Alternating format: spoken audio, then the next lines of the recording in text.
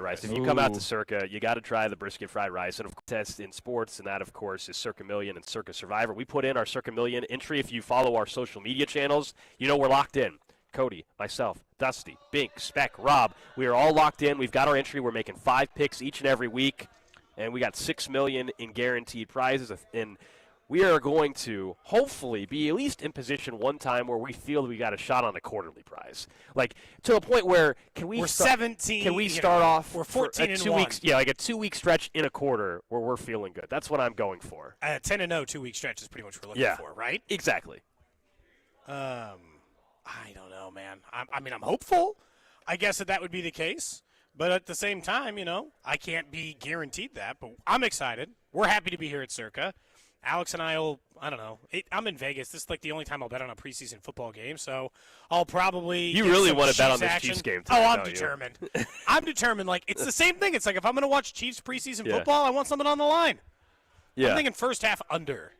It's got the highest total of the Week 3 preseason games. Yeah, I just don't know what to expect because Mahomes and Kelsey, these guys are going to play, but even to that extent, is it one series again? Like, Andy has made a big deal, like, oh, yeah, we're going to play some starters. It's a home game. It's the final preseason game and all of that, but he's not playing a whole half.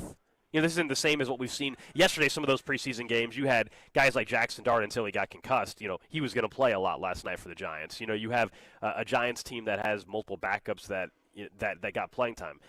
You're betting, Cody, how confident are you on Gardner Minshew, assuming he plays a ton tonight? How confident are you Gardner Minshew getting some successful drives so you can cash your ticket over, although you're thinking about the under? Yeah, not super confident. Yeah, I was about to say I'm thinking about the under, which is a different version, obviously, of that bet. If you're saying how confident are you, the answer would be less confident based on the fact that I would be betting an under instead. The thing is, I don't expect Patrick Mahomes to play more than a drive. When Andy has always been play his players in the preseason, and he's still doing that, obviously, but at the same time, he's not doing it to the level he used to do it. He is cut back. I'm assuming because of the 17-game season, but I also assume that Andy Reid is cut back on the preseason stuff because of the 17 regular season games, and Andy was I'll play everyone in the preseason guy before his team was playing 20 games a year every year. Yeah, they know they're playing a few extra. I mean, it's a lock at this point in time. Even if you don't make it to the Super Bowl, you're playing a few extra games every single year, and so you do have to prepare for that.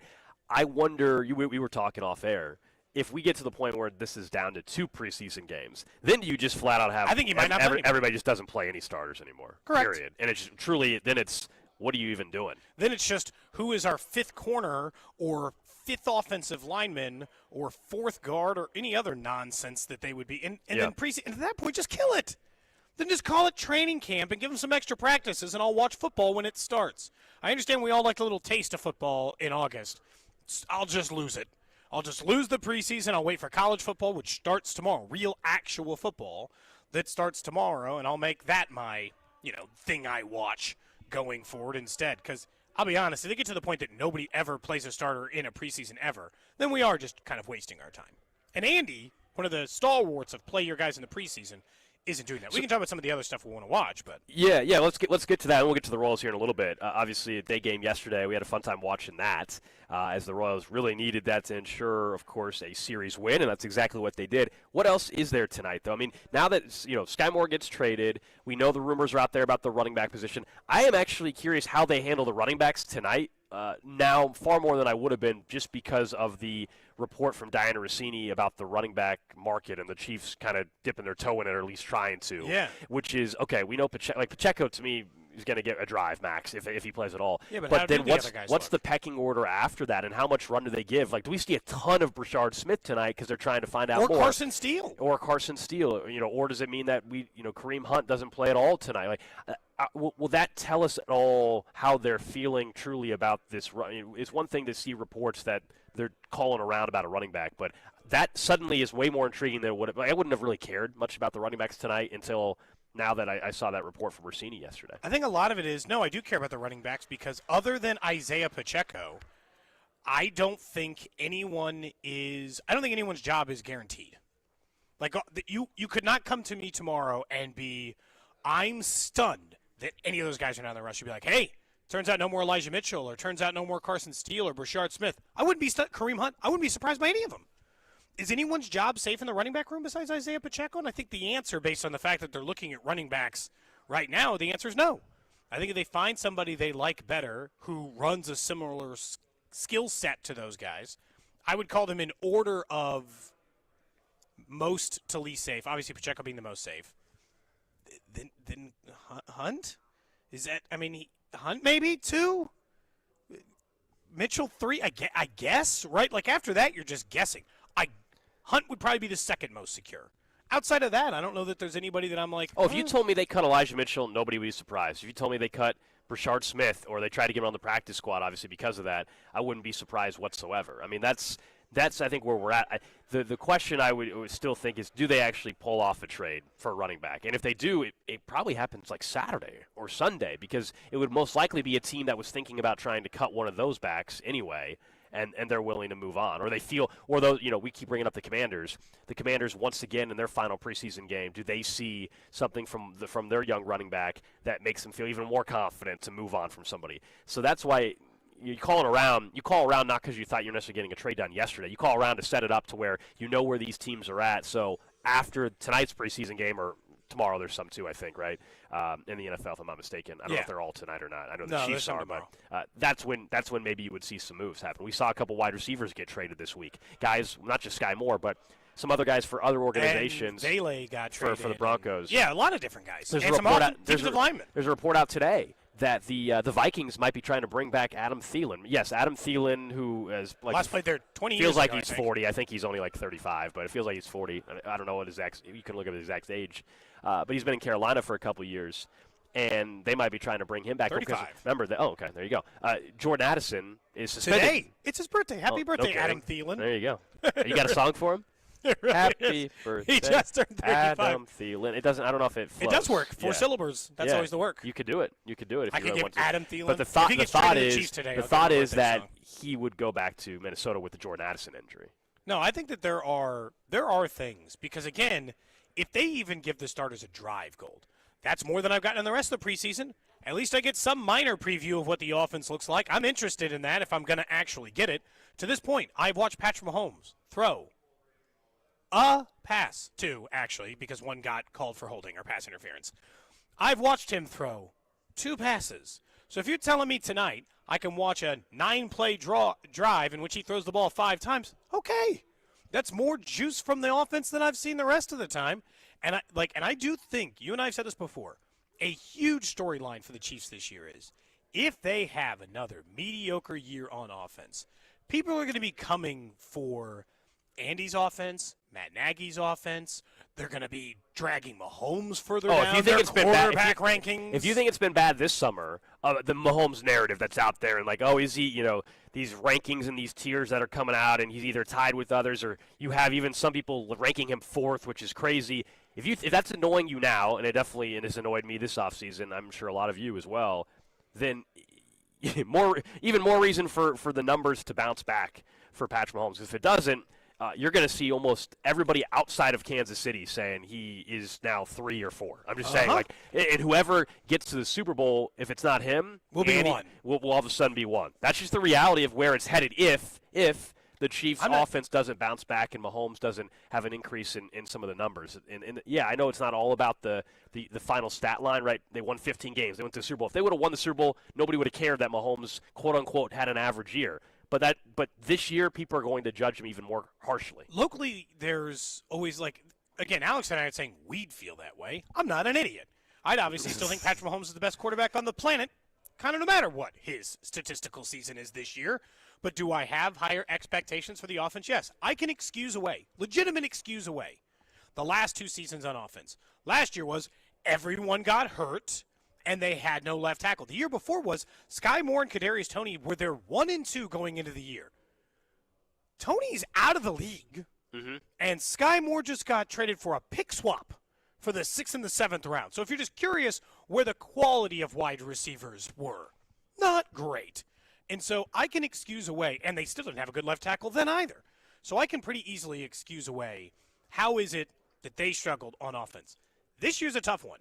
They have a 2nd-round pick in Rashee Rice, who looks like the kind of guy who could be an 11 to 1,300-yard receiver.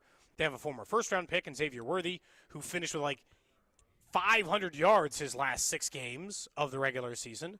They seemingly have a revitalized Travis Kelce and a much better offensive line situation. On paper, it'd be real hard to excuse away why this offense would look bad. It would just start feeling like something stale in the system. Coming up in about 15 minutes, we will talk some Royals baseball with Jake Eisenberg. He, of course, joins us each and every Friday here on the show. It'll be good to check in with him as the team is now in Detroit.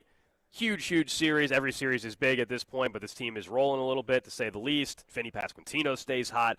We're going to talk to Jake about that. Also, some other things we got planned today. Joshua Briscoe coming up at 11 o'clock. We'll talk more about the preseason game with him, what he's hoping to see. Of course, Briscoe will have our radio network pregame coverage and postgame coverage tonight as the Chiefs take on the Bears in the preseason finale as the Chiefs get set. It's crazy, honestly, that preseason is over here in less than 24 hours. That we're done.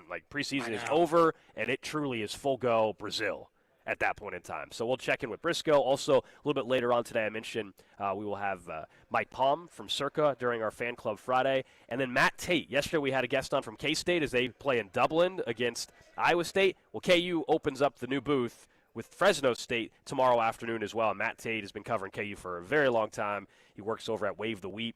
And so he's going to join us. Second only to Gary Bedore, I feel like. That's basically it, I think, at this point. Yeah, I think, honestly, yeah. We joke with Matt every year. Not to age you, Matt, but we joke with that every year with Matt. We're like, hey, man, we're making you sound old. We apologize. But Matt does a great job covering the Jayhawks, and we'll get his perspective on what to expect. But let's talk a little Royals baseball because yesterday it was a day game. We're watching that thing, and it was a sweat at times. There were some moments where it could have swung in a different direction for the Royals.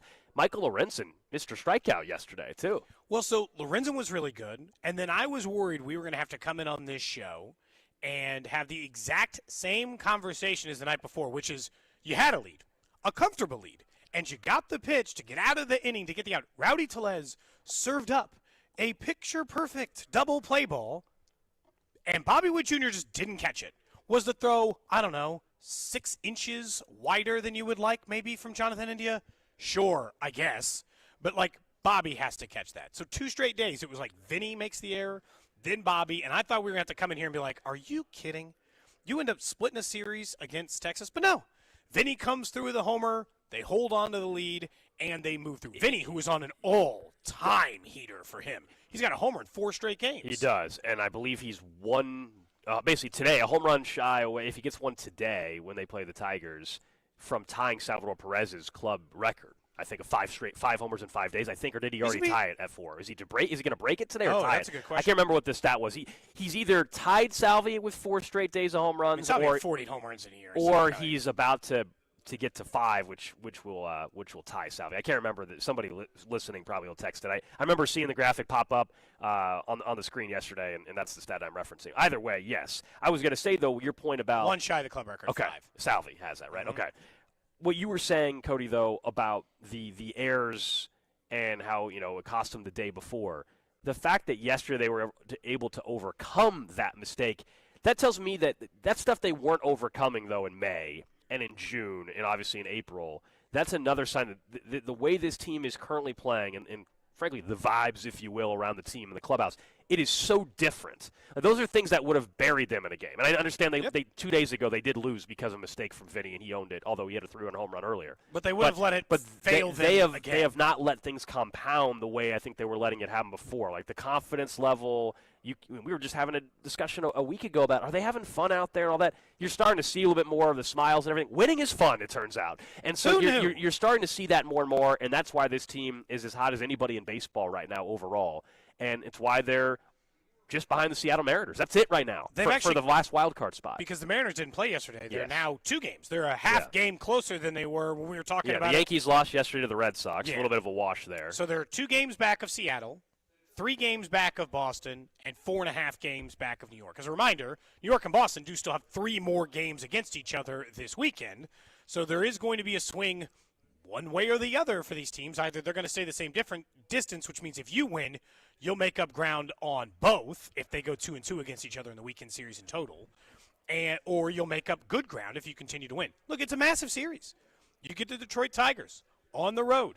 You are 15 games below 500 as a team against winning teams, 22-37. So you've stunk a huge chunk of the year against winning teams. The Tigers are a winning team who have been better than you the entire year. if you get a series against them this weekend before you take on the White Sox on Monday, a team that's lost like 9 of 11, you're going to be feeling the confidence level is going to be at an all-time high. Yesterday's game made me feel good because I felt like I was watching them let another one slip away, and I'm like, this game's going to get out of control. Because after the 3 runs got up, they still had to get out of the jam. It was still 2 runners on and 1 out because the double play ball got screwed up. So you're like, you still have to, like, save it from being you don't have the lead at all. What you guys don't realize as well. Oh, What Cody is saying there, the reason why he's pinpointing the exact second and feeling he had is you were sweating a Royals bet. You had a bet on the Royals. I had to bet on the Royals to have the lead after the first 5 innings. Yeah, so Cody was. So that 3-run inning really hurt in my the soul top for half of the 5th, when the Rangers had That's multiple true. men on and nobody out, and so then they tie the game, and Cody almost ripped up his ticket right then and there. And then Vinny, we joked, I was like, you need like a solo home run from Vinny right here. Next pitch, boom. Whew. Boy, that was a good feeling. Yeah, you needed that. You were sweating. Honestly, You were it sweating. shouldn't have been a sweat. Well, I was that's up 3 runs. That's betting. That's how this works. Thank you, Vinny. I appreciate you. He did come through for you. That is very true. Tonight, though, Berger against Mize, we can talk with Jake Eisenberg about this in 10 minutes. But, the way Berger is pitched, like, even for someone that you acquired midseason, and it's not, Michael Walker pitching or Seth Lugo pitching or Noah Cameron, I actually feel good about Berger heading. He's been very, very good for a guy that has only been with the club for, I guess, a month at this point in time now, a little less than a month at this point in time. It's been a very, very, very good start for him, and hopefully it continues. Meanwhile, in the NFL, because we'll talk more Royals baseball here in 5 minutes with Jake Eisenberg, the Micah Parsons thing, did you see he posted cryptically overnight? Allen Iverson-esque stuff. Allen Iverson, he's saying, like, I'll be great wherever I play. Again, I don't know if he's doing the show part of it. Jerry Jones admitted he was doing the show part of it. And then Drew told us this morning that Jerry Jones was once again speaking publicly about the Micah Parsons incident. Is that correct, Drew? Yeah, this is what Jerry. He was on with Stephen A. Actually, of all people, Okay. he was on his podcast, and course. this is what Jerry had to say regarding that discussion. In the spirit of not doing the old mother-dad deal. How many times have you seen the little rascal so clever go in there and mama told him, you're not going to get it. And goes in to daddy, who only sees him after 5 in the afternoon, wants to love him, and says, you can have it, son. You can have that before dinner. And he goes back in and says, Mama, Daddy said I could have it. That's the old mom, dad, been around since the beginning of time. I'm not going to go for that here. That's what's happening. You're not going for it. I'm not going for it. No. But we've had a very, very strong negotiation. Now, by the way, frankly, it wouldn't have made any difference what the negotiation was. Guess who has to be comfortable for this to work? Micah. And who else? You. Hello. There's not room for a third. There's not room for a third. This will be a good one. Is he referencing? Is this The Little an Rascals. all-timer? That is Jerry Jones using the Little Rascals reference to explain the contract negotiations with Micah Parsons. Sounds like Desmond's And- dating situation with his friend and the girl who was interested, and There's not room for a third. is out here saying, I've got to be comfortable. Mike has got to be comfortable, and nobody else. There's not room for a third, and also that this one's, what do you say, this one's going to be a good one? Like, he just, Yes. again, he just enjoys this is not good, Jerry. This is not good for you. How many he's like, times have you seen the little rascal so clever go in there? Making alfalfa add references? that one to the list of drops we now have in the system for Jerry Jones. inevitably do you think actually happens? Mama Jerry. Does Micah Parsons play for the Cowboys this year, in your opinion? Yes, he will still play for the Jerry, Cowboys. Jerry Jones does this all the time. He will eventually I don't play know. for the Cowboys this year. It'll happen 24 hours, 48 hours before that Thursday night opener against the Eagles. But they go through this drama. Jerry Jones embarrasses himself. He's out here quoting the Little Rascals to explain a contract negotiation with one of the best players in the league. I mean, come on. I mean, when's the last Little Rascals content that came out? Probably a movie from our childhood. Well, yes. I can't imagine there's been anything new in that department. I'm glad you sent us to that in the last half hour or so. Because I did saw not it. see I that. saw it before the show. I was like, hang on a second, and then I heard him make the Little Rascals reference. I was like, oh, I'm rolling this in. We are definitely Have playing to. this. Yeah, you Cody, absolutely I have need to. you to when you get home, I need you to call your son a little rascal at some point over the course of the weekend. He wouldn't even know what In that honor of means. Jerry Jones. Well, I'm sure. That's fine. You little rascal over there. He ditched me on the FaceTime this morning. He said, "Hey, are you coming home today?" I said, "No, I'm not." He's like, "All right, I'll see you later." It's like, what? Oh, he didn't want to talk to you. He was mad at me. Wants me back, He's man. hurt. Well, you'll be back. You'll be back I was tomorrow. got 2 days. You'll be back tomorrow. We are hanging out at Circa Resort Casino here in Las Vegas for Ultimate Contest Weekend. We told you we entered Circa Million. There's Circa Survivor. There's $21 million in guaranteed prizes in both Million and Survivor. No rakes, so that is one of the unique things about this contest as well. You do have to register in person here at Circa Sportsbook, but you have till September 6th to do that. So even if you're not coming out this weekend, although we've got a few people from Kansas City that have stopped by. We've got a listener actually sitting down in front of us, introducing himself, so we appreciate that. He's got the right idea. It's 8:20. He's got a beer in hand. He's got a Stella in hand. This is perfect. Yeah, we appreciate everybody. Fan club's at 11 o'clock local time. We will definitely be getting into that. Worry. Up next, I want to get right back into the Royals, though, with Jake Eisenberg. He's in Detroit. He's probably at a coffee shop in Detroit right now. We'll get the lowdown on that, plus what does he expect in this weekend series against the Tigers. Watch Cody and Gold on YouTube by subscribing to the 96.5 YouTube channel.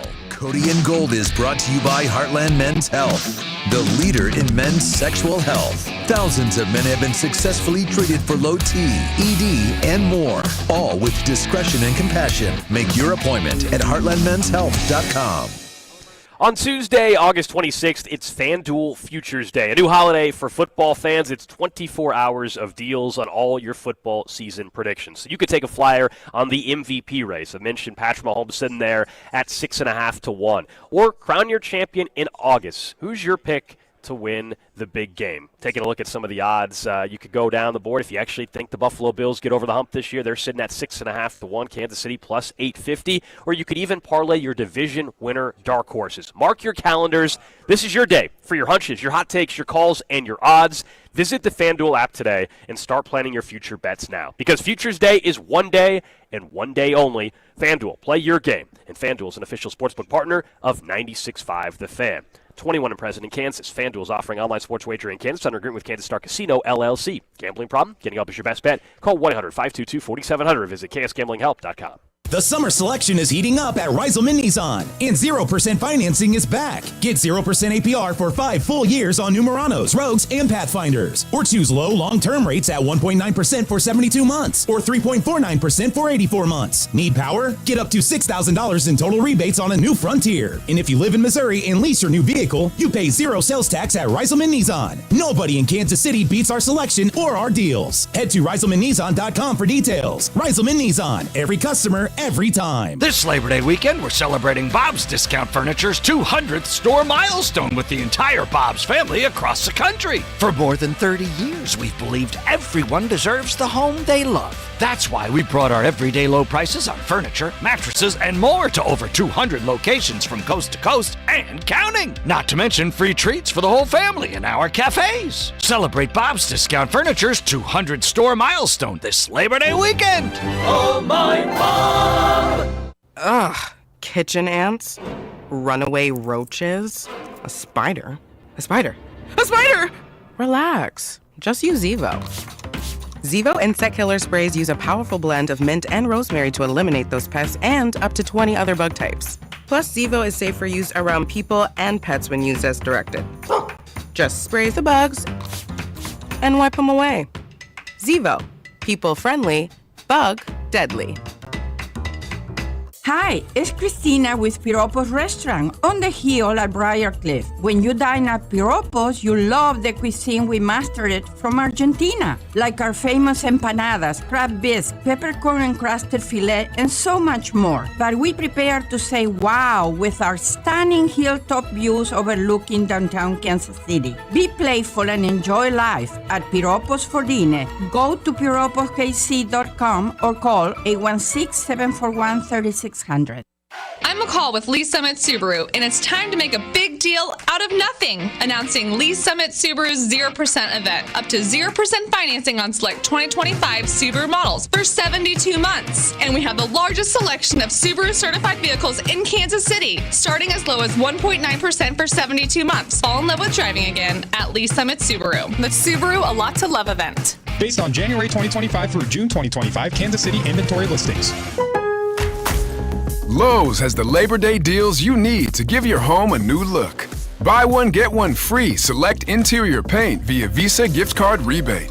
Then, add the final touch with 2 for $8 on select 2.5 or 3-quart mums. Refresh your home and save big while doing it. Lowe's, we help, you save. Valid through 9/3. Mums offer in-store only. Selection varies by location. While supplies last. More terms and restrictions apply. See Lowes.com/rebates for details.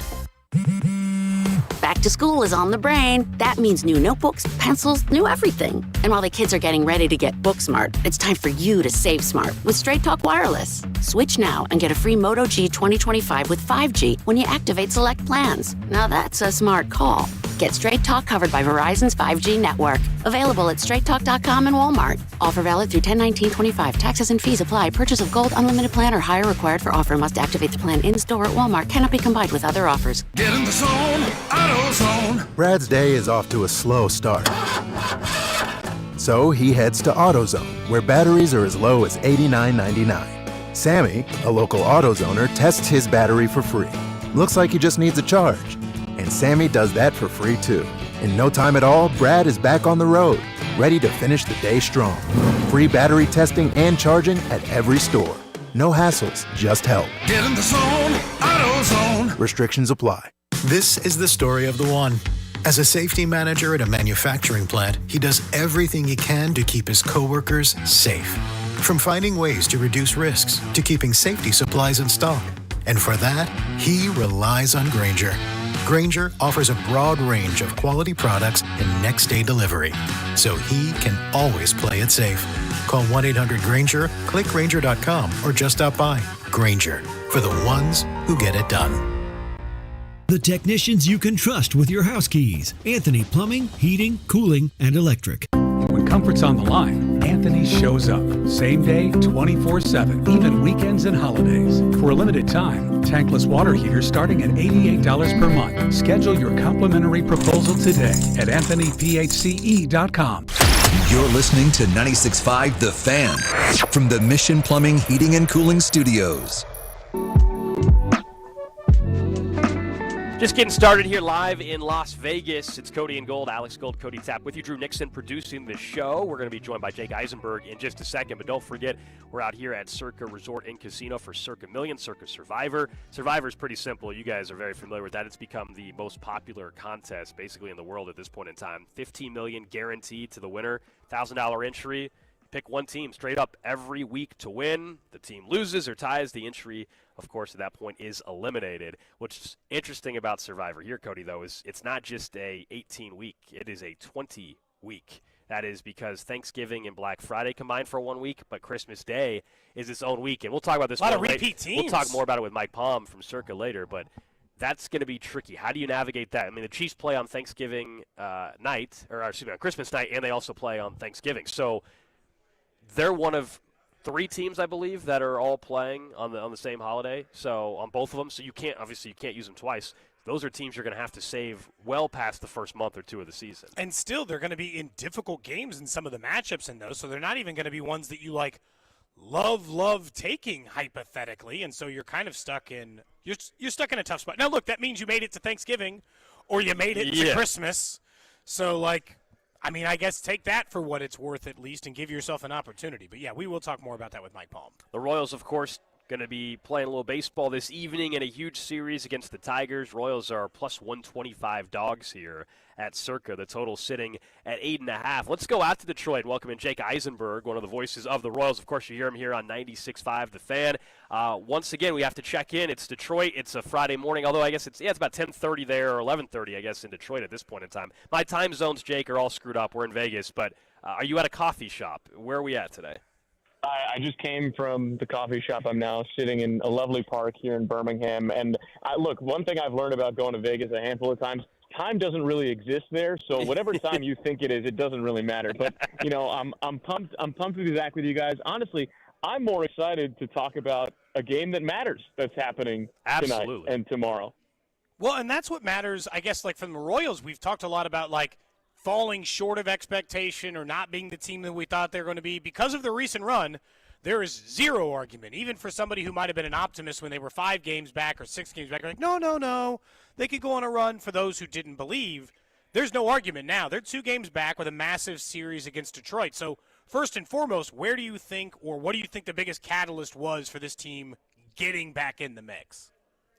It's the offense, right? It kind of has to be. I mean, I remember when the last time that we were in Detroit, and it was kind of the tail end of April, and they wound up with a 2-8 road trip through Detroit, New York, and Cleveland, and we were kind of talking about the offense and how it hadn't clicked quite yet, and then they, wound up going on a pretty good run in early May. But that was the talk in June was, where is the offense? Where is hitting with runners in scoring position? Where are these things that we saw last year? And lo and behold, as we had kind of come to understand, but maybe didn't want to admit, the pragmatism of the ebbs and flows of the season have now started to flow, and we're seeing an offense that just averaged 5.5 runs per game over the course of a 10-game homestand, and is averaging better than 5 runs per game since the All-Star break. And this is sustained enough. This is not a fluky thing. We're starting to see the Royals offense that's a little bit closer to what we expected.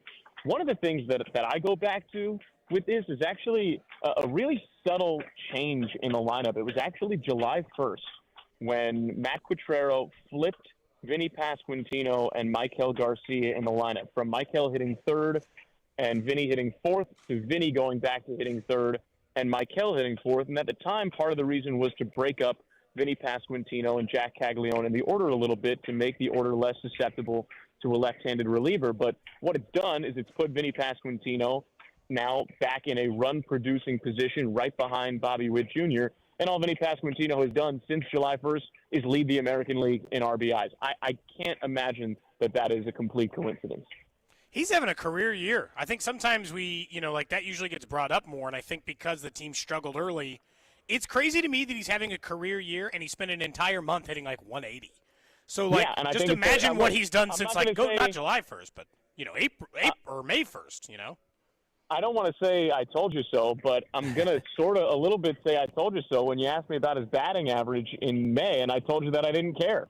And that we'd look at it, at the end of October and November, because that's when it really matters, because it's a marathon, not a sprint, and there are going to be ups and downs over the course of the season. And thankfully for Vinny and the rest of this offense, it has been mostly up at the right time, where the Royals are starting to surge toward the finish line when other teams like the Mariners and Guardians are fading. The Tigers have kind of dipped a little bit below the surface. They still have a 9.5 game lead, to be sure, but it's definitely gotten really interesting. We're talking to Jake Eisenberg here on 96.5 The Fan. Pitching-wise, I mean, for much of the season, that was always the biggest strength for this team, and, the offense was always the thing we were discussing. Now you look at where the pitching staff is at. They added Burgert into the rotation, and he pitches tonight against Casey Mize. And I was telling Cody earlier, I actually feel pretty good about him heading in. I feel like I'm at the point where I kind of know what I'm going to get. I'm going to get a quality outing from him. He looks like he could be one of those additions like we've seen over the last couple of years, where this staff has found something at the big league level. They tweak it a little bit, and they end up turning Cole Reagans obviously into an all-star type pitcher. Do you think that is kind of what we're seeing already with Burgert, with how he's pitched? I mean, what a sneaky great addition, across baseball, one that was not really talked about because it didn't involve, major marquee players. But Ryan Burgert's now, made 3 starts, all of them he's gone more than 5 innings and allowed 2 or fewer runs. It's been kind of copy and paste, similarly to what we've seen with Noah Cameron over the course of this season. And so there are 2 rookie pitchers, one lefty, one righty in Burgert, that are showing poise beyond their levels of major league experience and providing some really quality starting pitching. And yeah, look, it's been 3 starts. You don't want to put the cart before the horse, but I did, half jokingly say to somebody the other day, hey, you think we're going to look back on that Freddie Fermin trade and think about it similarly to the Aroldis Chapman trade, where the Royals wound up getting a really solid starting pitcher, all-star caliber starting pitcher, Cy Young contending starting pitcher? I mean, I can tell you, having talked to Brian Sweeney a little bit over the last couple of days, this is a pitching group that is really excited about what they've seen from Ryan Burgert so far. What do you think they do, moving forward in the lineup? We're 8 days, 10 days away from September 1st. Do you call up Jack Caglione and use him as a bench bat? Do you leave him in the minors and develop? How do you think they'll handle this roster move in about 10 days? Are they going to add a few bodies, which should help the team, especially in the bullpen and other areas? How do you think they'll go about handling that? Because the big question will be, what do they do with Jack? Yeah, that's the big question, and I think one of the other questions is also, where does Michael Massey fit into this piece? Because his rehab assignment is going to end at some point over the next week or so, and he's definitely a piece that, look, he was the Royals' best offensive player in the postseason last year. It was Michael Massey and Michael Garcia, and I know Michael hasn't had the season that he'd wanted to in terms of results or in terms of health, but he could still potentially be an X-factor kind of bat or defender down the stretch. So that's another interesting piece that's part of this puzzle. I think the bullpen addition is relatively obvious. You're going to add a reliever. I would not be surprised if it's Jonathan Bolin. Of course, it could be Luinder Avila, who looked really good in his debut, and the Royals could, cycle in and out who they need to there. As far as the position player side, I'll be honest, after we talked in June about, hey, what are the Royals going to do in the rotation with Noah Cameron pitching so well, and they're going to have 6 guys, I don't know that I really want to traffic in roster move hypotheticals, because they seem to have a way of taking care of themselves, both for worse and for better.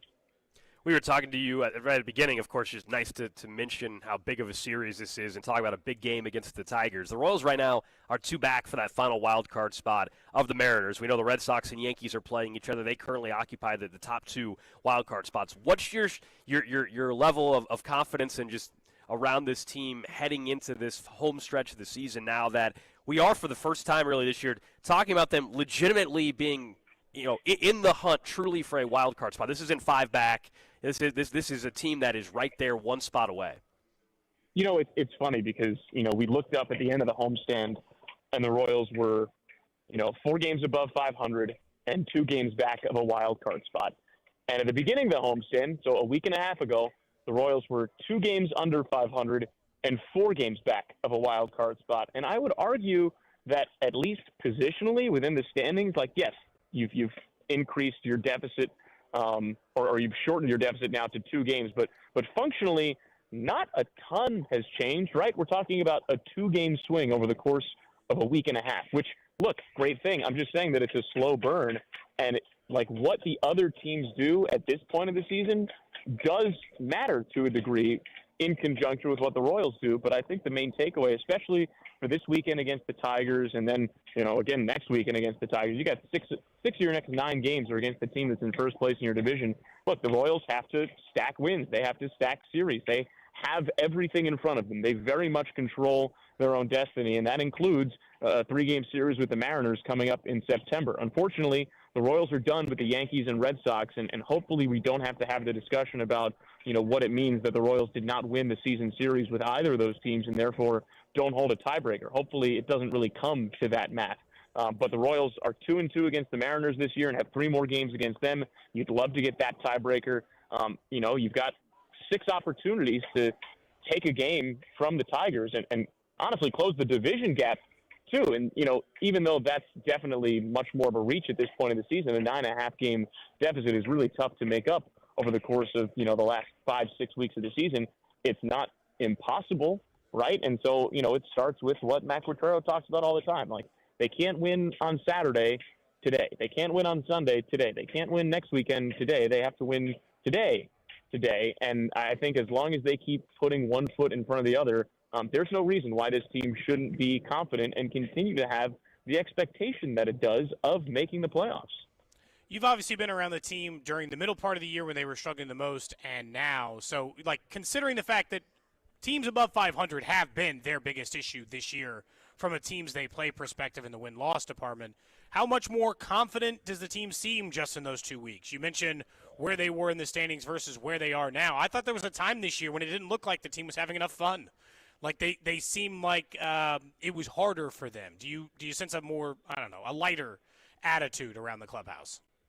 I don't know if I'd say a lighter attitude. I think there's an understandable level of confidence that's earned. I mean, we're not just talking about going 8-2 on a 10-game homestand and tying a franchise record for wins on a 10-game homestand. We're talking about 8 really solid all-around wins. And you sort of heard Matt Quatrero post-game yesterday. He was asked about the homestand, and, you look back at those 2 games that the Royals didn't win, and if you squint and tilt your head a little bit, yeah, those are 2 losses that very easily could have been wins, and sometimes that's how thin the margins are. So we could have been talking about a 10-win homestand, not to get too greedy, but, 8 wins and an all-around solid 8 wins, yeah, that's a reason to build confidence. As far as like an individual perspective, I think one thing that we've started to talk about a little bit more, but certainly deserves more discussion, is what kind of year Micah Garcia is having, because holy smokes, he's having an unbelievable year to the point where he's a top 5 position player in the American League. We're talking about a guy that's going to get,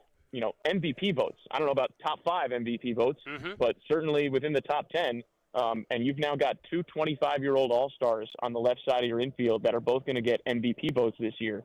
That's a pretty incredible thing. And I asked Bobby the other day, what he thought one of the biggest differences with Michael was this year, and he pointed to having fun and playing free, and said kind of specifically, it's like he's playing back home in Venezuela. And we know what kind of fire Micah Garcia had during the winter ball seasons, which he did not play in this year, and he's really taken that step forward of turning on that switch every single day, and we are very much seeing what becomes of that, and man, how much fun has that been.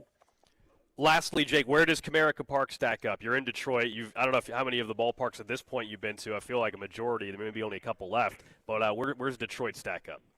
Yeah, I've been to all of them now at this point, which is a really cool thing in the balanced schedule. You get to go everywhere in just a couple of years.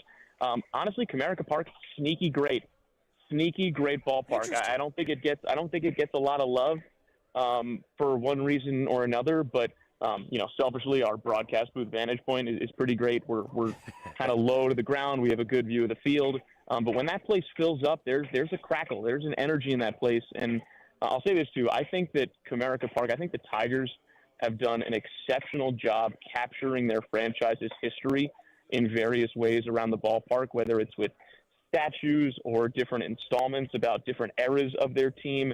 There's a lot of character to the ballpark, but it also doesn't feel outdated. It's a really nice blend of history and modernity, and I think it makes it one of a sneaky great ballpark in baseball. Jake, appreciate it, man. Enjoy the weekend, and we'll check in next week. Hopefully these Royals are maybe occupying that final wild card spot.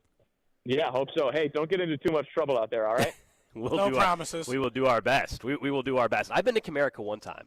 Really? I enjoy. Now, when I went, the Tigers were terrible. So keep that in mind. Like, he's talking about the awesome atmosphere. No buzz, probably. It wasn't when I went. This was 2017 or 18. I mean, these were some bad Tigers teams, I believe. Yeah. I don't remember the exact win loss, but it's actually a really nice park. It's actually a really nice park there in Detroit. It's not far. It's basically Ford Field. It's kind of like, it's not a complex like the Truman Sports Complex, but Ford Field is right there as well near Comerica. I remember walking right by it. So, yeah, it's a cool park. It's not on like my top 5, here's where you got to go ballparks, but it's some of of that nice might ballpark. be the city, though. For it's sure. Like I'm but not also just like it's not dying to get to Detroit. But to get to top 5, I mean, you got to get so Wrigley is top 5. Fenway would. I haven't been to Fenway, but that would be my top 5, I'm sure, when I'm done going there. Dodger Stadium, I think, is top 5. I love San Francisco's park. It is AT&T / whatever million names they've changed it to. Of the ones I've been to, it's one of my agree. favorite. Wrigley's one of my favorite. Yeah. I really like Target Field in Minneapolis. I have not been to Target Field. I think it's Denver, Coors Field is awesome. We've talked about that from the downtown perspective. So, but big series, of course, against the Tigers tonight. Now, reminder: tonight's game will be over on the AM. That's because we do have Chiefs football tomorrow. Though Royals right back on the FM dial. But just a heads up for those trying to figure out how they can listen to Vern, how they can listen to Jake Eisenberg and the guys on the Royals Radio Network. Just a heads up on that. Coming up in 10 minutes, we will talk Chiefs preseason tonight with Joshua Briscoe. He is hosting Chiefs Radio Network pregame and post right here on 96.5 The Fan. But we're in Vegas. Obviously, on the board downstairs at the Sportsbook, NFL Week 1 is the most featured thing. I mean, NFL is king, and so we're here obviously for contest weekend. It's all about picking NFL games or picking a team for the Survivor contest. The other market, though, that is always so popular is the MVP market. And I think the narrative stuff that we were hinting at with where everybody's at is opened up an opportunity. But do you actually think the narrative is back on Mahomes' side, or is it going to take something absurd? Like, people are saying, okay, he didn't have a good year. Does that work in his favor for this market, or does it hurt him just because people still don't like it? Like, does it take him having an absurd 5,050 touchdown season again, like he had a couple years ago? I think because he gets the redemption arc of people counted him out. How dare you? The media will want to vote for him, Gold, if he has 4,300 yards and 40 touchdowns. I mean, here at He's still got to put up big numbers. Here at Circa, he has the second best odds. Behind Josh Allen? Lamar Jackson's plus 435. Oh, Lamar Jackson. Mahomes plus 5.5. Joe Burrow plus 575. Josh Allen plus 620. And then guys like Jaylen Daniels 13-1. And obviously, you can shop around and find different numbers, but those are the numbers right here at Circa. I think Mahomes, I've seen him as low as 8-1 at a couple spots. And I've got his yardage total here too, which will tell you the numbers. He's at 39.50.5. Yeah, see, that seems low, doesn't it? Way. I'm just trying. Like, are we crazy on that? Are we being biased here? 3,900. If we think the left tackle problem it's is a 16-game season for him. You got to remember that. Usually, it's not. Yes. He's not getting 17 games to get it, and he was below that number last year. Now, to be clear, he was over that number literally every other season of his career, and over it by a lot in all but 2 years. Last year would have been the only year, Gold, in which he didn't do that. His first year as a starter, 5,000, so he's 1,000 over that. The year after that, he was close, 40-31, so less than 100 yards over that total. 47-40 the year after that, so 800 yards clear of it. 48-39, 900 yards clear of it. 50-50 just 2 years ago, or 3 years ago in 2022, which obviously been 1,400 yards, 1,300 yards over it. And then even 2 years ago, when he was having a bad year statistically, he was 250 yards over that number. So yeah, Gold, if I can get him at 39-50, I'm taking the over. It took having zero left tackle and hurt wide receivers for him to wrap up the season at 39-28. And if he had to play the final game of the season, say they weren't having a 15-1 year, they needed the final game of the year to lock up the number one seed, well, then he's definitely going over it. And so just as long as they aren't just way clear of the one seed and the game doesn't matter at all, yeah, I absolutely love that number. I think 40 touchdowns, 4,000 yards, and he's right there in the thick of the MVP conversation. Yeah, the qualifier on the MVP right away, and not everybody agrees with me, but it's just I think it's how the MVP market works. And I've talked about this on that betting show, which hopefully I think we'll have our first show coming back into September, early Win the October. division for starters. You have to win your division to be MVP in the league. You just do. And so that's where you can start eliminating some players if you think they can't win it. Obviously, Lamar Jackson can win his division. Mahomes can win his division. He's done it 9 straight years. Joe Burrow can win his division, but do you actually think Cincinnati wins it, right? So that's the debate. Like, do you think Cincinnati can win the division? If you don't, then you shouldn't waste your time betting on Joe Burrow, no matter how good his numbers are going to be. Josh Allen. He's winning his division. That's a lot. Okay, so Jaylen Daniels, 13-1. I think for the first time in 20 years, they'll have a repeat winner in the NFC East. I can't bet on Jaylen Daniels then if I think the Eagles are winning the division. So we could just keep, like Justin Herbert, 22-1. I got a Hooters outfit that says I don't think the Bengals are winning the division. I know that. That's right. We both do. Yes. So I'll not be. Joe Burrow had the best statistical season out of any quarterback in the NFL last year.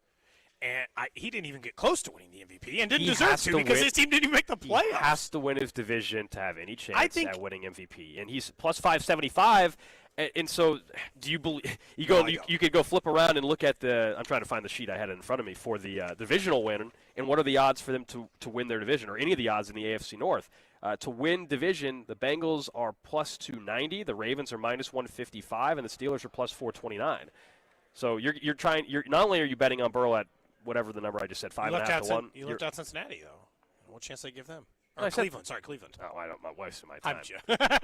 45-1 for Cleveland to win the AFC North. Oh my God, that's it. Someone says, "Do we have a dark horse who could win MVP?" Let me flip around back to the sheet. A dark horse to win? I'll say right now, I'm not choosing anyone that's not a quarterback. Well, yeah. Because the history is just. You want me to give you a dark horse? I mean, I'll give a dark horse. Jordan Love or Caleb Williams. Interesting. Jordan Love is in a big year for him. You would have previously said maybe 24 and 26-1. Yeah, Baker Mayfield, I guess, that actually would probably be the dark horse. I've been talking about him. I'm just nervous about Tristan Wirfs' injury now. Baker Mayfield, you probably heard me a few times mention his name. My answer is Jalen. And he's 35-1. My answer is Jalen Hurts. He will have been to. That's my dark horse. He would have been to 2 Super Bowls in 4 years. He puts up a good statistical season, wins it again. He doesn't often put up the huge numbers. But I do wonder whether or not people will think, this guy's a Super Bowl winner and doesn't get the respect, and the media will do he doesn't get the respect he deserves, and instead hand him an MVP award that way. I hear you. I just don't think the passing numbers are ever going to be there. It's probably not one I really bet on. I don't. Can you win MVP without getting to 4,000 yards passing? Probably not. He's got 3,800 2 years ago. I'm not saying he's far away, but I He has not shown me that he can have 4,000-yard passing season. Look, and that's what you're saying. He's way down the list for a reason. But yeah, he's a long shot. He's a dark horse for that. But I just the underplayed part is always the narrative. Like just straight up, that's the underplayed part of the award every single time. And the narrative with him will be the underplayed part. What is that? The under-discussed part. Oh, okay, gotcha. The under-discussed part of that to me is always this. Oh, should he do it? Now, the thing is, both of the years Lamar Jackson won the MVP, he put up massive statistical numbers, including, and even last year, he threw 40 passing touchdowns, and they didn't give that man the award. So it's still a long shot. But, look, in the end. Oh, I forgot. We'll have to joke with Mike Palm later. I forgot the NFL Protector of the Year is something they offer now. It's a real we can award. Bet on it? Yeah, you have. What can I get for Creed Humphrey? Creed is 27-1 to be the offensive lineman of the year, the protector of the year. Is it sick behavior to go bet on? I don't our think guy you can. Creed Humphrey. Yes, because you don't know who's winning this award. You cannot win offensive lineman of the year if you're not a tackle, in my opinion. It's going to be like the MVP being quarterbacks. To me, you can only bet on tackles here. Bet on your left tackle or right tackle. That's it. We're way late for a break, and then we can talk more about this. But up next, Josh Briscoe from the Chiefs Radio Network. He'll be hosting pre- and post-game tonight. He joins us next. This is Cody and Gold on your home for Kansas City sports.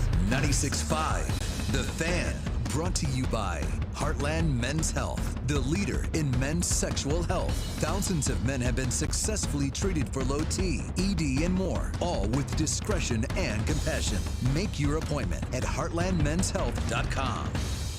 I mentioned earlier, I can't believe preseason football is about to wrap up tonight. We'll be full go for the regular season. Before we got to this point, though, we were doing shows up in St. Joe, and my drive to St. Joe was better than ever, thanks to Shawnee Mission Ford and the 2025 Ford F-150 Lariat, fully loaded. My favorite feature I've been telling you guys about through that drive was Blue Cruise. Blue Cruise, it's hands-free driving. About 97% of highways in the United States and in Canada are these blue zones, which basically activate on your console right there in front of you, and it will go ahead and tell you, hey, you can activate Blue Cruise, and it means hands-free driving. We actually used it on the way to the airport in Kansas City before we flew out here to Las Vegas. It's a great way if you're dealing with road trips and you don't want to have to be maybe as tense as locked in when you're driving.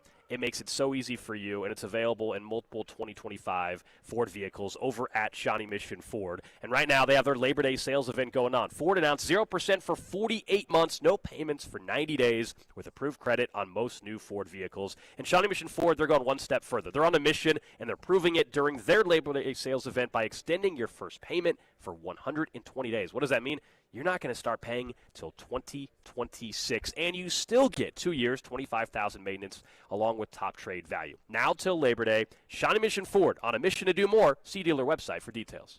Missouri, get ready! DraftKings Sportsbook, America's top-rated sportsbook app, is coming soon to the Show Me State. Later this football season, you'll be able to bet same-game parlays, money lines, props, and more right here in Missouri. Whether you're backing Kansas City to dominate on Sundays or sweating your basketball picks, DraftKings Sportsbook brings everything you want to elevate your game day, including live in-game betting, lightning-fast payouts, and endless ways to get in on the action, all right from your phone. And when we go live in Missouri, you'll be betting from home with the top-rated sportsbook trusted by millions. Safe, secure, and ready to deliver the action like never before. Download the DraftKings Sportsbook app and use code 965 now to gear up for launch in Missouri. Be the first in line for exclusive promos and can't-miss offers. That's code 965 in partnership with DraftKings Sportsbook. Gambling problem? Call 1-800-GAMBLER. 21 and over. Physically present in Missouri. Eligibility restrictions apply. Terms at DraftKings.com/sportsbook. Subject to regulatory licensing requirements. What we've been doing is pulling one of the people that sells a car every month and giving them a prize. Give Me the VIN is giving away $25,000 in cash every month. David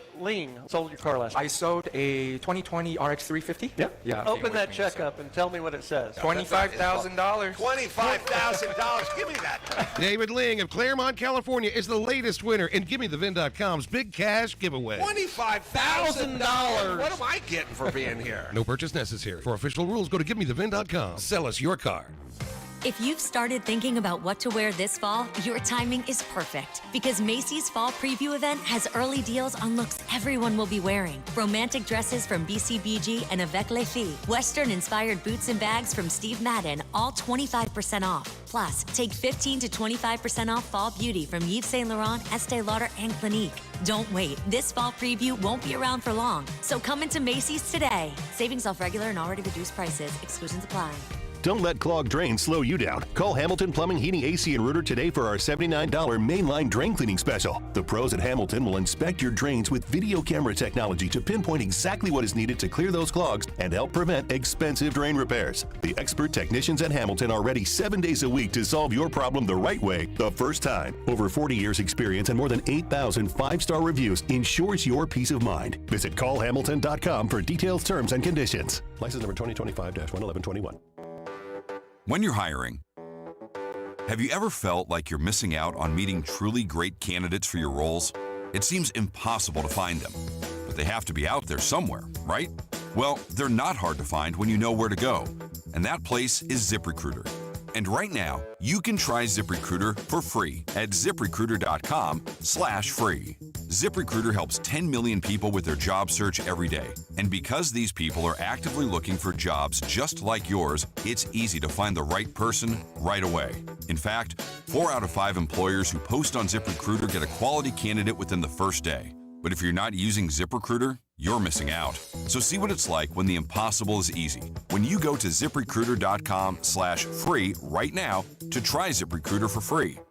Once again, that's ZipRecruiter.com/free. ZipRecruiter.com/free. Never miss out on great candidates with ZipRecruiter. Get in the zone, AutoZone. Brad's day is off to a slow start.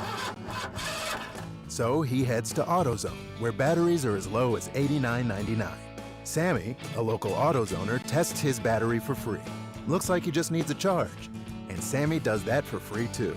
In no time at all, Brad is back on the road, ready to finish the day strong.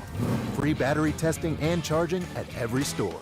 No hassles, just help. Get in the zone, AutoZone. Restrictions apply. This is the story of the one.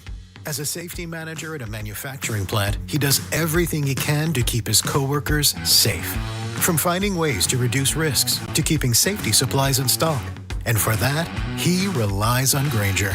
Grainger offers a broad range of quality products and next-day delivery, so he can always play it safe.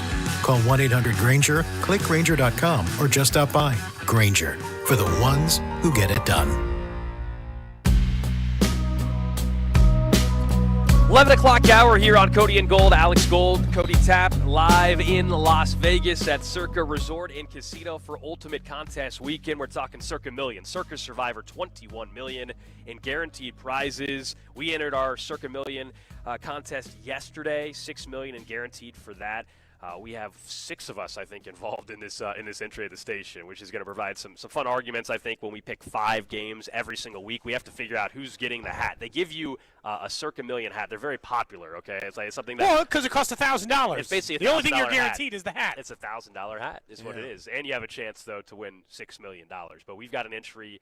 You, Dusty, Bink, Speck, Rob, and myself are all part of an entry. So it's going to be a ton of fun. And obviously how the Chiefs do are going to play a role in what we do each week as well. And tonight will be the final test before the start of the season. Someone that will be part of the pre- and post-game coverage, of course, is Josh Briscoe right here on 96.5 The Fan. He joins us each and every Friday throughout the football season. Briscoe, good to have you on the show. Something tells me you've been to Vegas a few times, yes? I have been to the Las Vegas airport on the way to Lake Tahoe exactly once, and when I went to the bathroom in the Las Vegas airport, I realized that I had put my underwear on backwards that morning, very, very early. So that's the extent of my Las Vegas experience. Okay. I think a lot of people get to Vegas and realize something's gone wrong with their pants. For me, it was pretty minor stuff. Got that handled, and I have not spent a whole lot of time in Vegas. I'd like to make that happen someday, but today I'm here at the controls at the station to be ready for preseason game number 3, a third preseason game that may have starters. I know, right? I know. That's what's incredible about. Now, let's be real. How much do you think we see? It's great that some starters are playing. It's good for fans. It's obviously at Arrowhead and everything tonight. How much do you think we see Mahomes play? Mahomes and Kelsey, I think, could still be on an even shorter leash. I would like to think that we're going to get more of that first-team offensive line to the point where, like, if you go back to, when we had 4 preseason games, that third preseason game was often one where you'd play the first half, come into halftime, do a little halftime adjustment, retake the field just to simulate that one time, and then exit that first drive in the second half. Mahomes isn't going to play that long. I'd be pretty surprised if he or Kelsey's out there. I don't really need Isaiah Pacheco or Kareem Hunt for all that. But I'd like to see, and I think we will see, at least multiple drives from Mahomes at the helm. And, I know we'll kind of get into some specifics, but you want to see Kingsley get more reps. You want to see Josh Simmons just keep stacking them together. So I'd like to hope that we get the first-team offense, even if it's with Minshew, for most, if not all, of the first half. When you look at this, see, this is what this is one of those, you can say one thing, but do you mean it? So first off, I'll ask you about the playing time in preseason, because I just think that Andy's dialed it back because there's only 3 preseason games, and because his team plays 20 games a year, he doesn't want to run them out by the end. But he's also said that reps are vitally important for Simmons and for Kingsley, and has somehow only played them for 20 reps in preseason. If anybody needs it, it feels like it's them. More than any other players on the team, I feel like tonight, I wouldn't care if they played 3 quarters out of that group. They won't, but it feels like with that, if Andy says the reps matter, shouldn't he make sure they get them? And I'll even add another little flavor there. And I'm not calling the Kingsley left guard experiment by any means right now. But if Jalen Moore wanted to get out there with the first team offensive line and play left guard, because it seems like there's, you'd at least like to know he can do that. He hasn't taken any live reps there throughout the preseason. It's all been at right tackle. Then yeah, this is the time, to your point, to back up what you're saying about how much these reps matter. Now, of course, health matters. And, I think especially the Seattle game, late as all hell, West Coast, on turf, in the rain. There were a ton of injuries coming out of that game. Obviously, it ended FAU's season. That felt like a hazardous way of playing football, even more so than usual. But tonight, you're at home. You're on the field that you're going to play on throughout this regular season. I think this is as good of a setup to actually get some meaningful reps. And yeah, I'm with you. Specifically, I don't need to see more from Josh Simmons to feel good about Josh Simmons in week 1, but I do think we all kind of need to see a little bit more from Kingsley, just because he's had a very small sample size. He's had a few rough snaps in that small sample size. Give him a chance to stack up more good ones. And if you have one mistake out of 20 snaps, then fine. If you have one mistake in 5 snaps, it looks like a disaster again. So yeah, I hope we get a longer look specifically for those guys. We're talking to Josh Briscoe here on 96.5 The Fan. You'll hear him tonight for the Chiefs Radio Network pre- and post-game coverage. Of course, Chiefs football right here tonight as the Chiefs wrap up the preseason against the Bears. And Briscoe, I wasn't really all that interested in watching the running backs until we saw the report yesterday, of course, from Dianna Rossini that the Chiefs are at least calling around about the backfield situation. Let's start with your reaction to that report, and then does that change how you're going to watch tonight? Yeah, it will impact it a little bit. My reaction to that was not surprise, but also maybe a tinge of frustration, because we were talking about the Chiefs running back room in April, and then we were talking about it in May, June, and July, and now we're here. When they signed Elijah Mitchell, or when they signed Kareem Hunt, I think you were in studio with us that day. Yes. We were like, does this change the draft? Yes, I was, and you're right. And what it doesn't do for me is shake my confidence in Brashard Smith's spot on this team. I've seen some people get kind of alarmed by that. He's gotten quite a bit of work in the preseason. He's going to be a project. He's played running back for 1 season of his life. They're going to have some packages for him, I assume, but I think he's okay. The thing from the report that I think puts one guy under a spotlight tonight and kind of recalibrates how you look at the room is probably Elijah Mitchell. You guys were out there at training camp. I didn't hear a whole lot about him splashing at camp. No. I couldn't tell you anything of note he's really done in the preseason so far. Maybe if he goes out there tonight and he has a little bit of that burst, has a little bit of that juice back, then you don't feel quite as stressed about the running back position. But I'm guessing the Chiefs said, well, we're going to bring this guy in. It's kind of a flyer to see. They gave him a little guaranteed money to, get him in the building. But we're going to see, what does he look like with an off season of health and a training camp to get going. And if it's sad, it just happens to running backs. We talk about them like racehorses, which is also probably not great. But sometimes you lose that step and it's just over in the blink of an eye. So if that's the place for Mitchell, then yeah, Isaiah Pacheco, Kareem Hunt, and rookie Brashard Smith, and maybe some Carson Steele, that's not an explosive group. It's a fine group, but it's not a great one. And so if you wanted to find somebody with a little bit more burst, with a little more explosion, who can make a little bit more out of what should be a pretty decent run-blocking unit, especially if Kingsley's out there at guard, I would understand that. The thing that really makes me hesitate, though, guys, is that last year, this exact same time, it was like, man, Samaje Perine would be great. Oh, he's available. Oh, this is great. He's Jerick McKinnon 2.0.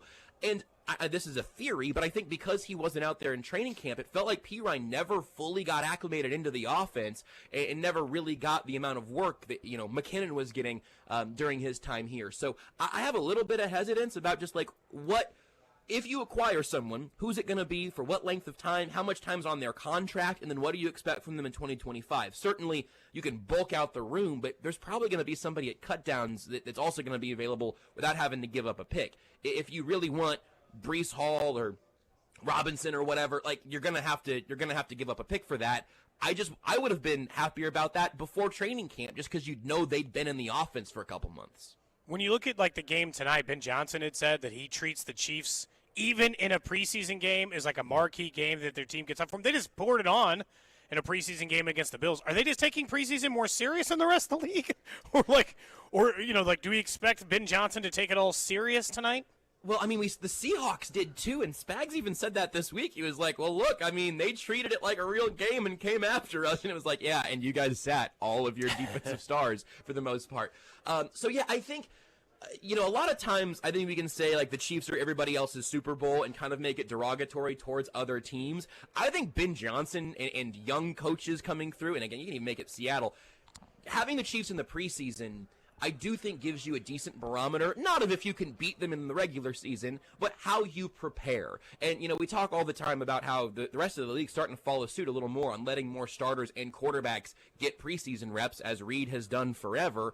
I think if you're getting ready to go up against Andy Reid's team, this like pinnacle of professionalism and handling your business and being ready for game day, all the starters are suited up in pads until the final whistle, even if they don't play. I think using the Chiefs as a measuring stick for your own professionalism, I think makes a lot of sense. I just don't think anybody ought to be taking the result seriously, and I don't really think they are. The Seahawks came out fired up. I don't think they're hanging a banner for the win. I think the Bears should come out fired up and say, hey, we're playing an Arrowhead. If we ever want to win a Super Bowl, we're probably going to have to go through these guys at some point.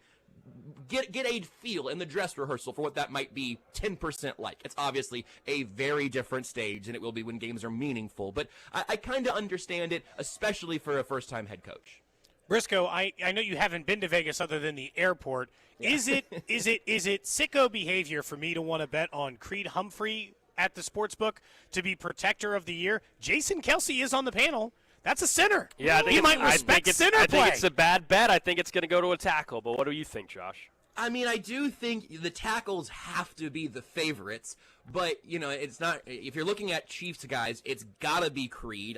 He's not like A-list NFL star, obviously, but if you look at the entire scope of offensive linemen, I mean, it's probably a losing bet, but I don't think it's an unfun one. I kind of want you to do it just so I can have a rooting interest there in an award that I think I just learned existed. They just started it this year. It's a real thing. They just started. It's the first time ever. It's the NFL Protector of the Year. Will Shields, so he'll back up the Chiefs guy. Jason Kelsey, a center. I gotta be honest, this feels stacked in Creed Humphrey's favor at this panel. Yeah, how big is the panel? Like it. It is a panel of 6 former All-Pro offensive linemen. LaCharles Bentley, Jason Kelsey, Shaun O'Hara. Yeah, Orlando Pace, Will Shields, and Andrew Whitworth. I feel like Whitworth could be on the Creed train. I think you're at its face. If this was a fan vote or something, no shot. Just give it to Trent Williams or whatever. Even if he doesn't play every game, you're going with a panel of experts. You've got the center who kind of had to pass the torch to Creed. You've got Shields in there.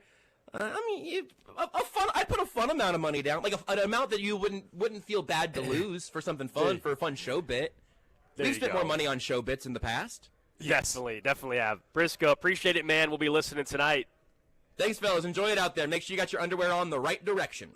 I'll double check. I got to double check. Yeah, thank you. That's Briscoe. Doesn't feel weird at the moment. Yeah, it feels comfortable. We'll see. That's Briscoe. Of course, he's got pregame tonight on the Chiefs radio network right here, and postgame right here on 96.5 The Fan as the Chiefs wrap up the preseason. I want to get to college football right now because yesterday we didn't do Trash of the Day, and I want to make sure we get to it. So let's start that because I want to make sure we leave time for the Trash of the Day, which we teased yesterday with the headline, "Man with nipple soreness learns there's been a knife blade in his chest."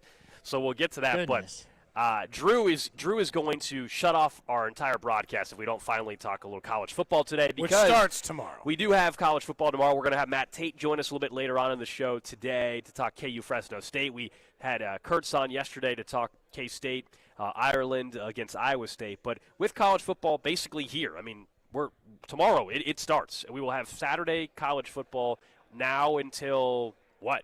Mid-January or something like that, roughly, for the rest of the year at least. How about that? And if you think about the teams that can actually win it, we're not talking conference, but can actually win a national championship. We always say, how much do the rankings matter and all that. We don't have to get into that debate, but what teams can actually win a national title? Knowing that we have a college football playoff and we have 12 teams. Well, I know for a fact Ohio State can again this year, and that would probably be given any year, but they're still in an equally good position as they were before. I think Penn State maybe could win one when I started to go through the teams. You a Drew Aller guy? Yeah, I think he's really good. Okay. Plus, the Big Ten's going to give you a chance. Georgia can win it. Notre Dame can win it. Although Notre Dame just named their starting quarterback, so I always have questions about that in college football, whether or not I should be taking you serious if you're a team in there. I'm trying to think about anybody outside. Texas, I think, can win it. Am I missing anybody, Drew? That's pretty much my list. So as I went through it, that's pretty much my list. So I don't have Georgia because Gunnar Stockton's the quarterback, and I don't trust. You don't like him. I don't think he's good enough to. I don't think he's good enough. I think 7 teams can win it. Texas, Penn State probably has the best roster in the country entirely. They might be the favorites to win it. I mean, Texas is there, but Clemson I think can win it. They've got the best wide receiver room they've had in a long time. Cade Klubnik's back. Ohio State, Julian Sayin starting quarterback there for the first time. We don't really know much about him. We'll see how he is. LSU has a loaded roster, too. Garrett Nussmeier's back. Garrett Nussmeier could be the number 1 overall pick in the draft. He also might win the Heisman Trophy. He's one of the favorites to do it. I think LSU's got a good chance. Notre Dame, I think, roster-wise is great. Like you said, Cody, they just named C.J. Carr the starter.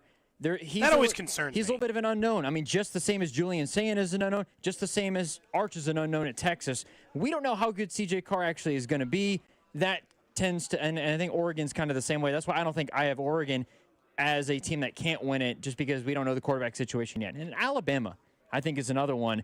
I think they're going to bounce back. They're going to be very good this year. Also, they have a new starter, Ty Simpson, who's waited his time, one of the few guys that waits. He didn't transfer. He's been there. He's been there 3 years now. So for him to wait, I mean, Alabama's got a chance, but there's a lot of interesting storylines around quarterbacks that we don't know much about necessarily. Yeah, if I'm not allowed to pick the 2 favorites, essentially Texas and Ohio State almost have the same odds. They're both, depending on where you look, 6-1 or 6.5 to 1. My pick, by the way, for who's going to win it, if we're making an official prediction, yeah, sure, would be Ohio State. I think they go back to back. I'll take Penn State. Ooh. Okay. Yeah. Okay. If Penn State doesn't win it this year, they might never win it, Cody. This is their roster's so good. If I'm not allowed to pick Ohio State or Texas, because I do think they're the favorites. I'd love to see Arch Manning actually throw 10 passes. Then I think you take a look in Notre Dame, just because to me the advantage they always have by not being in a conference. Actually, I actually think that helps them with the college football playoff being what it is now. Like before it was a negative, now it's a massive positive. So Notre Dame at 14-1 would be the other school. Can I ask, is this an unusually high year of unknowns at quarterback?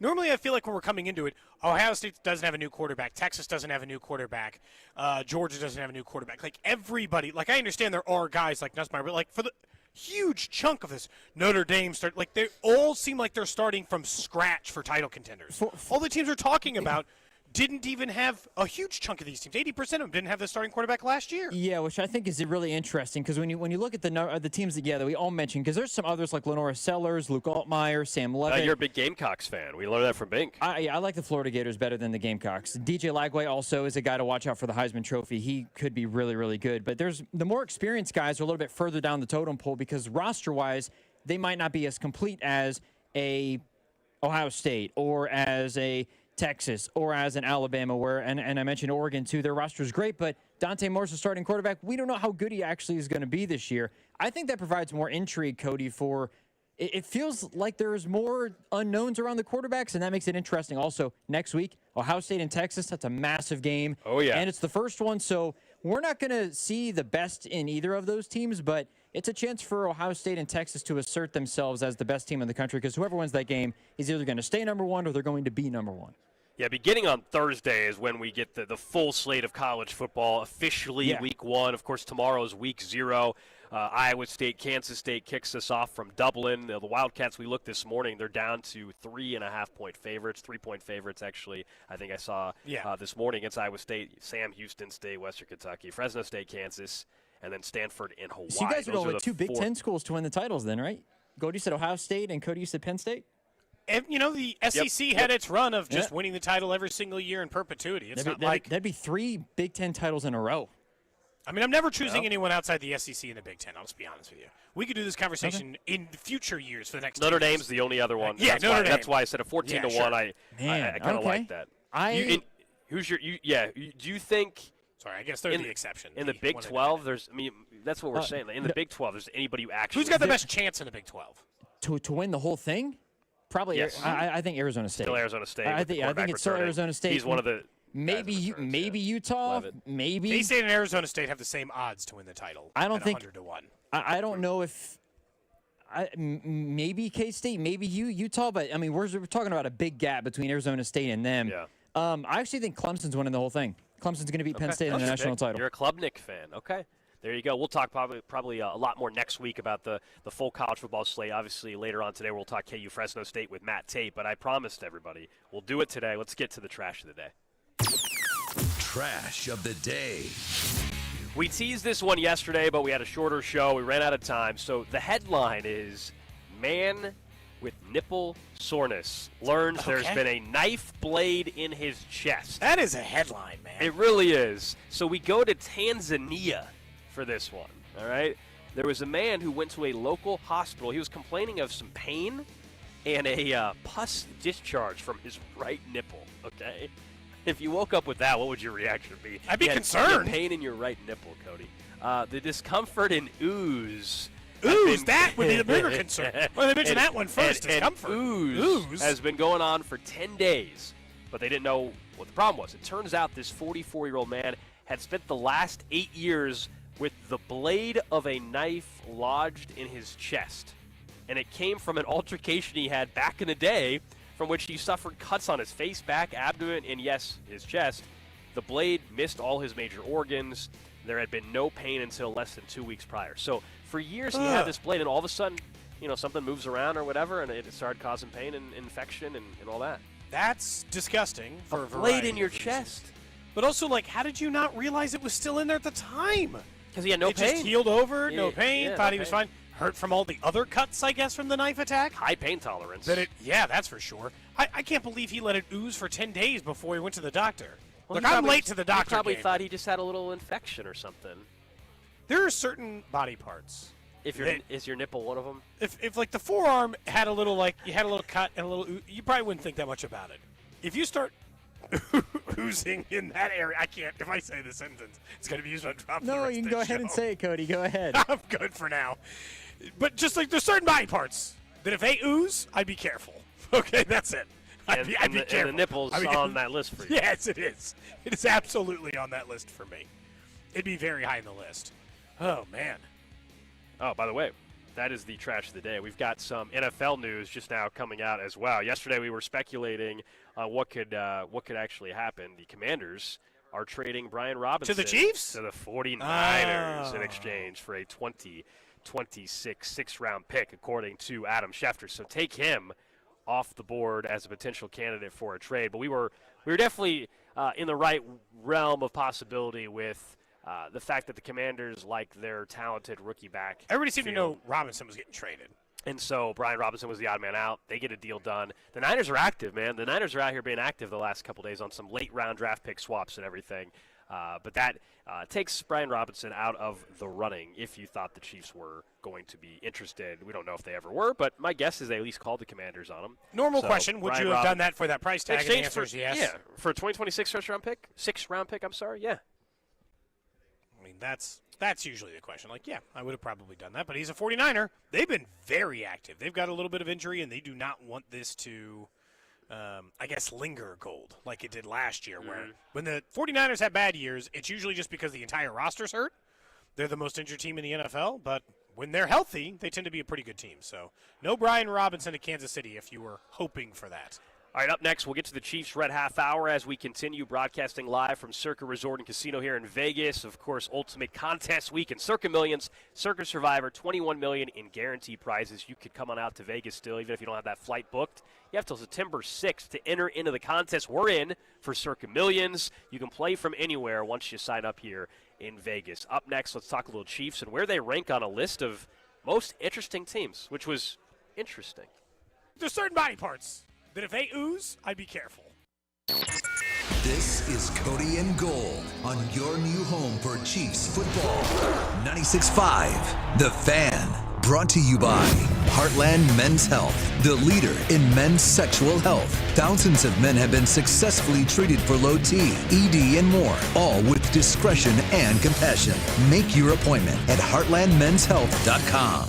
Men, the summer is here. Longer days, warmer nights, and romance in the air. Intimate dinners, walks on the beach, dancing in the moonlight. But if you have erectile dysfunction, you know it can ruin romance, both for you and the one you love. This is Jeff for Heartland Men's Health. And if you have ED, don't let another summer go by without getting treated. Because intimacy is one of the greatest things in life, and fear of not being able to perform should not be something you have to deal with. At Heartland Men's Health, we're ED experts. We've successfully treated tens of thousands of men. Our protocols work when others don't, and we have treatments that are effective in well over 90% of cases. You could even last up to an hour or more and perform like you haven't in years. So call us. Your initial appointment is only $99 and includes blood work, a medical consult, and if medically advised, a test dose. And if that test dose doesn't work in the office, your visit is free. Call 844-447-6600. That's 844-447-6600. Or go to heartlandmenshealth.com. Still paying interest? Reiselman Nissan just dropped 0% APR for 60 months on new Muranos, Rogues, and Pathfinders. Or stretch it out, 1.9% for 72 months. Or even 84 months at just 3.49% APR. Need torque? Take home a new Frontier and grab up to $6,000 in total rebates. And if you live in Missouri and lease your new vehicle, you pay 0 sales tax. That's real money saved. These deals are real, but they won't last. Tap over to ReiselmanNissan.com. Reiselman Nissan. Every customer, every time.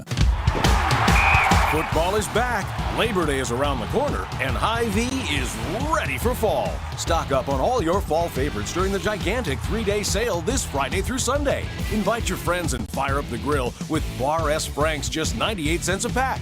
Doritos chips just $2.99, Pepsi 24-pack cans for $10.99, and Brew Pub Pizza just $4.99 each. Let's go, you fans of fall. Rush to the gigantic 3-day sale this weekend only at Hy-Vee.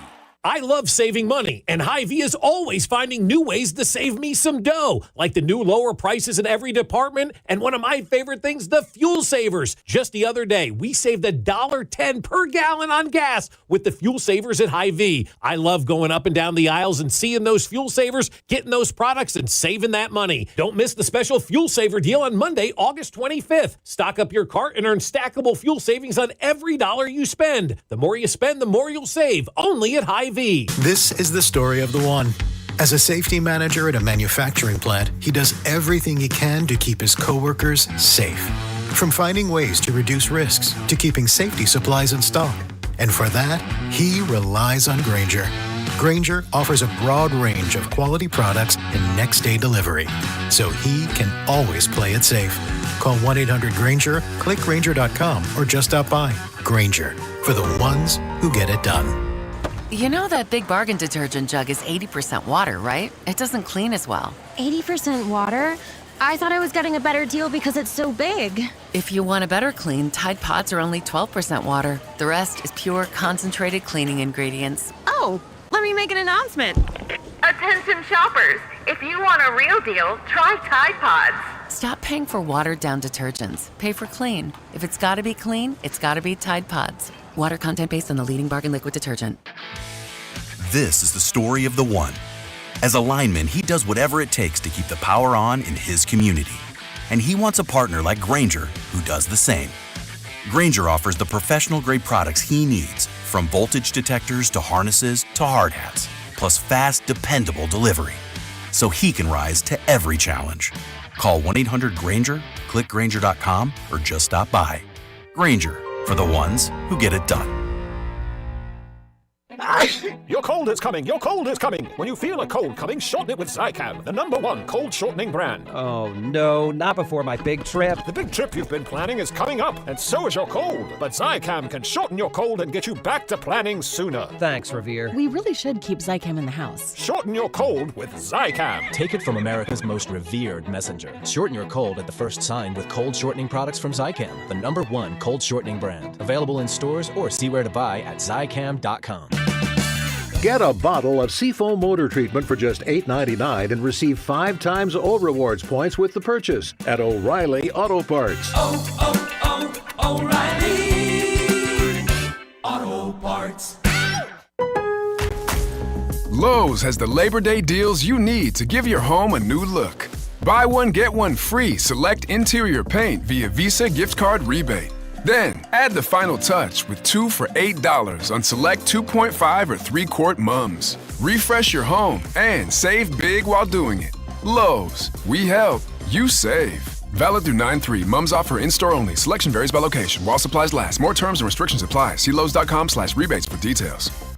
If Twisted Tea was your best friend, they'd start a dance party in the supermarket that turns into a pool party at your place, and you don't even own a pool. Twisted Tea is smooth, refreshing, and always fun. Twisted Tea Hard Iced Tea. Keep it twisted. Twisted Tea Brewing Company, Cincinnati, Ohio. Please drink responsibly. What's up, guys? It's Drew. We got football season right around the corner. Doesn't matter the level, college, pro. All the players need to be at their best and ready to go when it's time to perform. You should be too. Be more confident where it counts. I'm talking about Blue Chew. A small chew for a big difference. You'll have flashbacks to your glory days, and date nights just got longer and better for everyone because showing up matters during life's most exciting moments. If you don't like swallowing pills, that's okay because Blue Chew's tablets are chewable. They're the original brand offering chewable tablets for better sex. You know, I tell the story about my upstairs neighbors. You know, they might be taking advantage of it, and you can too. Nothing makes you more of a legend than a little Blue Chew. Discover your options at BlueChew.com. There's a special offer for you. Get your first month free. Just use our promo code KFNZ at checkout and just cover your $5 for shipping. That's it. Go to BlueChew.com and get your first month free. Then you'll be ready to chew it and do it. This report is brought to you by Surfside Iced Tea and Vodka and Surfside Lemonade and Vodka. Surfside Iced Tea and Vodka and Surfside Lemonade and Vodka. Proud partner of the Kansas City Royals. Each can of Surfside is only 100 calories and the best part, 0 bubbles. Grab it at the K or ask for it at your favorite bars and liquor stores. You're listening to 96.5 The Fan from the Mission Plumbing, Heating, and Cooling Studios. Welcome in to the Chiefs Red Half Hour. Every day at 11:30 with Cody and Gold on your new home for Chiefs football. 96.5 The Fan. Chiefs Red Half Hour brought to you by All Weather Decks, Kansas City's most respected deck builder. Check them out at allweatherdecks.net. Coming up in about an hour, we will check in with Matt Tate over at R1S1 Sports. He covers KU. They, of course, open up the season tomorrow afternoon, 5:30 Central Time kickoff. They're in Lawrence at the new booth against Fresno State, so we'll get his perspective not only on, I know he took the media stadium tour earlier in the week when I asked him about that, and of course just what should we expect from the Jayhawks who got off to such a poor start last year, then they got hot for a little bit, and then disappointing at the very end, missing the opportunity there. So we'll check in with Matt Tate next hour on the show. But let's talk a little Chiefs football during the Chiefs Red Half Hour. Of course, you guys can always hit us up on the Jay Southland Tow Service text line, 913-586-7965. Video stream is up and running. Obviously, back in the studio. We don't have a video stream of us here in Vegas. Just our figurines now, and my ability to chat with you. Don't be jealous, though. We are not actually in a cabana poolside broadcasting this time. We are in a ballroom with a bunch of other media members. So it's not you don't hear the loud bass thumping of the music in the background. That's because we are not poolside, at least during the show. I plan on being there later on today.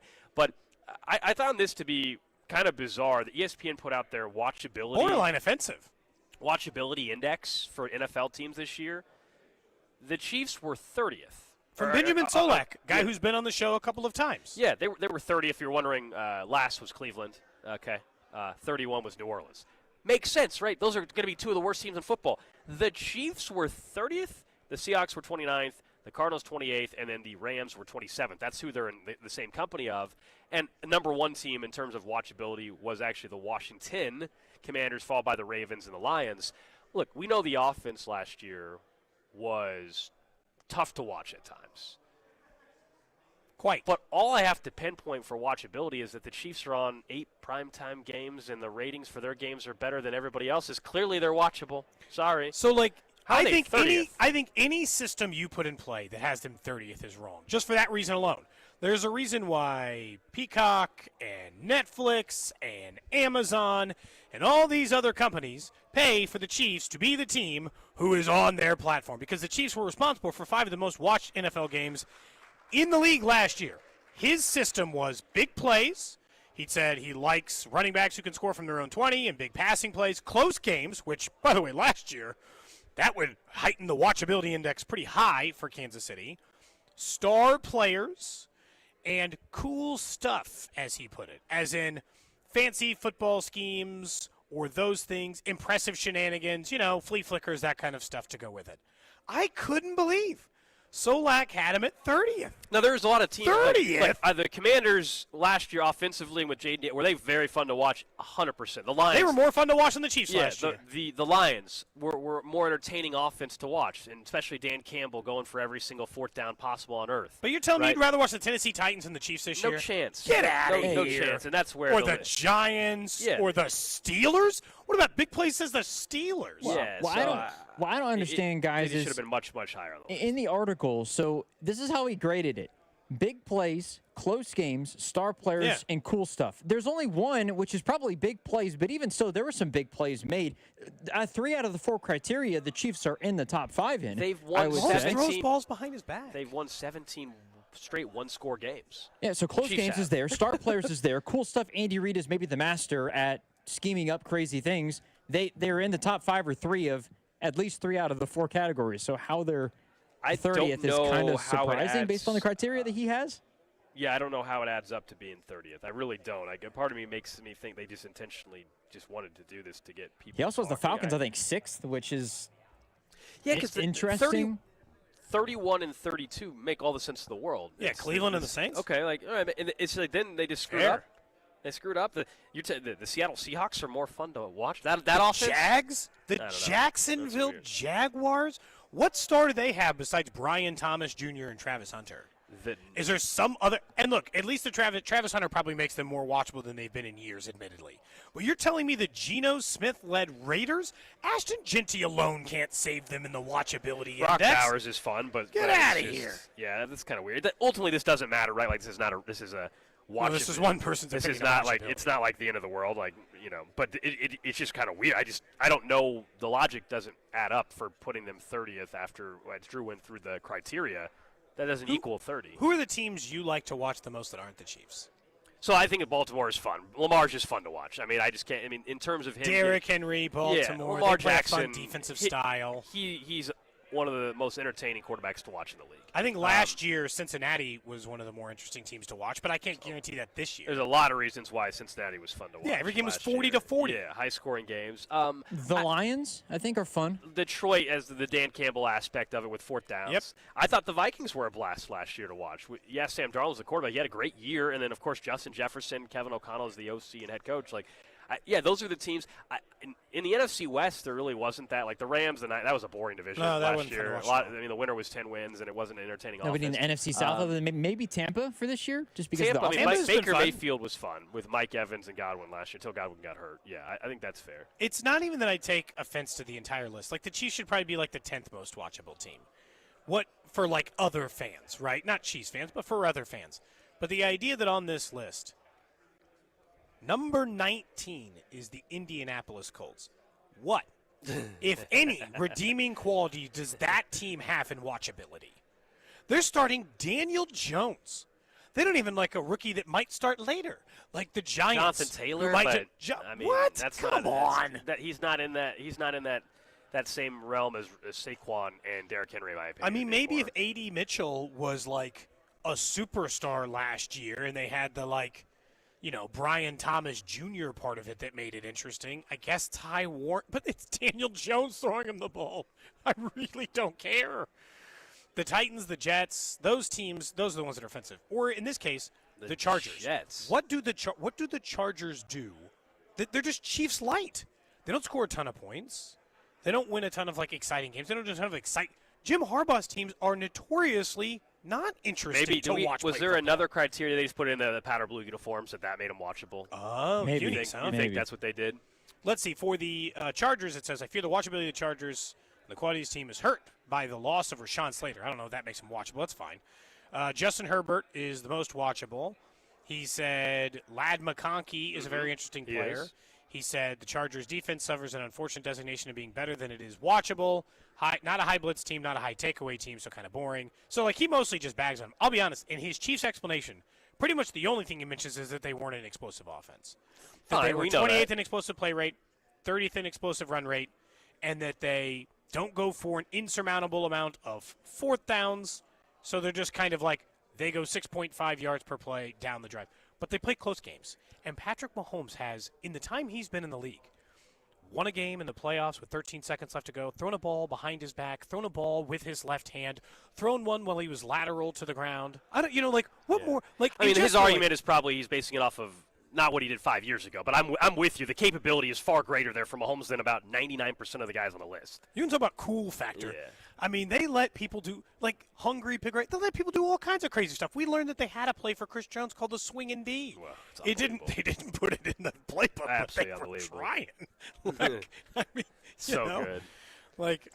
I just think that I think people are, if you had just made your argument, they're 30th because people are sick of watching them. Bingo. But he did. I actually would think that he might have a little juice. He didn't. Benjamin Solak's a very smart, analytical guy and stuff. There's no way he was basing it off of that.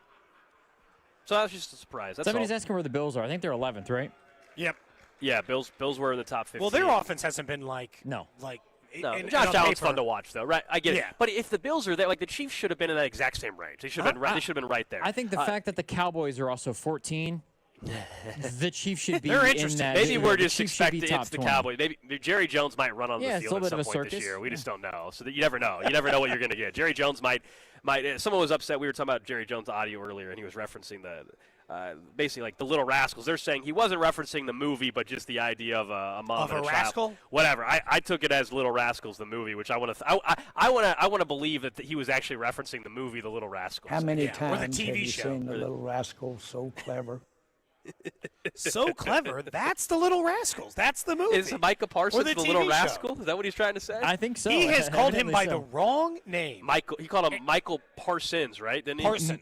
Michael Parsons. You lost the yes. Yeah. It was And both he's last called and him first. a little rascal. I'm a grown-ass man. You can't call me a little rascal. I saw you tweeting the other day because it was most offensive nicknames to call somebody by. God. I actually think you're wrong on not your assessment, but I think that some of the other ones were worse on that list. I have to go find your list now. Yeah, but I don't want to be called Chief. There was DraftKings actually put out some fake odds. I think it was DraftKings, just a fun thing about what's the worst, most offensive, or whatever nickname someone can call you. Number one was Bud, Powell was there, Buddy was on there, and we've had this conversation on the show before. That's why. Well, exactly, and that's why nothing but call people. That's why we didn't do the topic 3 days ago because I saw it multiple days ago. It's because we've had the discussion, but yes, there's no question to me. A grown adult calling another grown adult Bud or Buddy is absolutely rude and disrespectful. And yes, so you think Rob is being rude and disrespectful? I don't think he five means times that. a day. I don't think he means to be that way. I'm saying in general, you call your 12-year-old son or your nephew, "Hey, buddy," "Hey, bud." You don't call your 30-year-old coworker, "Hey, buddy." To me, that's very rude. But whatever. That's all. We've talked about that before. I just wanted to look. Now I can't remember what the other. No, I've got him here. So, okay, what were the other ones Buddy on the and Powell list? are the most odds. Chief, absolutely. Big guy, Pipsqueak, Champ. Who's saying that's a straight insult? Who's saying Pipsqueak though? Honestly, Champ, who's saying that? Sport, Guy, and Boss. Oh, hey, Sport. Could you imagine if Rob was going around saying, "Hey, Sport" to everybody? We just have to throw hands. Yeah, I don't know that we have a choice. He we pass in a hallway and he's like, "Good to see you, Sport." I'd be like, "Do we have to fight now?" Hey, Sport. I wasn't planning on Sport is right having to there. kick someone's ass today, but I guess here we are. I think Sport is right there with Butter. Sport is Butter way up Buddy. there. Butter Buddy. Really? I don't think Powell is as bad.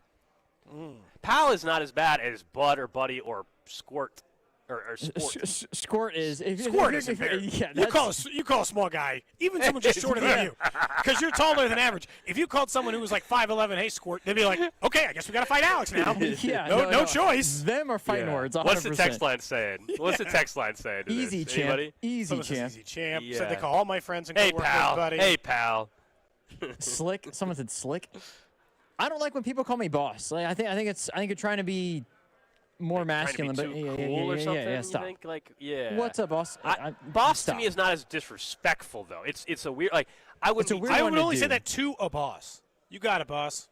I wouldn't say that to like What's up, Gold. Yeah. No, I would only say that to a superior. But I agree, but also I wouldn't view it as disrespectful if you called somebody that. Like I truly think like the sport, the bud is like acting like the person's a child. That's why it's I think for some reason they have Pipsqueak at 17-1 on the odds. I don't know how Pipsqueak is I mean, below. if you actually called somebody that, and I don't know that Yeah. anyone has in a long time, I think that there would be some tension. There was somebody who I grew up with. I worked at a golf course, and the person always referred to everybody as Guy. Hey, Guy. Or like, I'm not sure. Like, hey, Over Guy. on Twitch, they're asking, where are we with dude? What if someone calls you dude? Not disrespectful. Maybe it wouldn't use it, but that's not disrespectful. Dude feels a little teenager-ish Fesco asked to me because Bob asked me when this post was made a couple days ago. He responded on the tweet and he's like, well, "What do you call someone if you don't remember their name?" I just say, "Hey, how are you? Hey, guy." But no, you really just Hey, like man, what's don't your say name? guy. You just say, bud. "Oh, hey." Or No, I excuse don't even me. you just go, Oh, I "Bud." said I wouldn't say that. Oh. Oh, hey, bud. No, I wouldn't No, say you would that. just say, "Hey," and then hopefully at some point the convo gets to the point where you get the name. I'll be honest. People will have to call me out because if I don't remember your name, I will never admit it. But you'd be like, "Oh, I hey." will. Yeah, I'll be like, Oh, hey, how hey. have you been? Well, like, I just got to. What have you been up to? You. I just say you. Yeah. Like I don't. You know. Somebody else. there's no nickname. Somebody texted me. Said their boss calls everyone chief. Get out of Hey, here. the Get boss calls outta them here. chief? That's what he said. Nah, No, no good. you No have to good. call your boss I out can't. and My be like, boss you can't need be to stop calling me calling me chief. that, please. If stop calling I'm me that. calling him. Hey, chief. Oh Yeah, gosh, that would absolutely drive me not. crazy, I think. God, what would I say? What could I do in return to be like, this is why I don't? I'd call him bud. You go like, you're calling me Yeah. chief, then you're Yeah. pal. Thanks, Hey, pal. That's Thanks, right. pal. Calling your boss pal, though. He's calling me chief. That's even worse. He than- started it. That's even worse than just a coworker or a friend calling you bud. If I just started calling Spec pal, Yes. Yeah. Hey. Oh, hey, pal. Yeah, I'll get that done for you, pal. you got it, pal.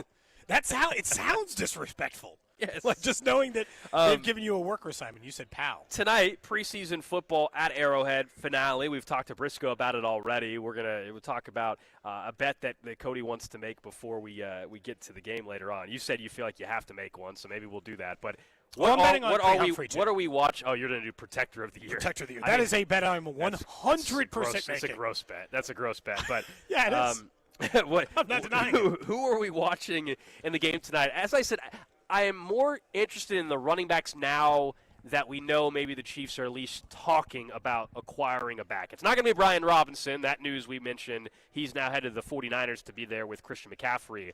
He gets traded from the Commanders. But I want to see how much, if at all, Brashard Smith plays, Elijah Mitchell. We all think Elijah Mitchell's kind of getting cut at this point. We'll see if we're wrong on that. But that's kind of the assumption I think that's out there is that Elijah Mitchell is going to get cut unless there's a surprise. I think Pacheco gets a series. Kareem Hunt, I don't even know if you need to play him. To me, No, just I'm kind of fine. you know everything you need to know about Kareem Hunt. Same, Pacheco just he didn't play much last year due to the injury. He gets one series with the ones with the O-line. I don't even want Kareem Hunt to practice this year. I just save his legs for every conceivable snap you actually need him for, not any of the nonsense snaps you don't need him for. Genuinely, he is at the age of running back and has been around this system long enough that if he just sat and only played on game days, I'd genuinely be okay. Never take a hit, don't do that many snaps, do not play in these meaningless games outside of it. I am actually genuinely intrigued by the first-team offense.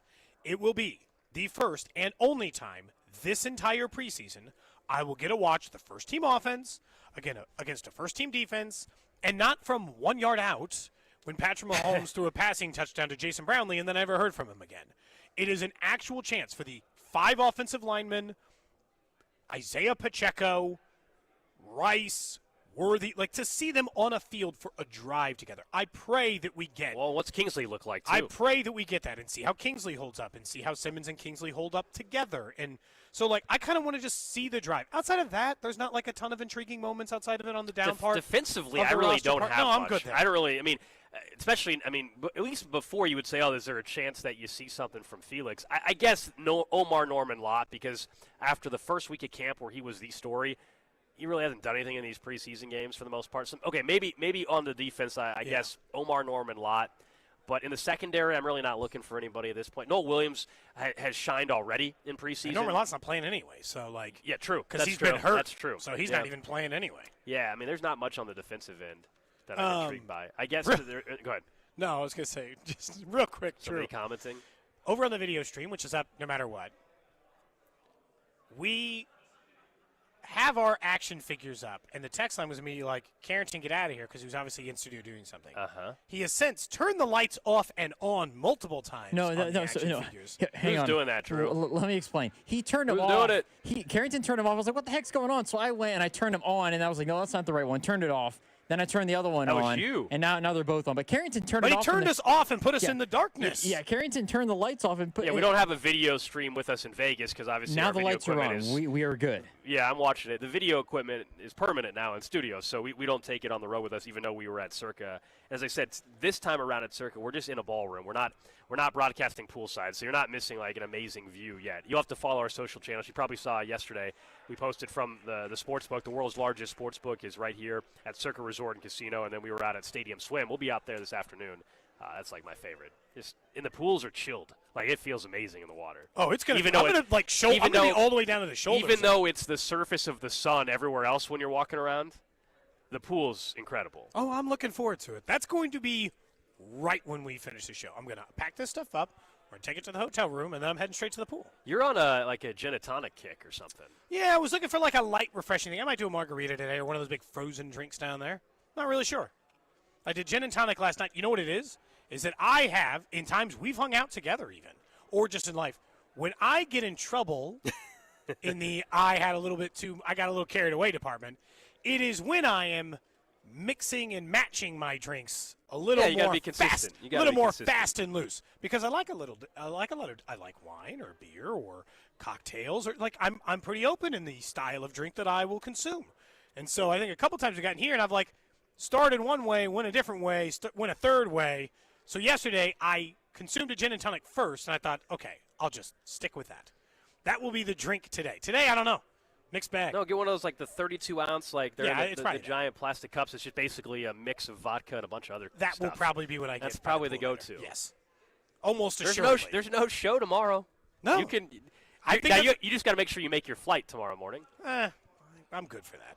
Hey, someone wants to know how the water pressure is in the shower. Oh, still excellent. You guys can laugh all you want about me bringing up the water pressure before we got here. That's I'm still telling crazy. you, it still is one of the great things about the casino and the hotel here at Circa. Yes, I've enjoyed it. I've enjoyed it very much so. Yeah. Someone also hot shower, water pressure is amazing. For the 913, they popped into Quick Trip for a second. The cashier called them boss 4 times in a 30-second interaction. It's too many times. It's tough because somebody said they used to do it in a garage, and in an auto shop situation, I think it comes off a lot more friendly.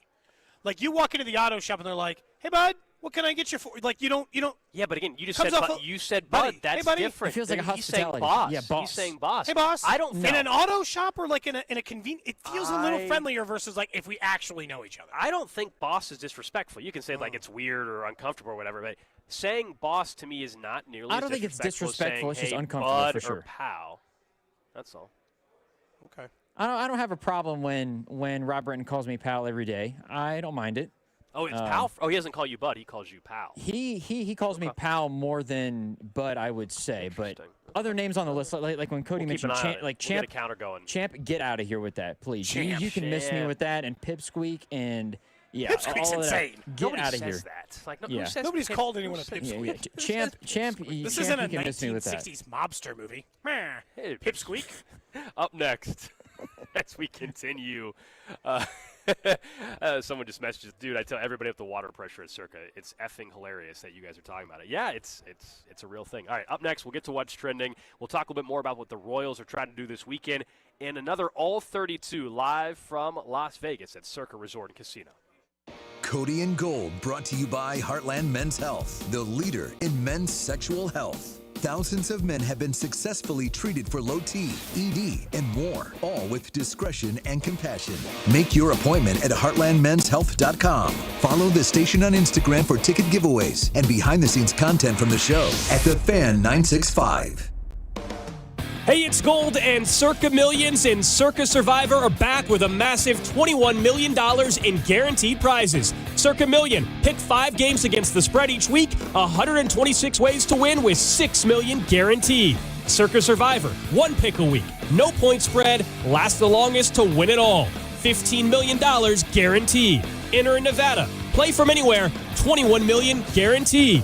Visit circasports.com for details. Flooded bathroom? AC on the fritz? When things go wrong, you need reliable service fast. Call Hamilton Plumbing, Heating, AC, and Rooter and take $50 off any HVAC, plumbing, or electrical repair over $200. The pros at Hamilton are ready 7 days a week to fix the problem. Over 40 years experience, more than 8,000 5-star reviews, plus our exceptional service guarantee means you can trust Hamilton to bring comfort and calm back to your home. Visit callhamilton.com for details, terms, and conditions. License number 2025-11121. Baseball fans, BetMGM is giving you the chance to win a prize every day during the baseball season. Step into the batter's box for BetMGM's Swing for the Fences free-to-play game. Log in every day for your chance to win. All you need to do is pick an area of the strike zone and take your best swing. If you get a single, double, triple, or home run, you'll receive a prize. Smash a home run to collect a bonus bet on us. Just log into your BetMGM Sports account to get started. Then, visit your promotions section to access the Swing for the Fences free-to-play game. You'll score a prize if you hit a single, double, triple, or home run. Major League Baseball trademarks used with permission. BetMGM and GameSense remind you to play responsibly. See BetMGM.com for terms. 21 plus only. Kansas only. Existing customer offer. Subject to eligibility requirements. Rewards may vary. Bonus bets expire in 7 days. Please gamble responsibly. Gambling problem? Call 1-800-GAMBLER in partnership with Kansas Crossing Casino and Hotel. Hi, it's Christina with Piropos Restaurant on the hill at Briarcliff. When you dine at Piropos, you love the cuisine we mastered from Argentina, like our famous empanadas, crab bisque, peppercorn encrusted filet, and so much more. But we prepare to say wow with our stunning hilltop views overlooking downtown Kansas City. Be playful and enjoy life at Piropos Fordine. Go to piroposkc.com or call 816-741-3600. I'm McCall with Lee Summit Subaru, and it's time to make a big deal out of nothing. Announcing Lee Summit Subaru's 0% event. Up to 0% financing on select 2025 Subaru models for 72 months. And we have the largest selection of Subaru certified vehicles in Kansas City, starting as low as 1.9% for 72 months. Fall in love with driving again at Lee Summit Subaru. The Subaru A Lot to Love event. Based on January 2025 through June 2025 Kansas City inventory listings. It's the summer sales event at Rob's Side Ford. Your chance to upgrade without the stress. Rob Side joins me now. Rob, what's the offer? 0% financing, $0 down, and 0 payments for 90 days on nearly the entire Ford lineup. That's a serious summer deal. Sure is. And unlike your brisket last weekend, these deals aren't dry. Okay, that's fair. These savings are definitely juicy. And we're backing it up with 2 years of complimentary maintenance, a non-commissioned sales team, and top trade-in values. No pressure, no gimmicks at Rob's Side Ford. The way car buying should be. We're Kansas City's top-rated Ford dealer. 4.8 stars, nearly 3,000 Google reviews, and a better experience from start to finish. So skip the smoke and the dry meat. This summer, start at Rob's Side Ford. 135th and State Line or robsighc.com. 0% financing, $0 down, 0 payments for 90 days, and 2 years of complimentary maintenance. Rob's Side Ford, buy right, drive happy. And next time, maybe stick to potato salad. If you've started thinking about what to wear this fall, your timing is perfect because Macy's Fall Preview event has early deals on looks everyone will be wearing. Romantic dresses from BCBG and Avec Les Filles. Western-inspired boots and bags from Steve Madden, all 25% off. Plus, take 15 to 25% off fall beauty from Yves Saint Laurent, Estee Lauder, and Clinique. Don't wait. This fall preview won't be around for long. So come into Macy's today. Savings off regular and already reduced prices. Exclusions apply. If you're 55 or older and into that whole saving money thing, T-Mobile has an exclusive phone and internet bundle just for you. Right now, get 2 unlimited phone lines plus 5G home internet for just $30 each per month with AutoPay, plus taxes and fees. And with 5G home internet, setup is easy with just one cord and no technician needed, which is great if you're also into that whole keeping it simple thing. Switch now and experience the best mobile network in the U.S. Visit your local store to start saving. T-Mobile, it's better over here. Based on analysis by Ookla of speed test intelligence data Q4 2024 to Q1 2025. Ookla trademarks used under license. Unlimited on our network. Customers on voice plan may notice speeds lower than other customers and further reduction if using more than 50 gigs a month due to data prioritization. Video streams and SD on this plan. Home internet pricing after $20 and monthly bill credit plus $5 per line without autopay. Debit or bank account required. See 5G device coverage and access details at T-Mobile.com. Do Crohn's disease or ulcerative colitis symptoms keep coming back? Tremfya, guselkumab, may help, with rapid remission achieved at 12 weeks and lasting clinical remission at 1 year. Some even saw visible improvement of their intestinal lining at 12 weeks and 1 year.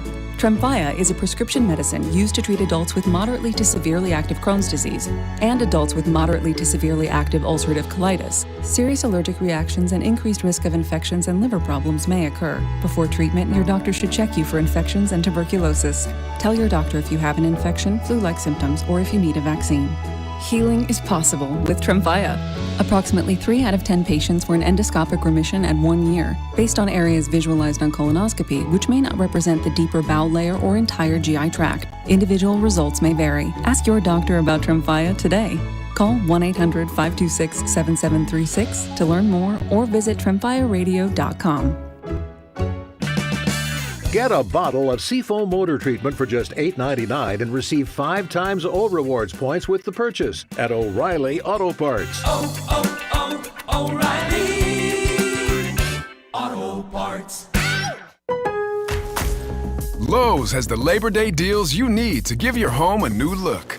Buy one, get one free select interior paint via Visa gift card rebate. Then, add the final touch with 2 for $8 on select 2.5 or 3-quart mums. Refresh your home and save big while doing it. Lowe's, we help, you save. Valid through 9/3. Mums offer in-store only. Selection varies by location. While supplies last. More terms and restrictions apply. See Lowe's.com/rebates for details. If Twisted Tea was your best friend, they'd start a dance party in the supermarket that turns into a pool party at your place, and you don't even own a pool. Twisted Tea is smooth, refreshing, and always fun. Twisted Tea Hard Iced Tea. Keep it twisted. Twisted Tea Brewing Company, Cincinnati, Ohio. Please drink responsibly. Have you watched Die Royal Decree? How about Chiefs Take Tuesday? Or would you rather Wednesday? Follow us on Instagram at TheFan965 for exclusive video content, giveaways, and behind-the-scenes action. 96.5 The Fan, KFNC FM and AM, HD1 and HD2, Kansas City, in Odyssey Sports Station. What's trending? Number 1 on What's Trending. Well, we're continuing to broadcast live in Las Vegas at Circa Resort and Casino. It is Ultimate Contest Weekend. It is sports heaven going on out here. The largest sports book in the world is here at Circa. We just signed up for Circa Millions. Looking forward to that. Of course, $6 million in guaranteed prizes. You pick 5 teams against the spread each and every week, and then there's the very, very, very popular Circa Survivor Contest. Simple, $15 million guaranteed to the winners. But you got to go 20-0 or be the last team standing. You pick a team each and every week, but they bundle them up. They have Thanksgiving and Black Friday combined for 1 week. Christmas Day is its own week, so that's what makes it really, really tricky. But if you're someone that does a Survivor pool already, if you're someone that's going to be betting 5 games a week anyway, come on out to Las Vegas. You have till September 6th to sign up. You can play from anywhere. You just have to come to Vegas to sign up, and it's a good excuse to go to the world's largest sports book. We're viewing it almost as like we'll need to bet less during the season because we'll have 5 games we're paying attention to every weekend, no matter what, is a group. So it should be a good time. Next up on What's Trending, obviously Chiefs preseason game number 3 tonight. Right here on 96.5 The Fan. They'll be out at Arrowhead taking on the Chicago Bears. Andy Reid said the starters will play at least sometime in the game tonight. We'll see exactly how much, but expect at least a series, I think, out of Patrick Mahomes and Travis Kelce. Then they'll probably shut those guys down because we're just 2 weeks from today. The Chiefs will open up their season in Brazil against the Chargers just 2 weeks from tonight. Also this evening, the Royals, a huge series we're going to talk more about after what's trending with the Detroit Tigers. 5 o'clock is when Vern's On Deck show starts. Reminder tonight, due to the Chiefs game, it is over on the AM, right? 6:10 a.m. is where you're going to hear the Royals this evening.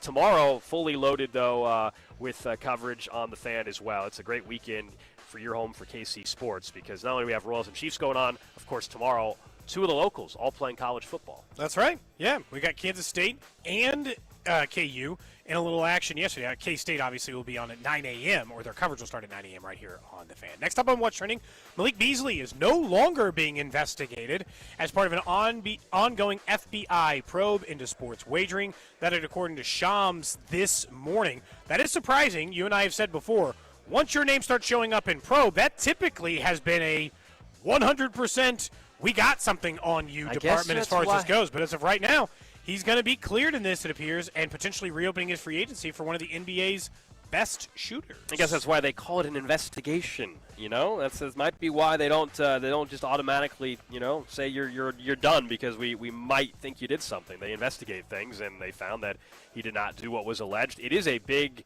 deal for the NBA free agency because, of course, it happened he wasn't supposed to be available. Yeah, it happened right before. Now suddenly, pretty good player is going to be available, so we'll see how it impacts how teams approach him. Next up on What's Trending, the SEC says they will play 9 conference games next year and 1 Power 4 non-conference. This is on its way towards the likely realignment of the college football playoff, restructuring, I should say, of the college football playoff up to 16 teams. That's why most people think this is also happening, but this is good news for college football fans to now make sure the SEC is going to play 9 and then have the 1 Power 4 non-con. It's good news if you're at Boise State. It's good news if you're any Power 4. Yep, because it means you get a chance to schedule SEC teams, which will boost up your profile as well. Plus, it means the SEC won't, schedule whatever Mercer? nonsense. They'll still schedule Mercer, won't they? Can a they? little bit less, I think. Yeah, technically they can, but they have to do the one, which also opens up more rivalries potentially as well. Like Oklahoma can play Oklahoma State again. It's a possibility. So rivalries are enhanced a little bit, as I think. time goes on. Took Missouri and Kansas over a decade to get back to it, so 20 years, I guess, to get back to it or whatever it was. Next up on What's Trending, all NFL stadiums will be installing a dozen 4K cameras along the sidelines, goal lines, and back of lines of the end zones, giving officials additional angles for instant replay rulings starting this year. So a little bit better angles we'll get for those plays at the goal line. I like it. We should. There's no reason why we shouldn't. Lastly, some news just coming out from Kansas State in the last couple of minutes.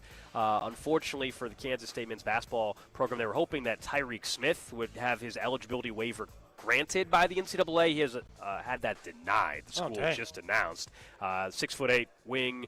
Was a midseason transfer back in January. He had been petitioning the NCAA for a 5th year of college eligibility. He started his career at Texas Tech, then he got a medical red shirt as a true freshman, then he played 2 years at Oklahoma State, 1 season at SMU, then transferred to Memphis.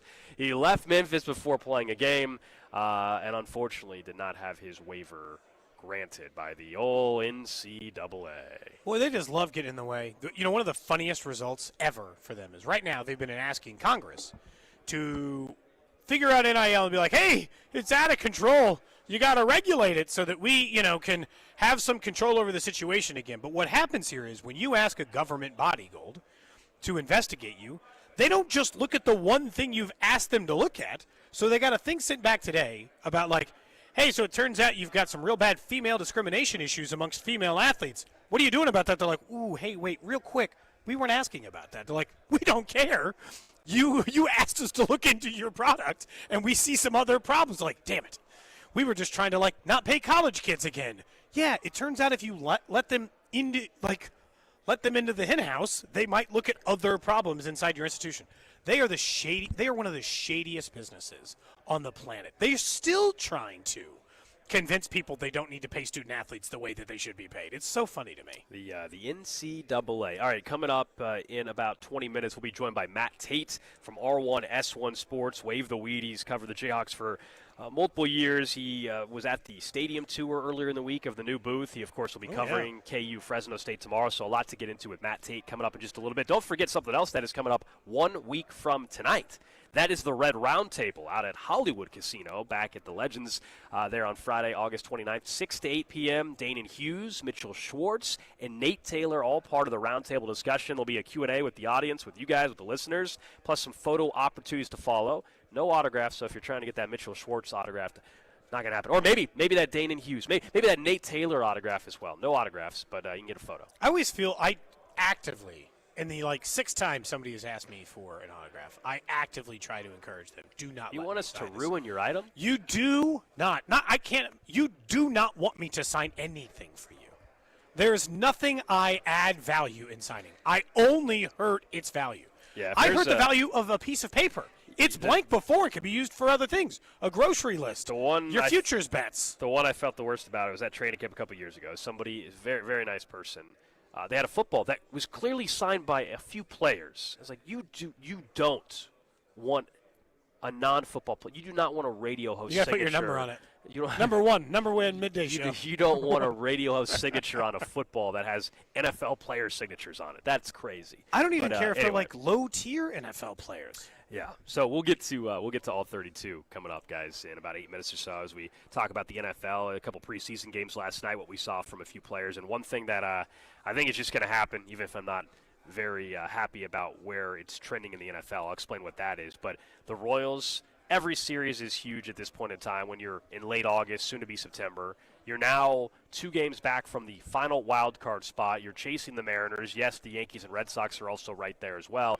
And now you're going to play a Tigers team. And someone was calling me a hater earlier because they said I wasn't talking about the divisional race. I'm not. Sorry. They're 9.5 games back. I understand they're playing the Tigers this week and next week. You're right. If they sweep the Tigers in both series, then we can talk about the division. You're right. And even then, by the way, they'll still be 3 back. I will say, that would be pretty sick, though. Oh, it'd be amazing. But I don't think I'm being a hater for saying that this series is not about the division. It's not. This series is about continuing to keep pace in the wild card race and doing it against a very good team. The divisional thing, you're 9.5 back. If that happens, it means you won 10 in a row. It means you swept the Tigers or something at some point in time. I don't think that's a realistic conference. In fact, they're a half game further back than what they were 4 days ago in the divisional race. I think especially why this stands out to me is the Royals have done.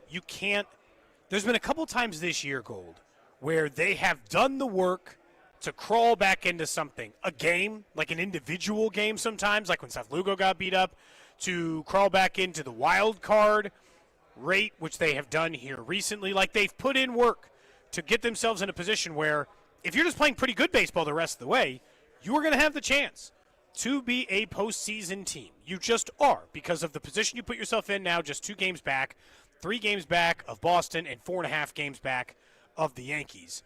You are firmly in striking distance of a number of teams in Major League Baseball and just the 2 games back again in the playoff spot. They're bad against winning teams. They just are.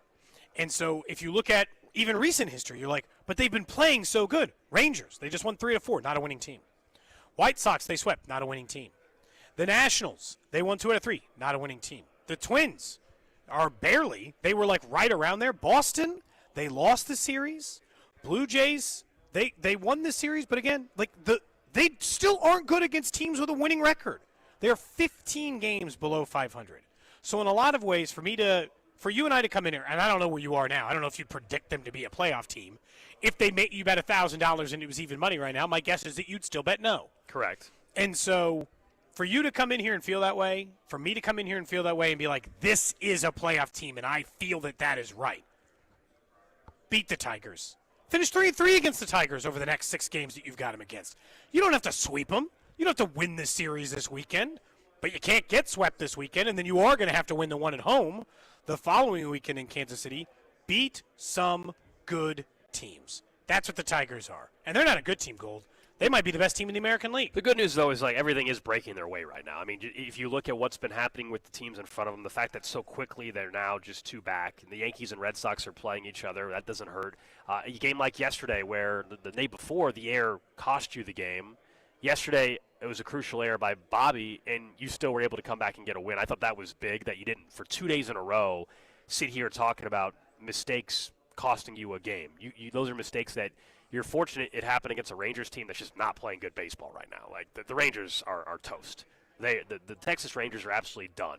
This is now Kansas. This is now Royals buried him. This is a Red Sox, Yankees, Mariners, Royals, maybe Guardians conversation at this point in time for the 3 wild card spots. The Rangers are out of that picture. And the thing is, you've got 4 against the Guardians and 3 against the Mariners coming up in 3.5 weeks. So, like, you're going to have to beat those teams to make the playoffs anyway, and they're in front of you and in control. It's mostly just about making sure that gap at the Mariners stays where it is. And that means not getting your ass kicked by the Tigers, who have beat you up this year a number of times. Now, look, they're playing way better now than when they were facing the Tigers earlier this year. And the way this team's playing, I do think they're good enough to beat a winning team. Whether it be the way Vinny's playing or Bobby's playing or the pitching staff, again, they've been without their number 1 starter. The number 1 starter for them this year was Chris Bubich, and they've been without him for a month. And they haven't missed a beat. I mean, heck, if we're really being honest, go back to opening day, the number 1 star really, Cole Reagans was the number 1 starter. No, that's what I'm saying. Like, he's been gone the entire time. I said number 1 starter is in, like, the guy who performed the best this year was Chris Bubich. For sure. And he hasn't been around for a month. Right, yeah, either way, however you want to look at it. I was just saying, phrasing it weird. I was just saying, in general, I agree with your point, though. Like, Cole Reagans was supposed to be the number 1. Then it was Chris Bubich. Then it was Seth Lugo. And all 3 of those guys have either been hurt or have had some moments where maybe, the injury has led to even Seth Lugo up until this last start. Noah Cameron, Michael Wacha, stalwarts. Steady as can be. And Noah Cameron's just been a great story in baseball. And I actually feel good about Berger tonight. I know, as we were talking with Jake Eisenberg earlier, it's 3 outings, okay? But it feels like it is headed down a path of he could be one of those guys they evaluate at the big league level in a trade. It was a Freddie Fermin trade. And they find something to tweak, and all of a sudden we're sitting here next year, not the rest of this year, but next year we're saying, wow, Berger, that's a guy they have under control for a couple of years, and he's going to be one of their better pitchers. There's a chance that that's who he is. Tonight he goes up against Casey Mize and the Detroit Tigers. I was looking it up. Cole Reagans only made 10 starts for this team this year. And because he was hurt, each of the times he tried to come back and pitch, he's got an over 5 earned run average. So he hasn't even been like normal Cole Reagans. Mm-hmm. Yeah, he never got right this year. What was his total ERA? 5.18 in 10 start. He's only pitched 48 innings for this entire team. Like, and they're still only 2 games back of a playoff spot. And I asked Jake, too, earlier. I'm not following it the way when we were hoping he'd get called up and help the offense. But I am very curious how they handle Jack Caglione, because it matters for this year and next year and the future and all that other stuff. He has now been he's made 8 starts, I think. 9 starts over there in AAA since coming back from the injured list and making it. He is hitting .412 with a .459 on base, 3 homers, 7 ribbies, 2 walks. So he is currently pretty good. The rehab assignment to me, 14 of 34. I truly don't care what Cag's numbers are in AAA. I know he can hit there. That's not the problem. I got to figure it out. Someone says the Tigers haven't been good against winning teams. I don't know. What's their record against winning teams? We can take a look at that. We can take a look at that. I mean, look, this is not a secret. Well. You do win more games against bad teams. But, like, typically the really good teams in baseball are, like, 500-ish against winning teams. They play an even amount of baseball, and then they absolutely rack up their better part in the situation where they would do that. So I'll look it up. Coming up in about 15 minutes, we will be joined by Matt Tate, talk a little KU Fresno State. The opener for both those teams, of course, the opening game at the new booth, and they had a tour of the stadium. We'll get into that as well. Kansas, a 13.5-point favorite at 1 point against Fresno State. I think some spots it's gone down to 12.5. The total sitting at 51, at least here at Circa at last check. The sheet of paper in front of me says 51. It might have updated and lowered from there, but it was a 51 total. And I know it's obviously a sellout there in Lawrence, so we'll do that in a little bit. But let's get to all 32, as we do a couple times a week now that we are in the heart of truly countdown to kickoff of the NFL season. I mean, preseason's done tonight. Then it fully is about counting down to Brazil. I want to start with something that we've discussed a few times over the last year. Anytime we get to the international game discussion around the NFL, we know the Chiefs are playing an international game in Brazil. We know that this year there's more international games than ever before. And it had been floated out before that the NFL was looking to having a Super Bowl internationally. Yep. Then I heard Dan Patrick yesterday say, hey, it's inevitable.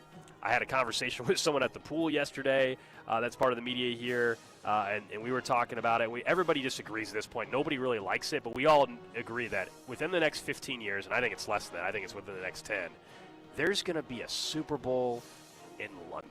Isn't that weird? That is going to suck. And it's going to suck because I think they'll figure out the timing. I don't think we're going to have a Super Bowl at 11 o'clock. No, I think it'll be at the normal time here.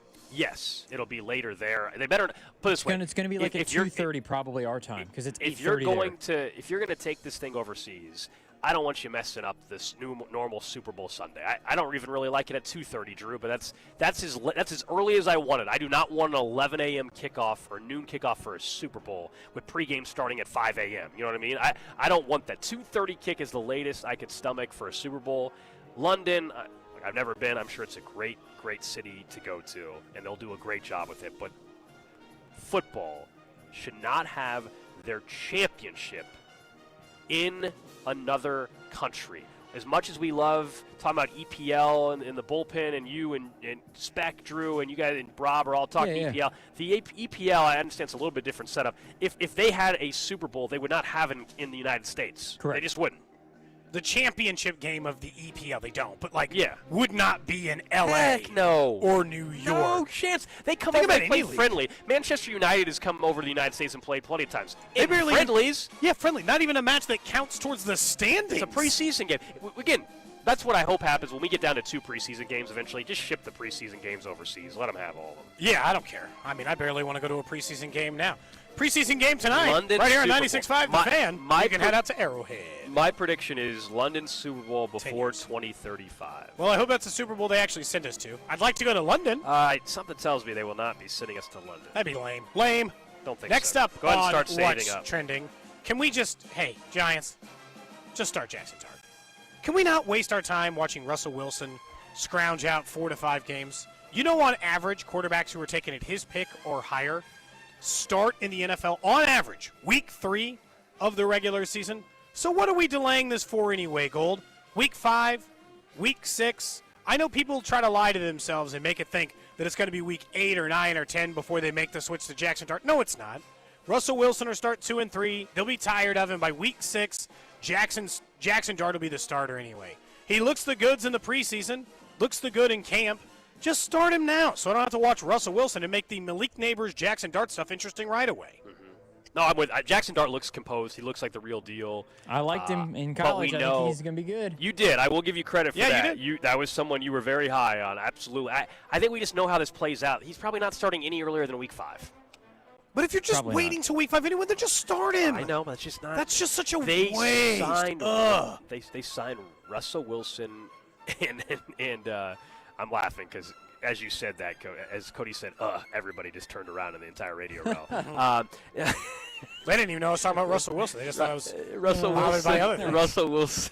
And Jameis Winston were also signed this offseason. All right, what do you got, Drew? Okay, so one team I've been thinking about. Hold on, wait, real quick, Drew. Did you guys see ahead. that post-game video where Russell Wilson is the only quarterback not included in it? Correct. How awkward for him. Jameis, man, the star of the show. DeVito and Jameis and a W. And they were all Jackson Dart were all kicking it together. Where was Russ? Feeding Jameis a W. That's right. Yes, he was. Feeding him a W. He was concussed, in fairness. He didn't know what was going on. Go ahead. So I've been thinking of teams like who could surprise a little bit. You know, we've obviously had some discussion, but the Atlanta Falcons keep coming to mind. I don't know if this is too much of a hot take, but should we be thinking that they could potentially get the #1 seed? I know it sounds crazy. Their schedule. I think it's crazy, yes. They have the Buccaneers, then the Vikings, then the Panthers, Commanders, Bills. That's probably the toughest stretch. After that, it's the Niners, Dolphins, Patriots, Colts, Panthers, Saints, Jets, Seahawks before the Buccaneers, and then they wrap up with the Cardinals, Rams, and Saints again. I think that they might be able to go 13-4, and with how good the NFC North is, who's to say that's not the 1 seed at 13-4? I hear you on the schedule, but the problem is the schedule's easy, but also they're not that good, though. Like, you know, you can't just be like, their schedule sets up easily. But if like, that was the Chiefs' schedule, I think they're how good are the Falcons, I can talk though? myself into Michael Penix. Penix, a big question mark still. Yeah, I know, I agree. But if he's the goods, then you have Bijan, you have Kyle Pitts, who apparently is going to get more targets than he's ever had before. Darnell Mooney and Drake London and Ray Cloud. I mean, I think that the group that they have is actually solid enough where you might be able to convince yourselves that if they defensively are solid, which they have been fine, then they might be able to surprise some people. The Falcons winning 11 or 12 games would be incredible. you're talking 13 or 14. If there is a surprise, and in Commanders NFC, and it Bills might are be them. 2 losses right away. I mean, just without even really digging just into don't the see schedule, they're losing one of those games. All right. I mean, you would think. I think they could be a playoff team. Oh, sure, they I could think win they the could win their division. division. They could win the division. Well, number 1 seed's a different conversation. Hey, you said it's a sleeper for a reason. All right, that's all 32. Coming up in a few minutes, Matt Tate's going to join us to talk KU. I do have to bring this up. I mean, I truly had no intention of talking, Drew, about Cincinnati today, I swear. But I just saw something come across the timeline. I haven't seen it yet, so please enlighten me. This just, once again, backs up the idea that Cincinnati is no different than the Cleveland Browns franchise, except they happen to have got lucky and drafted a quarterback and finally hit on one. Otherwise, I totally disagree with you. They're the same. There's a story out from WFAN, of course, Boomer Esiason over there. Oh, hey. Former Cincy quarterback, Ring of Honor inductee. That's right. He was talking today on the show that the team invited him via email to their Ring of Honor weekend this October and included 2 complimentary tickets. But the Ring of Honor inductees have to pay for their own hotels and any additional tickets. Esiason did not sound pleased with that treatment as a man who's given his blood, sweat, and tears to the organization. You tell me what the invite is, and then we can discuss it. Okay, the Bengals organization is excited to celebrate our Legends community. Kindly invite you and a guest to join in celebrating Ring of Honor weekend in October, culminating on our game Sunday, October 26th. More details are below. We kindly ask you to RSVP. He said, if you're traveling in for the weekend from out of town, we have secured a block of rooms. I think please book directly. We look forward to hosting you. They won't even cover the man's hotel. Uh-huh.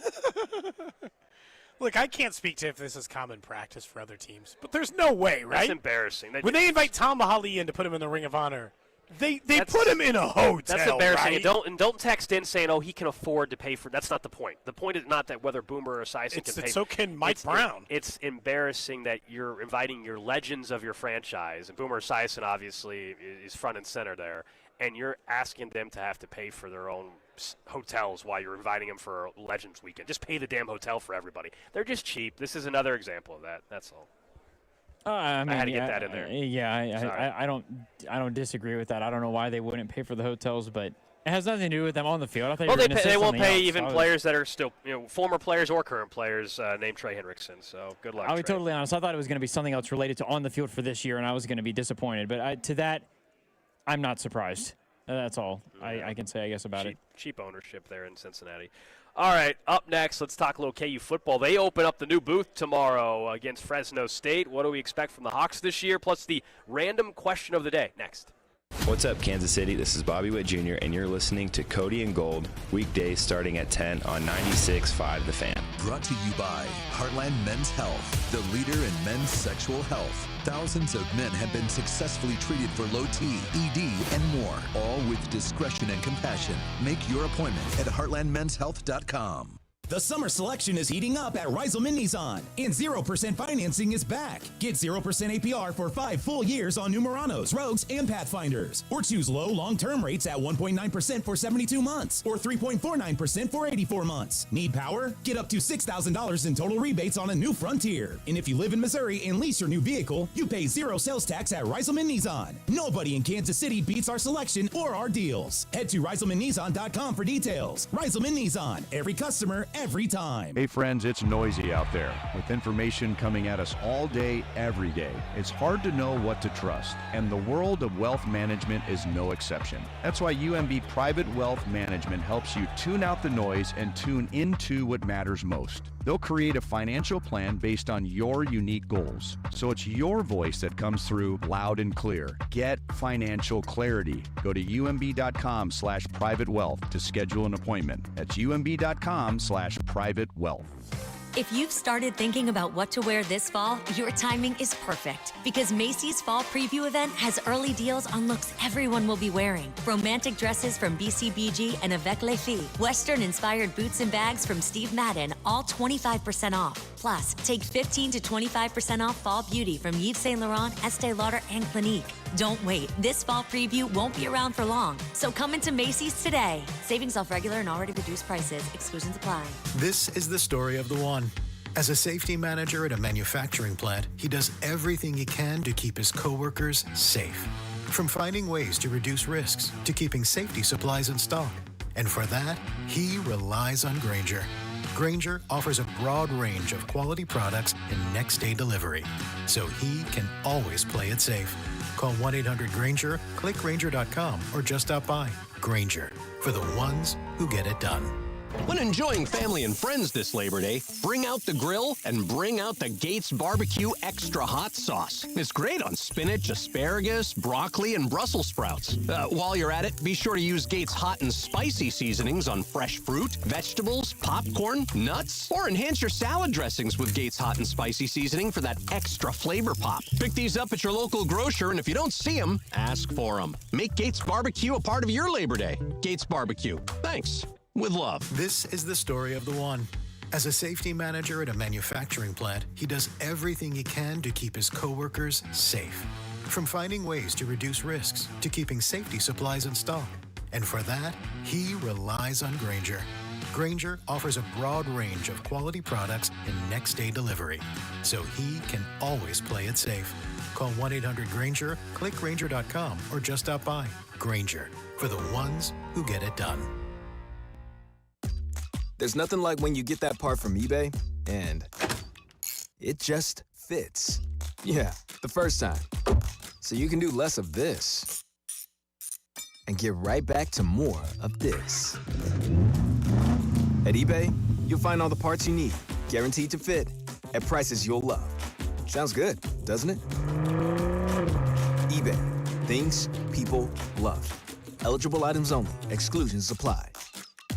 Get in the zone, AutoZone. Bob's had the same car, Betty, since high school, and that was a while ago. Bob's dealt with wipers, slow starts, and a few warning lights.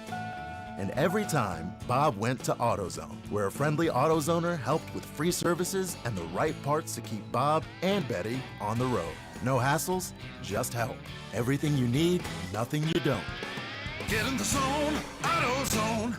Restrictions apply. This is the story of the one. As a lineman, he does whatever it takes to keep the power on in his community. And he wants a partner like Grainger who does the same. Grainger offers the professional-grade products he needs, from voltage detectors to harnesses to hard hats, plus fast, dependable delivery, so he can rise to every challenge. Call 1-800-GRAINGER, click Grainger.com, or just stop by. Grainger, for the ones who get it done. Oh, no. Ah, that's the sound of someone who's misplaced My debit card. their debit card. Where'd I leave that thing? Not at the gas pump, or the checkout counter, or the roof of your car. Now, if he has the Chase mobile app, he can use Card Lock. Wait, I could just lock my card. Yep, just a few tippy taps on his phone, and that sound, that's peace of mind from Chase. Chase mobile app is available for select mobile devices. Message and data rates may apply. JP Morgan Chase Bank N.A., member FDIC. Lowe's knows that no matter your paint project, saving is at the top of your list. That's why when you shop today, you can buy one, get one free. Select Valspar and HGTV Home by Sherwin-Williams. One-coat coverage interior paints via rebate. Shop these deals in-store or online today at Lowe's. We help, you save. Selection varies by location. While supplies last. Discount taken at time of purchase. See sales associate for details. Offer valid 8/21 through 9/3. Chiefs coverage sponsored by Renner Garage Door. RENNER forward and back. Almost Andy Reid here. Renner Garage Door has proudly served KC for nearly 70 years. Get your free estimate today. RENNER forward and back. RENNER, RENNER. You're listening to 96.5 The Fan from the Mission Plumbing, Heating, and Cooling Studios. All right, we are back in Las Vegas at Circa Resort and Casino for Ultimate Contest Weekend. Tomorrow, I can tell you, I will be sitting in the sportsbook watching some college football. We already talked about K-State in Ireland taking on Iowa State yesterday, and we'll continue to talk about them in the 1 o'clock hour. But tomorrow, Cody, it's something that I'll be honest, as a KU alum, I didn't know if it would ever happen. I didn't know of a stadium, frankly, that wasn't embarrassing was possible. It was nice that when the track wasn't around it, let alone. I know it. I didn't know if it was possible, and it finally now is a stadium that I'm pumped to see, and a stadium that I think everybody's going to be pretty proud of if you're a KU alum. Tomorrow they open up the new booth against Fresno State to talk about the stadium, someone that went on the stadium tour earlier this week, and also give us some insight on the 2025 Kansas Jayhawks. Matt Tate, he covers KU for Wave the Wheat over at R1S1Sports.com. Matt, great to have you on the show again, man. I want to start with the stadium, actually, because you've covered the Hawks for a long time. You've gone through plenty of different regime changes there and projects they tried to get done for the stadium, and money was obviously an issue to come up with. To see this project almost get completely done, I know they got to get the other side done, and that'll be coming in the next couple of years. What was it like just seeing that? Yeah, man, it's unbelievable. I mean, you know, Alex and Cody, both of you probably know. I mean, I've logged so many hours up in that old press box. Watching such bad football at times too, you know, just tough being able days. to enjoy what you're covering and what you're watching, and show up to the game not knowing what's going to happen. You know, that in and of itself has been really unbelievable the last couple of years. But to add to it this complete new rebirth, and it really is. I mean, everything in that stadium right now, and the fans that fill it are going to see it. Whether we're talking about the people that go tomorrow or just throughout the season or throughout the years to come. I mean, you know, you're going to have waves and waves of people that are seeing it for the first time, and every one of them is going to see it a little differently and see this detail or that detail, and there's hundreds upon hundreds of different little things you can find, and you know, I think you could go to every game this season, go 3 hours early with the intent of looking for every possible cool little nook and cranny that you can find, and I think you'd find something new every game. So it's unbelievable, the detail that they put into it, the passion that comes, you know, bouncing off the walls at you as you walk through it, and then even the littlest things, just like, you know, the light in the various booths and rooms, and the way the air feels in there. I know that sounds dramatic and a little bit ridiculous probably, but again, as someone who sat up in that same sterile environment for those same sterile football teams and watched it year after year after year after year, to feel this complete brand new life in this place that sits in the exact same spot pretty much is unbelievable, and it is long overdue, like you said at the top, and man, they should be unbelievably proud of it, because it's as nice as there is in college football. I don't know if it's possible for you to just give me one answer for this, Matt, but what was the coolest, I guess, feature that maybe, or just detail that you noticed on the tour that fans need to check out, or you think we'll be talking about after tomorrow? Yeah, it is tough to do. Number one, because there's so many. Number two, because it's me, and I just keep talking and talking and talking. So that's a bit of a double whammy. But the first thing that came to mind when you said it, I can't remember what level it's on, but I think it's on the event level, the upper seating area concourse, and I got a photo of it. But on the very south side of the concourse there, you get a great view of the hill and the Campanile and everything that scenery is. But then there's this like translucent glass, I guess it's a plaque or a mural or whatever it is, that's got a picture of the Campanile right there as well, and it's taller than you are, and it's got the history written onto this board of when that was put in and why it was put in and all that. So you can see this cool mural or whatever you're reading that has the picture of it, but you can also see the tower and the hill through the mural as you're looking at the mural. I mean, one of those things that just sort of, you know, it really catches your eye, and it has nothing to do with football at all, but it's just such a cool visual that really jumped out. And you know, the other thing too, man, I mean, like, the entire west and north stands now are chair backs and so much more comfortable, and every one of them has a cup holder, and you know, it's a legit stadium. I mean, people are going to show up, people who have sat on those metal bleachers for years, and go, wow, this is nice, this is comfortable, I'm happy to be here, I feel like staying. I mean, those little details are massive too. And then, of course, they've upgraded the concessions all over, and there's so many different offerings now, and yeah, it's just an endless an endless amount of upgrades and things that you can point to that say, wow, that's cool, that's different than before. I was walking with Travis Goff at the end of the tour the other day, and we walked in the bowels of the stadium past the loading dock to get back to the elevator that was taking us back up to the press box, and I told him, hey, man, this reminds me of, like, being at an NCAA tournament feel. Like you always are walking in, whether it's the United Center or wherever you are, you've got that loading dock area. There's a forklift there. There's storage. There's a security center. And that's, as we were walking through there, that's what I felt like I was doing. And he goes, yeah, man, this is, we've got it all now. This is what the big boys have. And, it's unbelievably cool to see how much it means to him, not just because he's the man in charge of making this all happen. And of course, Doug Girard, the chancellor as well, and then the donors. But just because, he's also an alum. He grew up cheering for this program and watching games in that old building and all of that. And so you get two sides of it with Travis. You get the side that says, wow, look what we've done, as an AD, as an administrator, as a leader of the athletic department. This is incredible that we were able to pull this off. But then he's also that, sort of that dichotomy of him being a fan too. I mean, he still is very much that. And so that's pretty cool to see from that perspective. Let's talk about the team on the field. Obviously, they open up against Fresno State. This might sum up the entire season and how it goes for Kansas. So I guess I'll start big.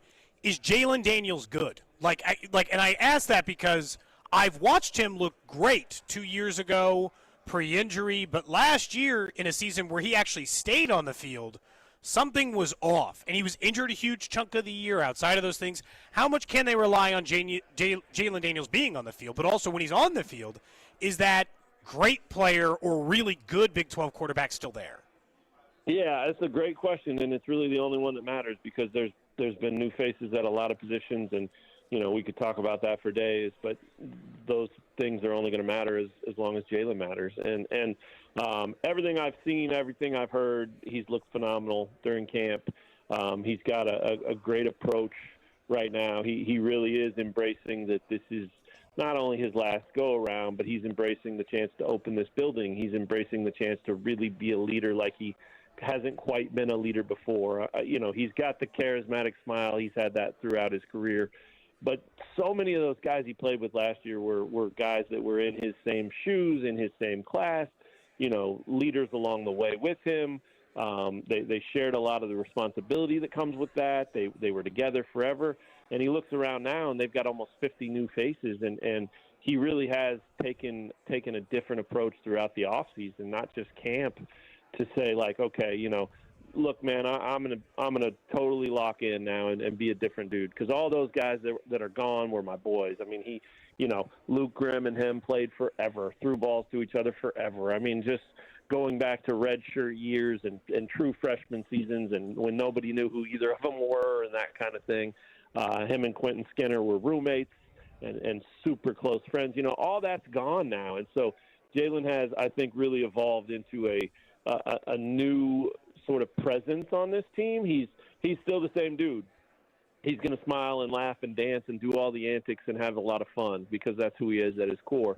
But I think in terms of leadership and the approach and the role that he has on this team, he really has locked in and said, okay, this is business now. And it should be. I mean, there's a lot at stake for him. I mean, he was talking about, jumping to the next level at 2-3 years ago, right? And that was something that was in his sights then after his breakout year. And then, of course, he got hurt, and then he got hurt again, and then he got hurt again. I mean, it's been a wild ride for him. But he definitely realizes in the most sincere way that this is it for him. Like, this is the last chance to prove himself to the next level, to make sure he really is going to get a shot there, and also to really put a cherry on top of his legacy. He's going to go down as one of the best quarterbacks KU's ever had.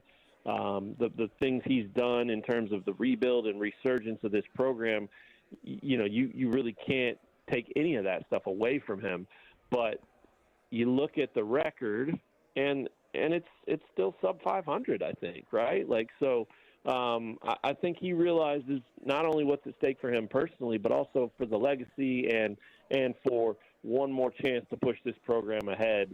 and leave it in a position so that whoever follows him and the people that come next can really keep this thing running. So it means a lot to him. I don't know if that fully answered your question, but he has looked good, and everybody that's talked about him anytime at any point during this offseason, especially here lately, has said he's healthy, he's good to go. That includes him.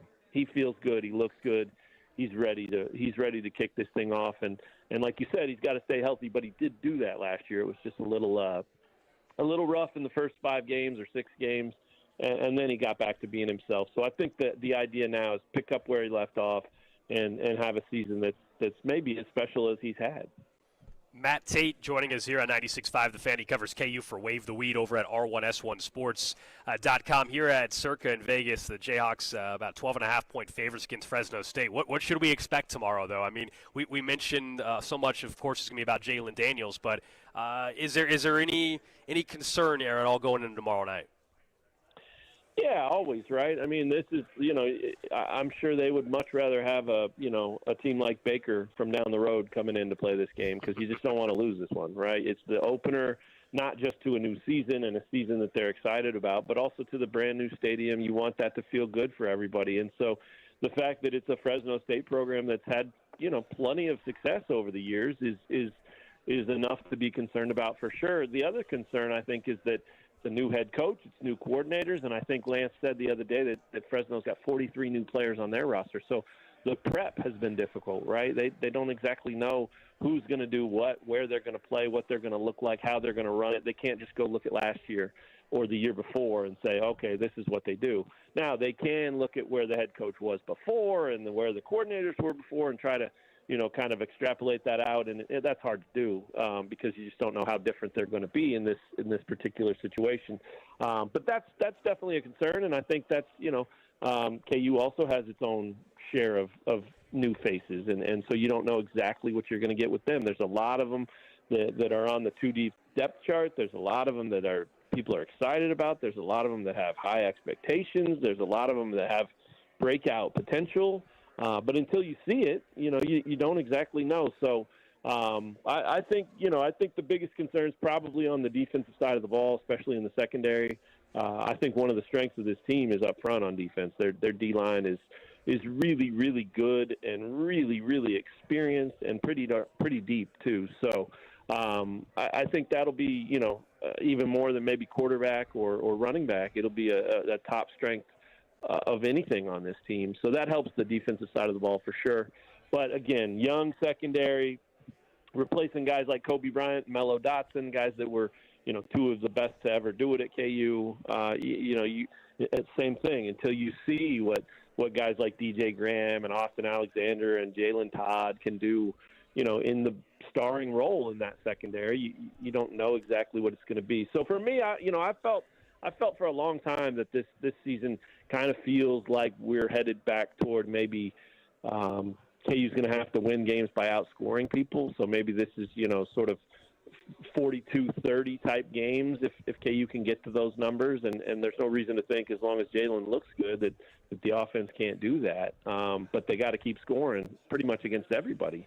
And that's sort of Big 12 football in a nutshell. But I think that's going to be particularly important with this team. And then, look, if the defense pans out and finds its stride and proves to be, as good or better than people think it maybe can be, well, then if you score 40 points, you're just going to pummel people. They can hold them to 20, you win easily. But until you see that, until we know that they've got that in them, I think that these are maybe not this first one or second one, but, once you get into Big 12 play, I think this is a team that's going to have to try to win some high-scoring games, and I think they're more than capable of doing that. So I will say, too, that number, man, you guys are in Vegas, and so the 12.5 line, I was really surprised. I think it's pretty low. I mean, what do I know, right? That's the number one thing we all have to remember when it comes to any sort of odds makers, lines that are set and things like that. But it's just really hard for me to think that this isn't going to go really well tomorrow night. I mean, I think that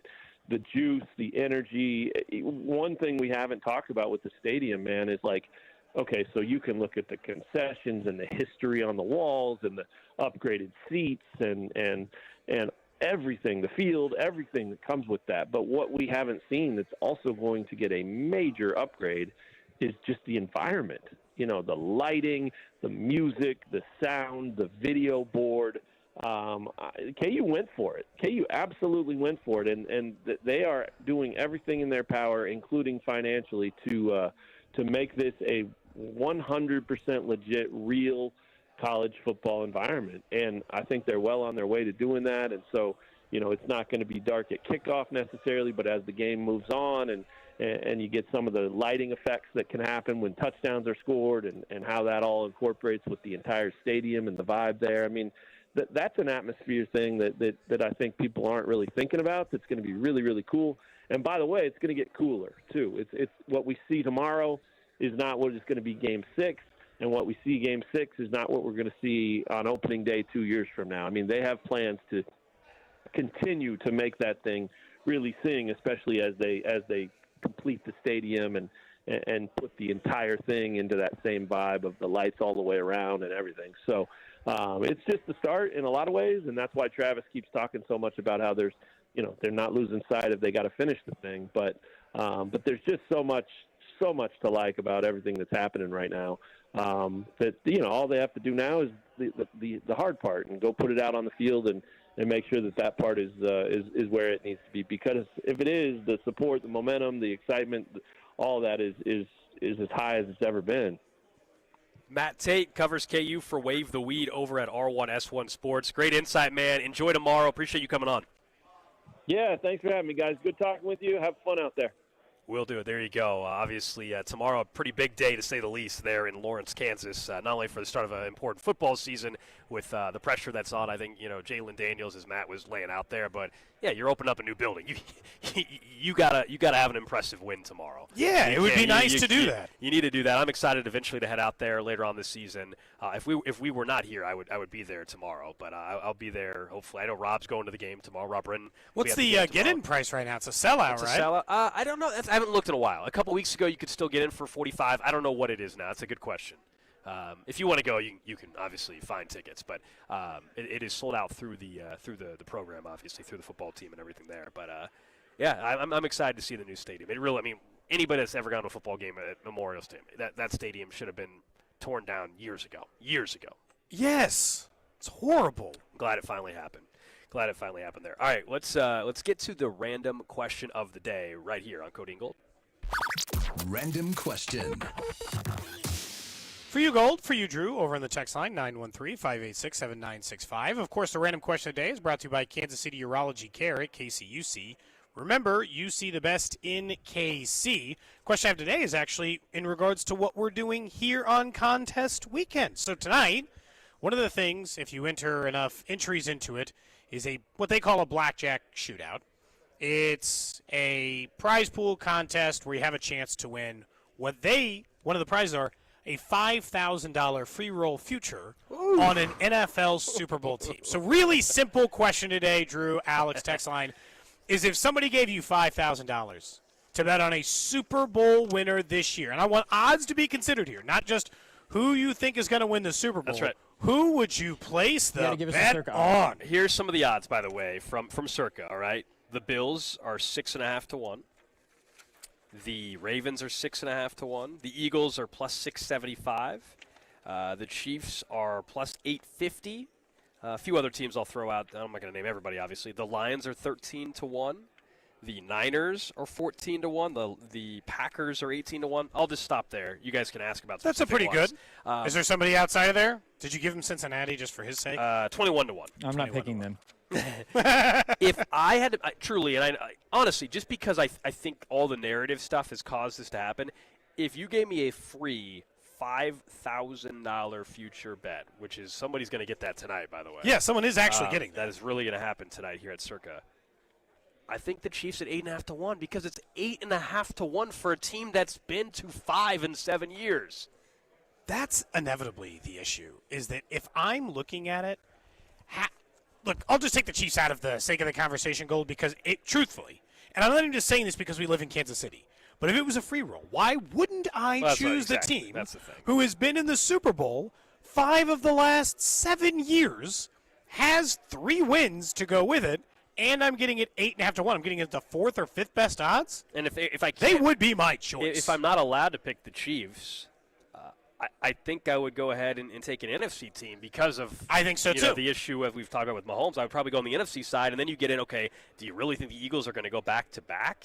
Am I supposed to take the 49ers? Do you realize how many NFC title games they've been in the last 15 years? Half of them. No, the Stafford. Half of the NFC title games for the 49ers.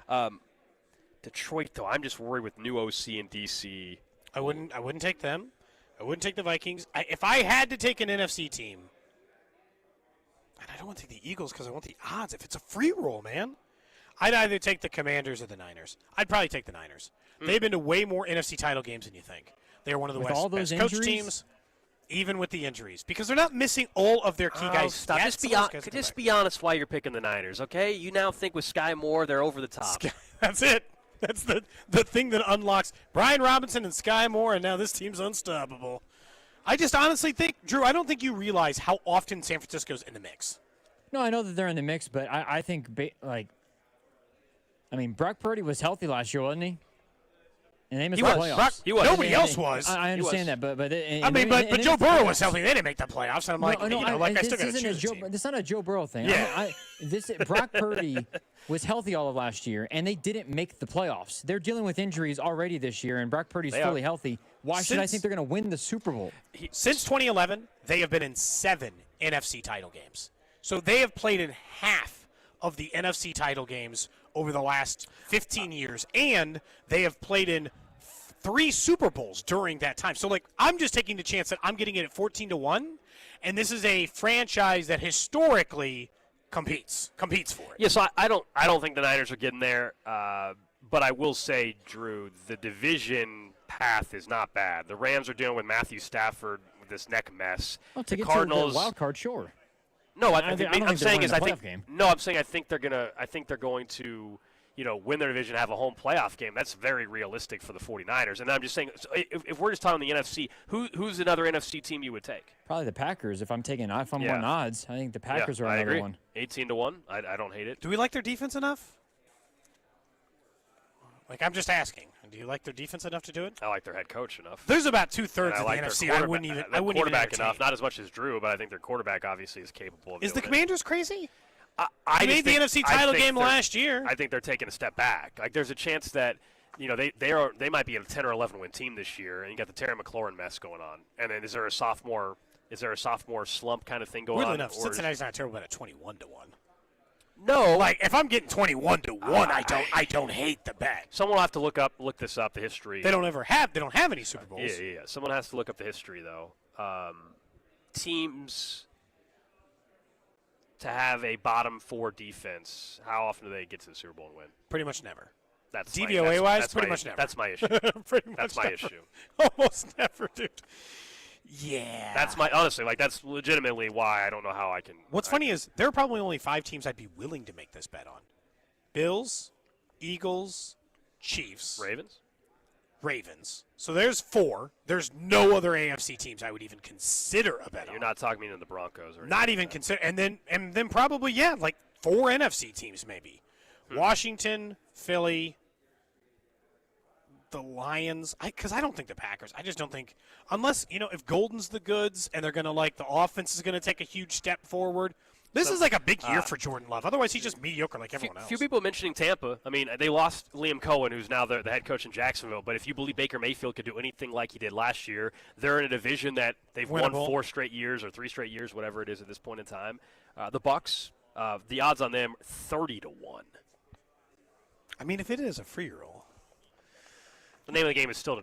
The name of the game is still to get it right. We sometimes focus so much on the value, and it's you got to get the bet. This is why the Chiefs are the only choice. I sort of, if I watch the guy win the $5,000, just put it on the Chiefs because your hedge opportunity. They're going to be in the AFC title game.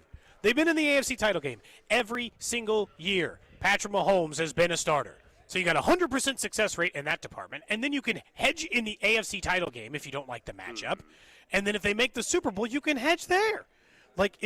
Especially 8.5 to 1 goal. 8.5 to 1 for a team that plays in the Super Bowl 50% of the time in his career? Yeah, I'd do it. All right, up next, guys, we are headed to the 1 o'clock hour, final hour from Las Vegas. It's a fan club Friday. We're going to have to go grab a drink or two. We've got Mike Palm from Circa stopping by.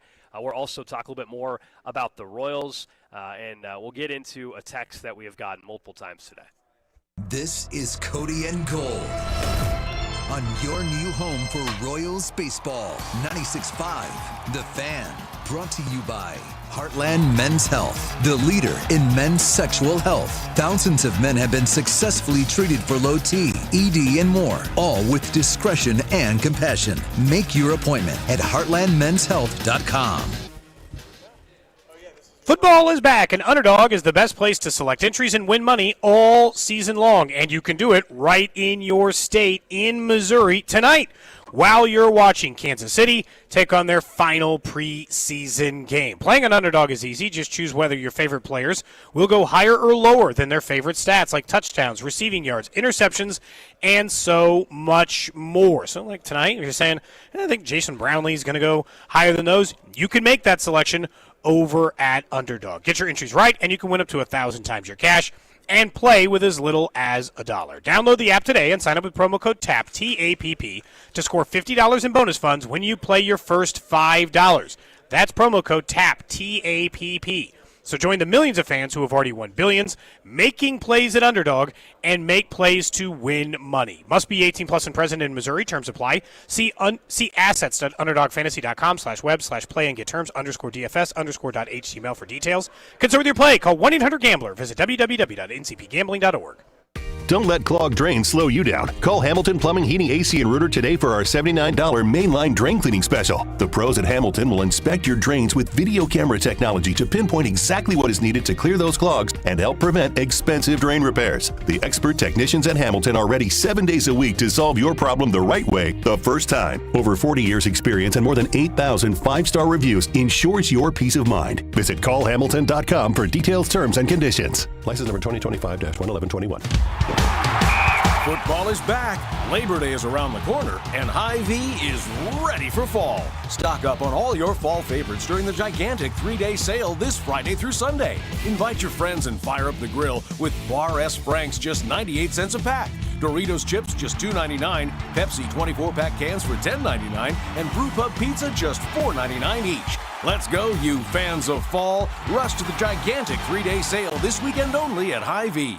I love saving money, and Hy-Vee is always finding new ways to save me some dough, like the new lower prices in every department, and one of my favorite things, the fuel savers. Just the other day, we saved $1.10 per gallon on gas with the fuel savers at Hy-Vee. I love going up and down the aisles and seeing those fuel savers, getting those products, and saving that money. Don't miss the special fuel saver deal on Monday, August 25th. Stock up your cart and earn stackable fuel savings on every dollar you spend. The more you spend, the more you'll save, only at Hy-Vee. Need to sell your house in Kansas City but not sure what the best option is? Selling a home, especially when dealing with foreclosure, divorce, job relocation, or an inherited property, can feel overwhelming. That's why I don't just make offers. I help homeowners understand all their options so they can make the right choice with no pressure and no obligation. I'm Rex, a local homebuyer and resident right here in Kansas City. Whether you're looking for a fast cash sale or just want to explore your choices, I'll walk you through the pros and cons of selling to me or listing with an agent. If selling directly is your best move, I'll offer you a fair cash price and a closing timeline that fits your needs in as little as 7 days or on your schedule. No repairs, no commissions, no hidden fees. Just a transparent, hassle-free process so you know exactly what to expect. Let's talk. Call 816-330-6000 or visit rexbuyskc.com for a free, no-pressure consultation. Rex Buys KC, helping homeowners make informed decisions with confidence. This Labor Day weekend, we're celebrating Bob's Discount Furniture's 200th store milestone with the entire Bob's family across the country. For more than 30 years, we've believed everyone deserves the home they love. That's why we brought our everyday low prices on furniture, mattresses, and more to over 200 locations from coast to coast and counting. Not to mention free treats for the whole family in our cafes. Celebrate Bob's Discount Furniture's 200 store milestone this Labor Day weekend. Oh, my Bob! Ugh, kitchen ants, runaway roaches, a spider. A spider! A spider! Relax, just use Evo. Zevo insect killer sprays use a powerful blend of mint and rosemary to eliminate those pests and up to 20 other bug types. Plus, Zevo is safe for use around people and pets when used as directed. Just spray the bugs and wipe them away. Zevo, people friendly, bug deadly. In a world parched for excitement, one drink will emerge. Twisted Tea, the refreshing thrill ride of flavor. Recreating its classic role as the hard iced tea that goes down smooth. Twisted Tea doesn't just taste like real iced tea, it's made with real brewed tea and a 5% kick of alcohol. Taste the adventure with Twisted Tea Hard Iced Tea. Keep it twisted. Twisted Tea Brewing Company, Cincinnati, Ohio. Please drink responsibly. Some things can steal your sunshine. Ugh, I just got my hair done. Sorry, the cooler's broken. Anyone see my flip-flops? Anyone? But COVID-19 can steal a lot more. I just took a COVID test. Ugh.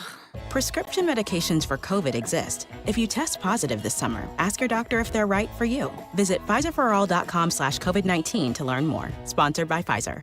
You can listen to the Royals and Tigers Friday, August 22nd on The Fan, AM 610, with Vern's On Deck show starting at 5. KFNC FM and AM HD1 and HD2, Kansas City, in Odyssey Sports Station. Oh, yeah, 1 o'clock hour from Vegas, a special fan club Friday, each and every Friday. You know, we normally have special guests stopping in studio. We have a couple drinks. We have a good time. Well, it's in Vegas. We had to take it up a notch as well. Cody and I did not communicate during the break, so we said we need to make sure we have drinks. And so now we've got more than one we need. Drink but you know person. what? That's okay. That's perfectly fine. Drew, we're having one on your behalf. Sure, Okay, yeah, that's what go it on is. ahead. Turn I'm on, gonna guys. have It's two Friday. since you don't have one. You know, Yeah, some in the fridge go ahead back and have there. a good time. Yeah, make sure you join us as well. Of course, Fan Club Fridays are brought to you by Circa Resort and Casino in Las Vegas. That is where we are broadcasting live from today. As it is Ultimate Contest Weekend, we got our Circa Million entry in yesterday, and as I told Cody, by the end of the weekend, I'll probably have a Survivor entry in as well. And to talk more about Ultimate Contest Weekend, also Circa Sports coming to the state of Missouri, we've got Mike Palm, Vice President of Operations, joining us. We've had Mike on the last couple of years at Contest Weekend. I've had him on That Betting Show during the football season as well. Mike, good to see you, and here we go again, man. Another football season is right around the corner, and for college, it gets going tomorrow. Yeah, it's here. Iowa State, Kansas State, right around the corner, right? And where else would the Big 12 game be played but Dublin, Ireland? But this kind of signals it, right? Everybody's out. We have this full week of events. We've got so many radio stations and podcasters here. So this is kind of where we flip the switch, and now football's on. First off, before we talk about some of the contest weekend stuff, how excited? We talked to Derek a little bit, and I imagine you guys have got to feel very similarly. Surprised, excited, like when you got the announcement that you guys were going to get one of the 2 untethered licenses in Missouri, that probably came as pretty good news to everybody. Well, I watched the hearing on Wednesday, where DraftKings and FanDuel and then Derek presented, and there was a lot of talk from the commissioners about responsible gaming, and DraftKings has this tool and FanDuel has this tool, and DraftKings said, no, we're not going to take credit cards anymore. Well, that wasn't the show. They just announced yesterday they're not. But and then you look at FanDuel projected $400 million in 2026 in revenue in Missouri. It's a 10% state, so we're going to give you $40 million to the state of Missouri. What's Circa going to give them? $400,000? So I said, after watching the hearing, I think it's 40 to 1, 50 to 1 are their odds. So then we tune in Friday morning to the link. And like it was surreal. I don't know if you guys were watching live. I was. Yeah. We call it to order, call the roll. Any comments? Everybody did a great job. Staff did a great job. All right, here's the resolution. DraftKings and Circa. Yeah, it was it's over, and it went black. I'm texting. Of course, we're all on a text. I said, "Is this real? Did this really? They say Circa? Did this really? No, did this happen?" But obviously FanDuel had already partnered with someone, and they went with City St. Louis, the soccer MLS club, right? I mean, we were probably going to be there, but who knows? The deal points with whoever you partner with, a lot want a percentage. Some are flat rent, which is better, but they want a percentage, and that can cost in the 7 figures. So their argument that it's a different customer, that an incremental customer that we're bringing to Missouri, I think held weight with the commission. They talked about our responsiveness in the process and how quick we were getting back to them with information. So it's a great thing. Even if we didn't get it, I thought it was a great marketing thing that your name is there with DraftKings and FanDuel. No question. Yeah, you try. And, people in South Carolina and Idaho and these states that might be considering getting it that don't have it yet, and now Circa's in their head because they're watching what's happening in Missouri. So we're very excited, and boom, December 1st they'll be here quicker than you think. Do you guys believe on launch day you'll have the app available on December 1? Yeah, well, I mean, we're rolling it out in Iowa at the end of September, and then we're going to roll it out in Colorado.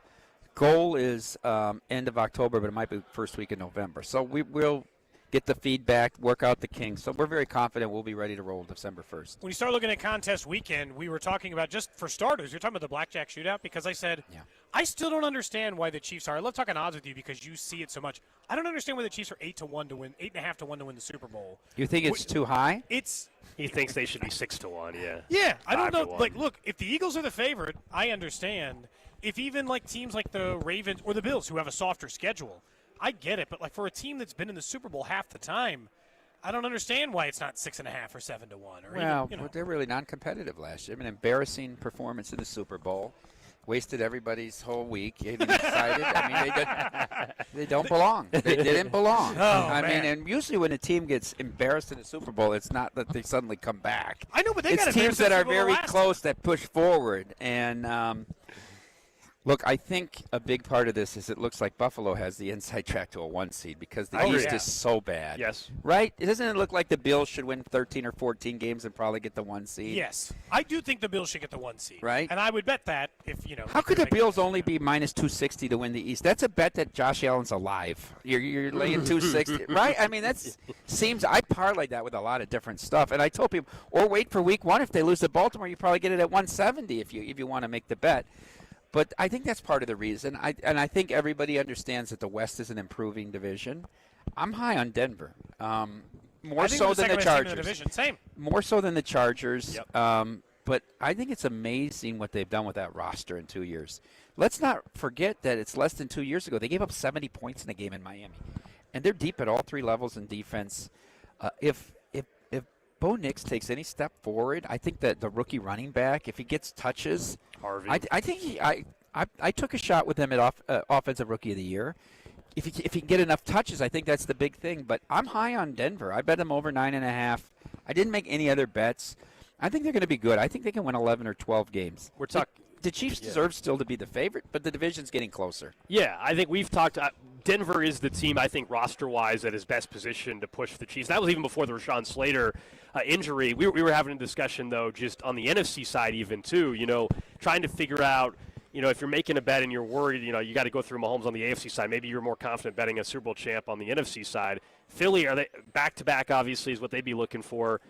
The NFC seems wide open. Do you agree with that? I mean, it's the Rams I would have loved, but the Stafford neck thing really scares me right now. The 49ers injuries, is that the problem again for them?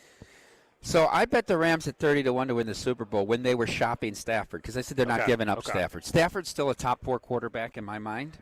When he plays and is healthy, you had the injury risk, and I didn't calculate. It's almost impossible to win that division. The 49ers could be average and win 12 games. That schedule. It might be the softest schedule for a good team I've ever seen. And the sharp money here has been on the Cardinals, actually, to win the NFC West. Aren't they the same? Mike, we're going to be sitting here in Week 6. Kyler Murray's going to have a really nice outing, and everybody's going to buy in, and all of a sudden they're just going to plateau. They're the Kyle Pitts of teams. Everybody predicts them every year and hopes that it pans I say out. that about the Cincinnati Reds. Everybody's chic pick every year in the National League is the Cincinnati. Every single year. Yeah. Oh, the Reds. Yeah. I don't know. I would rather. So they were 6.5 to 1 to win the West. I think they're 350 now. Okay. But I would rather, if they're really going to win the West, why not take a shot at Jonathan Gannon at 22 to 1 for Coach of the Year if they're really going to win the West? That's the way I would bet it. I wouldn't want to get 350. Quadruple the odds, right? I mean, he's got a pretty good argument if they win that division. Here's the thing about Philadelphia, and this is just narrative driven, and it's like saying, Notre Dame hasn't beaten Miami the last 8 trips. Well, none of these kids have ever played, right? Sure. It's all different. Yeah. But since Dunham and McNabb, nobody's repeated in the NFC East. I mean, that's almost impossible, 22 years of this. But they were clearly the best team all year long last year. The Rams are the only one that gave them a competitive game in the play. It has to start with Philadelphia. I think Tampa Bay's sneaky. I think they're good. Worst scares me. I think they're good enough to go on the road in the division round and win games. Remember, they probably should have won at Detroit 2 years ago. He's going to be back sooner than we think. The team that I think is an enigma is and could be really good, and I could be wrong, is the Vikings. I mean, it is about McCarthy, but nobody thought Darnold would be any good. Yeah. KOC is the quarterback. He is the quarterback whisperer. I can't call him a great head coach. They haven't won a playoff game yet. But they built the spine of both their offense and defense. This defense is really good. They got to get through the first 3 weeks without the third receiver. But if McCarthy is any good, I think it's a scheduling advantage that they're back-to-back in Europe. I think that is a scheduling advantage. People think it's not. I think it is because the second week they didn't have to do the travel, really, going from Ireland to England. I think the Vikings can win that division. But I think they could also be 7-10. So I think there's a big upside, though, to this team. So I would say there are more chances of teams that are on that kind of second level coming out of the NFC than the AFC. Mike Palm joining us here on 96.5 The Fan. Survivor continues to grow like crazy. It's the most popular contest, I feel like, in the world now. Maybe you can correct me wrong. I feel like it just is. How do you map this thing out early? Because of the unusual aspect of Christmas and Black Friday and Thanksgiving, where you've got multiple teams on both the holidays. Well, I think you have to start there. I mean, that's realistic. You can't get to Thanksgiving and I only have one option, or you can't get to Christmas and have only one option. You got to I think you almost have to try to have three, or either be able to double up in one game or have three different games available to you, because we don't know. Right now, we don't know. Every year, like there for years in this contest, everyone thought, oh, Dallas is a layup, and they lost consecutive years, like to the Raiders and to last year was brutal. And to whatever the Washington team was called at the time. Right, and they've taken a lot of people out on Thanksgiving, so I think you have to do that, and you have to kind of work backwards from there. I also think, if you can afford it, you have to have as many entries as you can. I think 6 is a good number.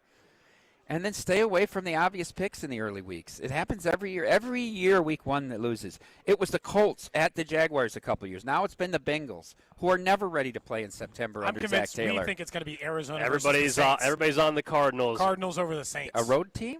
I know, but everybody we talk to. The Broncos will be the majority pick in week 1. Yep. Now, here's the thing. Eagles, Cowboys, and Commanders and Giants, people don't like to use division teams. Mm-hmm. Nope. Arizona, people don't like to use road teams. Don't like anyone playing on a short week. I think the Colts are a sneaky pick in week 1 against the Dolphins. Oh. I would consider, like, if I had 6, I'd probably put 2 on Denver. I'd probably put 2 on the Colts and maybe spread out the other 2. At least spread it out a little bit. I like the strategy. A little bit. Mm-hmm. It's just so, it's crazy. I'm sure you guys, because, Derek talked about it, too. It's like you raise the guarantee, and you're like, well, we're already at it. It's like, you didn't realize, he was like, at first I thought we would grow it from 10 to 12 to 13 or whatever. And you're like, nope, 15 million guarantee. We'll just go to there because that's where the number essentially hit last year. Well, you're never going to go backward. We'll never have a guarantee lower than that. He was very conservative with 15. Obviously, the goal's always been 20. I really thought he'd come with 18. And he came into the meeting. Usually we have to talk him down. He came into the meeting with 15. I said, really? Well, let's not have a guarantee. He said, this is one of the dumbest things you've ever said. He said, we have to. That's what he said. He leads by consensus, the consensus of 1. But I said, well, he said, if you don't have the guarantee, people feel comfortable to come and sign up early. And so that's what we need to get the base going. And we got, the June signups were incredible.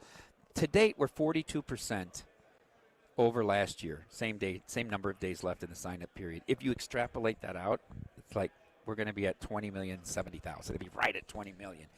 Now, there are capacity issues the final few days when we were doing 1,200 survivors last year. I mean, you can't just do 1,800 survivors. There's not the number of windows open to do it. So you can't process it. You might run into that, but I'd be shocked if we're under 19.5 million. I think we'll get real close to 20, and if we don't, I'll blame Derek. I'll say you're stupid, Grandissimo. You cannibalized our contest, which is not true. You guys got 20 entries now, right? And almost every Grandissimo did 10 survivors too. So that's a false argument. But I always like to try to take a shot at them, right? Rich people hate to be told they're wrong. Yeah. They hate it. I don't have as Derek walks by. Right as Derek walks by.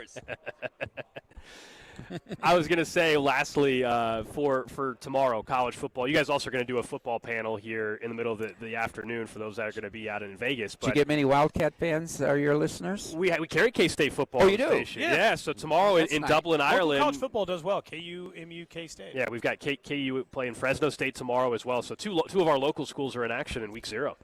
Would you say your biggest collegiate fan base is Kansas? Yes. Yeah, okay.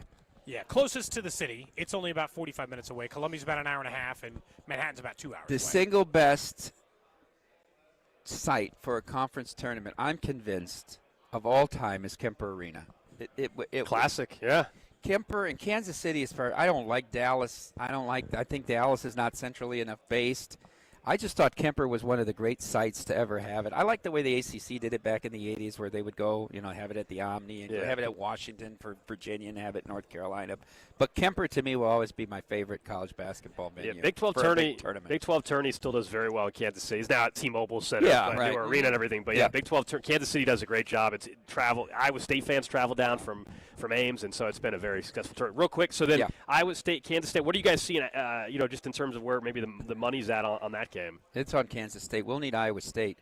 Kansas State and Utah have also been the team that have taken the most money to win the Big 12. Okay. Which we know is a wide open conference, right? But, very much. But Kansas State through the most of the summer, and then Utah in the last couple weeks has taken some money. But I know people would have loved to have gotten Kansas State at 2 or 2.5 in this game, but it's tough to have to travel that far. And have it count as a conference game. I don't like that. Kind of chilly there compared to what they've been playing and practicing in, too. I'm going to tell you this. If you're looking for a betting angle, and I'm from Iowa, right, but grew up more a Hawkeye fan because from eastern Iowa, Dubuque, than Iowa State, but then I taught school in Boone, Iowa, which is 15 miles from Ames. Matt Campbell, I'm not a Matt Campbell guy. Matt Campbell's record in games where he was either a 4-point favorite up to a 4-point dog against the spread is like 8-33-3 over the years. He does not do well in games that are aligned closely, and so for that reason, I like Kansas State here. Mike Palm from Circa, great to have you on the show. I'm sure I'll have you on that betting show during the season as well. Thanks so much. Good to talk to you again. Fellas. Good insight ahead of college football, week 0 tomorrow, and obviously the start of the NFL season as well. We'll just keep hanging out, a little fan club Friday, Cody, as well. But we'll see who else stops by, too. You never know at this point. We may have to go grab somebody else for the second half of Fan Club Friday as well. Of course, Fan Club Friday presented by Circa Resort and Casino here in Las Vegas. If you're thinking about the way you're going to be betting this football season anyway, you're going to be betting 5 games a week, you might as well join the Circa Million contest as it makes it an opportunity on a quarterly basis for you to win some prizes as well. You have until, Saturday, September the 6th, right? That's right. I have the right date on that in order to sign up for the Circa Survivor and Circa Million contest. We get you right after the Chiefs game, September 6th, being the final chance to sign up for it. But, I feel like you're gonna watch the Kansas State game from the book tomorrow, aren't you? I'll be down there. Yeah, I'll be down there 9 o'clock start Vegas time. I'll be down there 8:15, 8:30. So if I make a bet on Kansas State, you'll cash the ticket for me? Yeah, I can do that for you. Yeah. Because I don't mind, because it'd be because I won't be here. Yeah, I can do that for you. But I might, What are you just going to do, the points or the win? I don't know. I'm trying to decide. Like Gold was trying to talk me into total. maybe the total. I like to look at the total because I'm interested in that. It's going to be like 60 degrees or at least 30 degrees cooler in Ireland than what K-State and Iowa State have been practicing in. I wonder if we get a slow, sluggish start offensively. If it's anything like the Dublin game last year, bet the under 50.5. Well, that's kind of the thing. Yeah, I mean, I don't know if I'll do the overall game total. The 50.5 is where it's at right now. I was looking first half or first quarter. So, like, first quarter total is interesting, Drew. I'm a sicko. I like doing 10.5. first quarter bets, 10.5, and then first half total is 26.5. So we'll see. I'll have something on that. I know K-State fans are fired up. And from the photo you brought up yesterday, Cody, is still great. It made national headlines. Oh, it was unbelievable. A couple of the pubs there in Dublin are obviously welcoming Iowa State and K-State fans, and they have an Iowa State Cyclones flag above one of the pubs. They clearly searched online, Drew. Iowa State flag and Kansas State flag. And they literally have the state of Kansas flag, not the Kansas State flag. Yeah. It's so good. It's so good. It's awesome. so good. You almost can't make that joke without it. It's just the flag of the state of Kansas. And you're like, no, that's the wrong flag. I mean, it's it's pretty amazing, actually. I mean, it's a great one. And judging from some of the photos, there's a lot of good K-State support out there. It looks look, it technically is a home game for them too, and you knew their fans were going to travel, and why not? If you're a diehard K-State fan, we have actually a member of our sales staff that's there with her husband out there. They're big K-State fans. I mean, the photos and stuff, it looks like an unbelievable time. Like if your alma mater ever had a chance to play in that game early in the year, I don't know. I mean, if you could swing it, that'd be a fun trip to go to. Plus Ireland, I mean, how many people that are on that trip have ever been to Ireland? Anyway, you know what I mean? I bet you 90% of the people that are K-State fans that travel there, I bet you have never been to Ireland. You make a whole trip out of it, right? You can make the most out of the trip for sure. But it is tough. Like Mike made a good point where it's like giving up a conference game in a year in which you are one of the favorites to win the entire Big 12. For one of your conference games to be a neutral site, overseas, cold game in Ireland is tough because you've entered instead of playing in Manhattan, you've entered a greater possibility of losing this game as a result of it. If this game was in Manhattan, it wouldn't be 3.5 gold. It'd be 5.5, or it'd be 5. It would have a different line. You would be expected to win more likely, and for conference games, it's tough to give it up. I obviously understand the growth of the sport, the growth of the logo. You want people to know who K-State are. I understand why you take the risk. But, they are co-favorites, I would argue. One of two favorites probably to win the Big 12. Texas Tech, and Arizona State were all at 8.5. But you heard from Mike, Utah is a very popular Devin Dampier. A lot of hype around Devin Dampier. He said they're taking as much money as anybody on Utah. Arizona State was supposed to finish last in the Big 12 last year, according to the coaches poll or the preseason poll. I do agree. Things change. I do agree with Arizona State having the perceived advantage this year, though. You bring back your quarterback in Sam Levin. I understand K-State brings back Avery Johnson, but the question: what's the next level look like for Avery Johnson? What's that look like? Even if Levin plays at the same level, it's higher than the level Avery Johnson gave last year. Right, but I think Avery Johnson still has much more room to grow. Yeah, much more room to grow this year. For people to someone said home field advantage in football is an automatic 3-point favorite. It's not anymore. That was always the thought. 2.2. Yeah, for college football, it's even different. This is also a neutral site game tomorrow. Anyway, it's not. They're the home. He's saying if it was home. Yeah, but I'm just saying that it's that for years. I mean, for 20 years, everybody had just the common thought. Everybody would say, "Oh yeah, they're home. Yeah, home team gets 3 points." That's not what it is anymore. And in the NFL, it dropped 2.2 something or 1.7. I can't remember what it was last year. So that's not how the books look at it anymore. It's not the same. College football is different, though. The atmosphere is a much bigger factor. But K-State will have more fans at the game tomorrow. You know that, even though it's neutral site. Which is crazy because Iowa State fans are some of the best traveling fan bases on the planet, I feel like. Or certainly in the Big 12. They show them the Big 12 tournament. They show them all these other stuff. It's different when you're saying, get your ass all the way to Ireland, probably. And differences like maybe you're just thinking, this is our home game and we're going to take advantage. Up next, we'll get to what's trending. We'll talk more of our picks for KU and K-State tomorrow and what we expect the Royals to do this weekend against the Tigers. What's up, Kansas City? This is Vinny Pasquantino, and you're listening to Cody and Gold, weekdays starting at 10 on 96.5 The Fan. Brought to you by Heartland Men's Health, the leader in men's sexual health. Thousands of men have been successfully treated for low T, ED, and more, all with discretion and compassion. Make your appointment at heartlandmenshealth.com. Kansas City, let's build your dream deck over at All Weather Decks. The right deck at the right price. The weather is supposed to be phenomenal in Kansas City next week. Don't you want to be sitting outside on your brand new deck, outside on your screened-in porch? Like we're having a drink for the fan club right now. You could be doing that outside on your dream deck. All Weather Decks has reviews of their work as a locally owned and operated company all over their website. Not just the 24-time winner of Angie's List Super Service Award, but actual reviews from actual customers talking about the work that they've done. Whether it's wood deck, composite deck, doesn't matter the style or the project you want to do, they want to build the dream one for you. They've had an incredible track record in Kansas City since 2008, and they are ready to do your project for you. They'll give you a free estimate just by calling 913-206-1974 or going to allweatherdecks.net. But don't miss out on this opportunity to build your dream outdoor space. Again, that's allweatherdecks.net. Hey, it's Gold, and Circa Millions and Circa Survivor are back with a massive $21 million in guaranteed prizes. Circa Million, pick 5 games against the spread each week, 126 ways to win with $6 million guaranteed. Circa Survivor, 1 pick a week, no point spread, last the longest to win it all. $15 million guaranteed. Enter in Nevada. Play from anywhere, $21 million guaranteed. Visit circasports.com for details. Gear? Check. Snacks? Check. Tires? Not so much.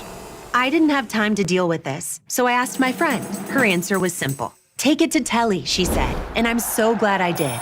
They didn't just take care of my tires, they took care of me. We got you, they said, and they did. Fast, friendly, and stress-free. Now I know when life throws you a red card, take it to Telly. Stay in the game. Take it to Telly. Life's better with American Family Insurance. Because we know in making the most of your home, DIY doesn't just stand for do it yourself.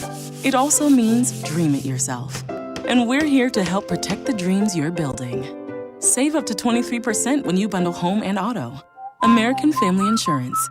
Get a quote and find an agent at amfam.com. Products not available in every state. Visit amfam.com to learn how discounts may apply to you. American Family Mutual Insurance Company, SI, and its operating company, 6000 American Parkway, Madison, Wisconsin. Football's back, and Underdog is the best place to select entries and win money all season long. And you can play right now in the state of Missouri. And playing on Underdog is easy. Just choose whether your favorite player will go higher or lower on certain stats, like touchdowns, receiving yards, interceptions, and more. Get your entries right, and you can win up to 1,000 times your cash, and you can play with as little as $1. I love combining entries from multiple sports into one selection to see what I can do. The Underdog app is awesome. Download the app today and sign up with promo code BOB to score $50 in bonus funds when you play your first $5 with promo code BOB. Millions of fans have already won billions making plays on Underdog. Will you be next? Underdog. Make plays, win money. Must be 18 and over and present in Missouri. Terms apply. See assets.underdogfantasy.com/web/play and get terms _DFS_.html for details. Concerned with your play? Call 1-800-GAMBLER or visit www.ncpgambling.org. Are you in need of top-quality metal for your next project? Look no further than Metal by the Foot. Whether you're a DIY enthusiast, contractor, or business owner, Metal by the Foot has the perfect solution for you. Steel, aluminum, brass, and stainless. The Foot. Blue Demon Welding Supplies, filler rods, and wire. The Foot. Cronius Professional Welding Equipment, service and repairs. The Foot. Located in KC and Topeka. Online at metalbythefoot.com. When you need a piece of metal, remember, metal doesn't have to cost an arm or a leg, just the foot. Arvest Bank believes in the power of serving others. That's why we're committed to supporting those who serve our communities. We believe that all communities deserve a financial partner who cares. Arvest. We believe. Surfside Iced Tea and Vodka in Surfside Lemonade and Vodka. Proud partner of the Kansas City Royals. Each can of Surfside is only 100 calories. And the best part, 0 bubbles. Grab it at the K or ask for it at your favorite bars and liquor stores. It's time to find out who was in the zone. Presented by AutoZone. Nobody in baseball's been hotter than Milwaukee. As they've been cruising through their latest stretch of the season, they've managed to pull away from their division rival Chicago over the last 15 games and hold a commanding divisional lead going into the last month of games. Will they be able to maintain the pace, or could a divisional battle be brewing? In the Zone is brought to you by AutoZone. Get in the zone. AutoZone. Febreze. Fabric Talk. Hello, my love. I am your living room carpet. I see everything. I feel everything. After a while, I smell like everything, including Sir Pickles, who you snuggle with while binging that dating show you can't stop watching. So, how about we freshen things up with Febreze Fabric Spray? Oh, and a big spray for my pals, couch and ottoman. Ah, yes, refreshing. Breathe happy, Febreze. La la la la la. Your cold is coming. Your cold is coming. When you feel a cold coming, shorten it with Zicam, the #1 cold shortening brand. Oh, no, not before my big trip. The big trip you've been planning is coming up, and so is your cold. But Zicam can shorten your cold and get you back to planning sooner. Thanks, Revere. We really should keep Zicam in the house. Shorten your cold with Zicam. Take it from America's most revered messenger. Shorten your cold at the first sign with cold shortening products from Zicam, the #1 cold shortening brand. Available in stores or see where to buy at Zicam.com. Get a $15 O'Reilly Auto Parts gift card after rebate when you buy 5 quarts of select Mobil 1 synthetic motor oil in-store or online. O'Reilly Auto Parts. Save big during Labor Day at Lowe's. Get up to 40% off select major appliances. Plus, buy more to get up to an additional 20% off. Shop even more savings with 3 Stay Green 1 cubic foot vegetable and flower garden soil bags for $10. This Labor Day, take care of your home for less at Lowe's. We help, you save. Valid through 9/3. Soil offer excludes Alaska and Hawaii. Selection varies by location. Select locations only. While supplies last. See Lowe's.com for more details. Get a $15 O'Reilly Auto Parts gift card after rebate when you buy 5 quarts of select Mobil 1 synthetic motor oil in-store or online. O'Reilly Auto Parts. This sports report is brought to you by Bet365. This hour's sports report is brought to you by Bet365. Bet365 is officially live in the Sunflower State. Right now, new Bet365 customers bet $5 and get $150 in bonus bets, win or lose. Download the app today and see why it's never ordinary at Bet365. Gambling problem? Call 1-800-GAMBLER. 21 plus in partnership with Kansas Star Casino. You're listening to 96.5 The Fan from the Mission Plumbing, Heating, and Cooling Studios.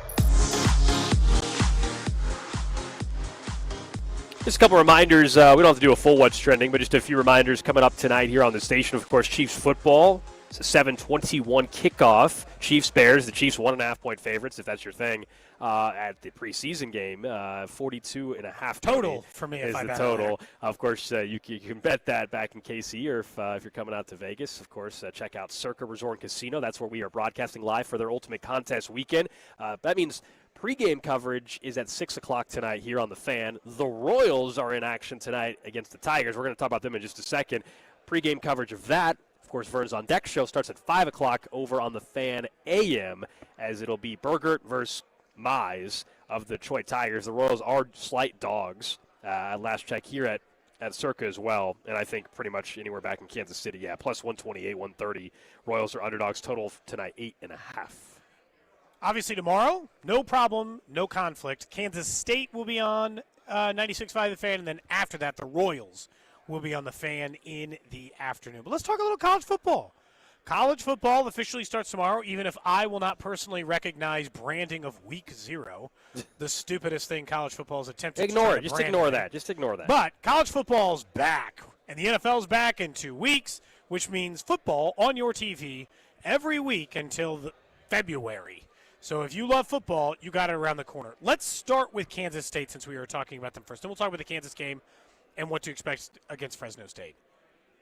Kansas State, they land in the same category we were talking about with the rest of college football. What is Avery Johnson? If you can answer me that question, I could probably tell you a lot about Kansas State's season, because I'll tell you right now, when they got rid of Will Howard, they were so high on Avery Johnson. They thought he was going to propel him to the Big 12 title last year. I do not think it's crazy that in his first year as a starter, he did not fully realize the type of player he was supposed to be. So I do think Avery Johnson will be a lot better this year. Because of that, I do like K-State. I think they're winning the Big 12. I think they are the best team in the Big 12. And I think Avery Johnson is a part of the reason I do feel that way about him. So, yeah, I do think they'll beat Iowa State tomorrow in Ireland. But I also just think that they're winning the Big 12 in total. So I think they win tomorrow. The number, I think, is key. Like, if you're talking about betting it. Like, at one point, K-State was -4. They're 3.5. If you got K-State at 2.5 or 3, I don't think we'll ever see it at 2.5 is the problem. No. That's what I would love K-State at 2.5. Then I would be all about betting them on the spread. So I'm probably not going to bet them tomorrow if only I can find is -3.5. I will probably just look at the total. But bigger picture, I think the big thing, their injury report came out yesterday. Remember, we get injury reports now in college football, which I like. Which is weird, but also fair. First year for the SEC, for the Big 12, the SEC did it last year, and the Big 10 did it last year, too. Yeah, it's the first time for the locals, other than Missouri. And like Gunnar Maldonado right now looks like he's probably going to play. He's at least he's trending in the right direction, be available. He's the Arizona transfer, actually. So he transferred in conference, Arizona transfer. And so that's a big deal. So we'll see if he actually plays. Chris Kleiman had a press conference, I think, on Monday or Tuesday before the team left for Dublin, and he was pessimistic about him playing. But then the injury report kind of came out as maybe he is going to play after all this. So that's a big deal to me. I actually think for them, I just don't believe Kansas State at this point. To me, going in is the team I'd be picking to win the Big 12. Like, can they get to the Big 12 title? Arizona State, to me, when you have Sam Levitt, when you have your starting quarterback returning, and he played at the level that he did, and you were a team obviously that had success that you had a year ago, you lose Cam Scatterbo. Of course, it's a big loss, and some other pieces. Yeah, that matters. Their portal class is great, though. I think Arizona State is still the team to beat in the Big 12. The question to me is, can Kansas State get to the Big 12 title game and give themselves a shot? K-State will win the most games of any of the three locals this year. Like, there's no doubt there. I'm not hating on them by any means. They will have the most wins, I believe, of the three locals. I think KU and MU are both going to have a very similar win total. I think KU and MU are both maybe 8-win teams. That's kind of where I believe they're at. I think K-State could get to 9. I know, Drew, you were saying you think they're going to lose to KU this year, actually, but still, but still be in or not be in the picture because of that. So, I look at tomorrow for both KU and K-State, and I think more so for K-State because of the conference aspect. Of course, it's a tone setter. I think for KU against Fresno State, it's a tone setter in terms of a true new era there where you're going to have a brand new stadium. You need to, like, it's not often I say, like, just find a way to win. They do need to win by 10+. Wow, you're saying, like, against make Fresno a State. statement. I think so. Okay. They need to win by 10+ against Fresno State. Spread-wise, it's 12.5, 13.5. Look, it's tough with Arizona State. Is it wrong to be a non-believer in them because they're not a historical football powerhouse and because they were not supposed to be good and they were a lot better than anyone expected? And a lot of times teams who are a lot better than you expected in one year don't repeat that in the following year. I understand mine is narrative-based for why I'm down on Arizona State. Do you think they were fluky last year, though? I wonder if that's part of it. Okay. Yeah. Okay. I think teams like that are fluky a lot of times. It's not just a knock on Arizona State. The Levitt part makes it less likely. But fluky teams like Arizona State, if they are, that is a very common trend where, like, a team is not supposed to be nearly as good, is way better, and then comes back to earth with the rest of the teams. Truth is, I think there are 5 or 6 teams who can win the Big 12. It is wide open. Like, I don't think it's just like it's Kansas State and they're clearly the best. Here, There's 5 or 6 teams. I think Baylor, Texas Tech, Arizona State, Kansas State. Like, Baylor's a sneaky team to watch. Let me pull up the Big 12 odds real quick. Just now, if we're going to talk about it being open, let me just get the most up-to-date odds for the Big 12 conference. So here we go. Conference winners in the Big 12. K-State is actually 5-1. Okay. Again, you can shop around. It's not going to be the same at every single book, but I'm just 5-1. Utah and Arizona State are both 6-1. Baylor is 6.5 to 1, along with Texas Tech, and then there's the drop off to TCU or KU or whoever. But there's 5 teams. Tech, Baylor, Arizona State, Utah, and Kansas State. And then I think Arizona State at 6-1 is still a bet that I would make, and I'll have till tomorrow to make it, I guess. I mean, in season you'll be able to do it, but you're not going to get better odds than that, I don't think, for Arizona State all year. No, that's probably the number that you're going to do. On the Kansas end, like you said, it feels like, look, Kansas has been, and rightfully so, the butt end of pretty much every college football joke for 20 years. They played in a joke of a stadium. It was a joke. Your entire college football attendance, Gold, in college was at a school that had a track around it. It was a joke of a stadium for a Power 4. For sure. It was and they were a bad program in addition to it, so, like, it just felt like a double whammy. They are stable. For the first time in a long time, they have had continued years of stability. Should they have made the bowl game last year? Yes. Were they a laughing stock? No. They are a stable Power 4 program to the sense that there is a floor that I would expect to be way lower than what they used to roll out as a floor inside of that. It does kind of feel like you'd like to usher in the new era the right way. You got a 5th-year starter in Jaylen Daniels. He has been a Heisman. He's been in the top 10 or 15 list of Heisman Trophy finalists in some of the years. He's been talking about it's like an NFL guy. So, like, you got him in year 5 around a bunch of other guys in a stable thing. You should find a way to get 8 wins. That's what I expect. And we'll talk Missouri next week because obviously they don't play this weekend. Kansas should be an 8-win team. And, yeah, they should kind of pour it on Fresno a little bit to the point that, like, new building, new energy, new space. They open up with Fresno State, as you said, tomorrow. Then Wagner before the big one in Columbia against Mizzou. And then they get into conference play against West Virginia. That'll be the first conference game at the new booth. Chance they could be 3-0. Start the season right versus the way it went last year. They are 6.5-point dogs to MU. They're going to be favorites in the first 2 games. They're They're going to be an underdog. 3-1. 3-0 would be a hell of a start. 3-1. 3-1. Yeah, 3-0. 3-1. I apologize. If they were to start 3-0 and get a road win in Columbia, Wagner, Fresno State, I forgot about the Missouri. then people would start getting really, really excited about what the season could be. That's a big if, though, obviously, in Columbia. Losing that one. Yeah, how big of a dog are they? Right now, they're 6.5-point dogs. Let's just see how both MU and KU look the first couple weeks and go from there. Missouri, as you said, we'll talk about next week. They got massive questions at quarterback. Unknowns for sure. Yeah. Well, and I think to KU's advantage, they get a true game before play Missouri, because Missouri's got Central Arkansas next week. And they're just going to play both quarterbacks in that? Is that right, yes, Drew? And then they've essentially announced that the quarterback competition will continue? Yes, which to me, I talked about it on the podcast, by the way. 249 Miles of College Football podcast is out now. I talked about it. I don't know. I'd be a little bit nervous if I was a Missouri fan, because Bo Pribula transferred in, and he played at Penn State and was solid when he filled in last year. Sam Horn was out all of last year and, has been dealing with the arm injury stuff. Plus, he's on the baseball side of things. Like, the fact that Pribula hasn't taken that job, I'd be a little bit, not scared, but I would be a little bit nervous if I was a Missouri fan. Because if you're starting 2 quarterbacks, it's not necessarily a great thing. This text makes we only Gold didn't go to football games in college. We only Gold didn't. Huh? I have no idea. Actually, I did quite a bit. Quite a bit.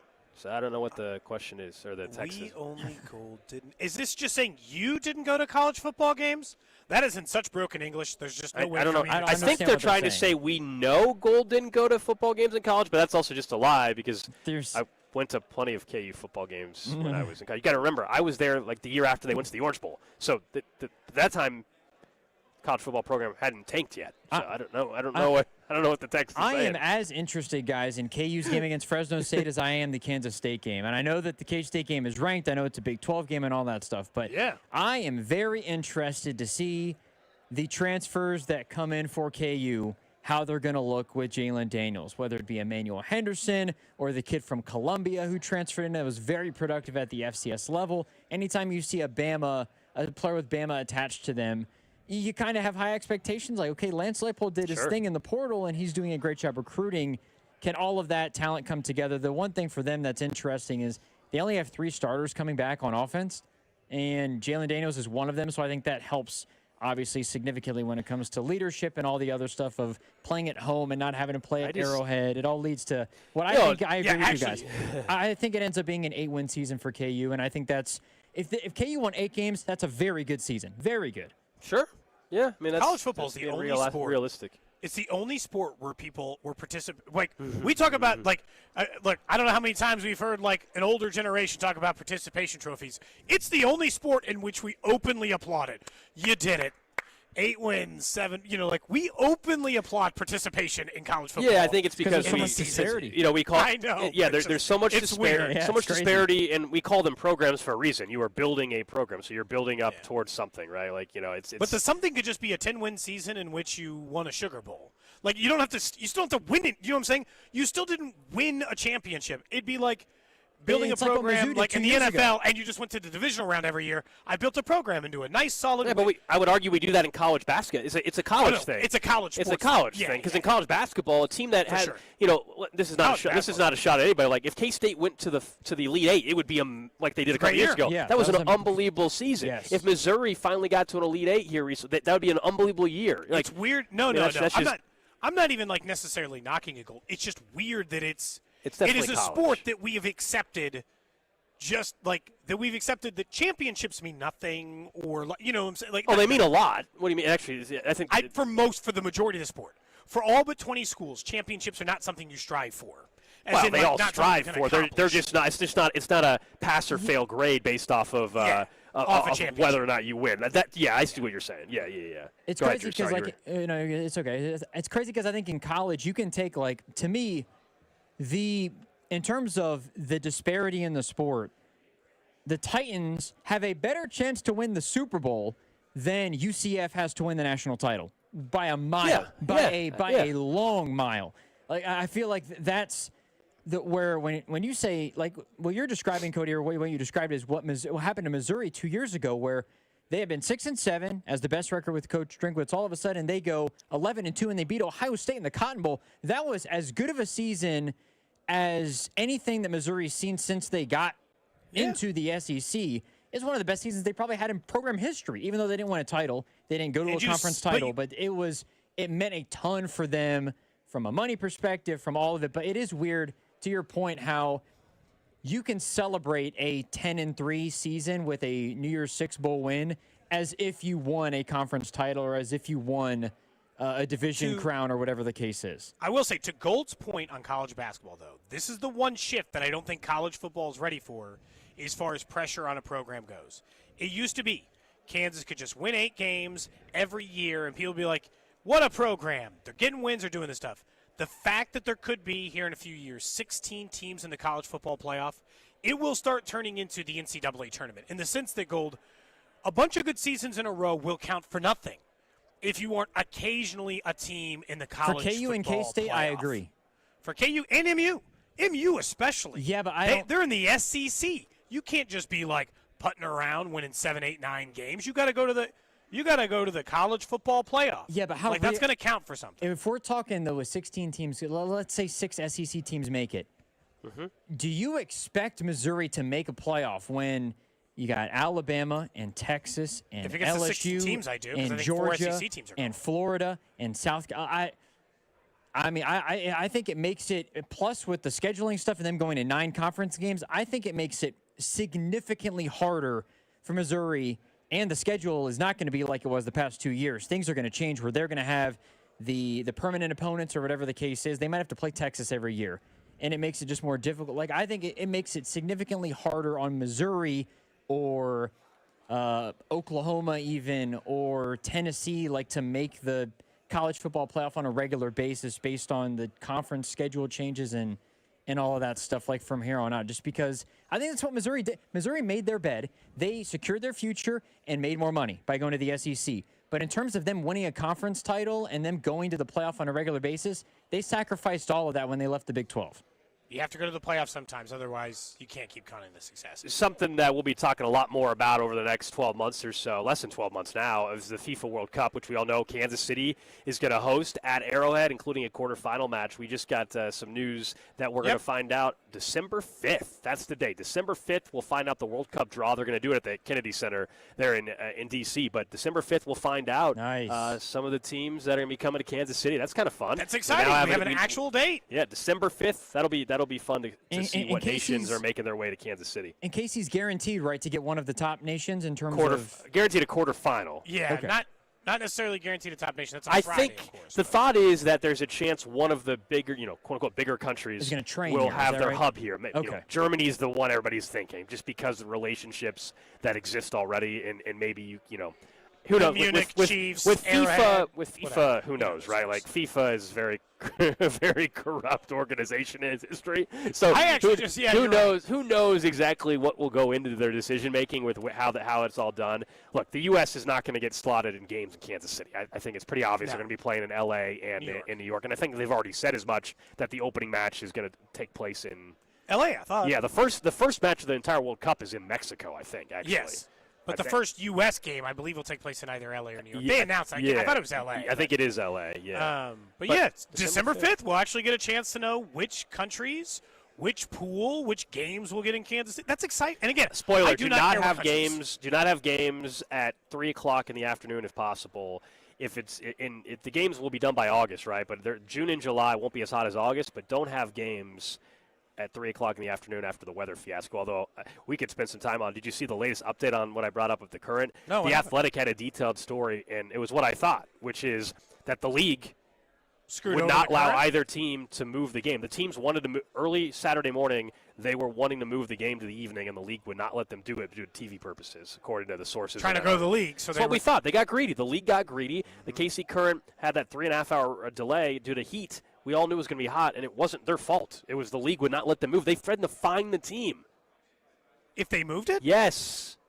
And they still threatened to fine them. So instead I have to learn about wet bulb testing? And read the article from The Athletic. It's really good. It's what we kind of thought, that the Current had no choice. It wasn't really their fault. I do still think they could have been better on the communication. Communication in stadium, I'll give you that. And via social for the people who might have I think been that's fair. But the outside of actual that, it sounds like it was the actual decision and the fact that the game never got moved days earlier and stuff. No, that was the NWSL not wanting to lose millions of dollars with their TV package for CBS, which still ended up happening anyway because the game ended up being on CBSSports.com by the time it started at 7 o'clock or 6:30. 3 hours after the fact anyway. Yeah. What a mess. Good for the You see Athletics. this? Someone says also good news. MoDOT guaranteeing that I-70 will have 3 lanes open for the World Cup. Okay. Hey, okay. That's great. Guaranteeing, huh? They call we it a lot. know the streetcar obviously expansion. I saw there's also I don't know. You're not going to be able to park at Arrowhead. You have Correct. to take public transport. There will be some other transportation methods, yeah. Yep. There's going to be parking rides. I'm going to go to one match, one way. I don't know what match. I have no idea. One way, I'm going to one because it's probably never going to be in Kansas City in our lifetime again. Agreed. So I don't care. I want to go to one. I want to. Yeah. I don't care if it's the tiniest countries participating in the tournament. Yeah, it can be 100%. Ghana against. I don't care, right? Like it just doesn't matter. Costa Rica. Sure. Right. You should have named 2 countries that weren't even really in it, like Luxembourg. Well, the field's expanded. The field's expanded, so we are going to get probably some countries. I hate it. It's up to Drew. What is it? You probably is it up like 15 spots. I think about that. I don't understand. They added that many, I think. You and Alex, we've both been doing the show so long. You seem fine with expansion in some sports and not fine for expansion in others. It's the World confusing. Cup, I don't mind a World Cup expansion. I'm not against that. Yeah, but you're against the NCAA. I'm saying you're either for or against. It just I depends. don't think it's the cut. You want MLB, pro. You're either pro more teams or not. You want it to be.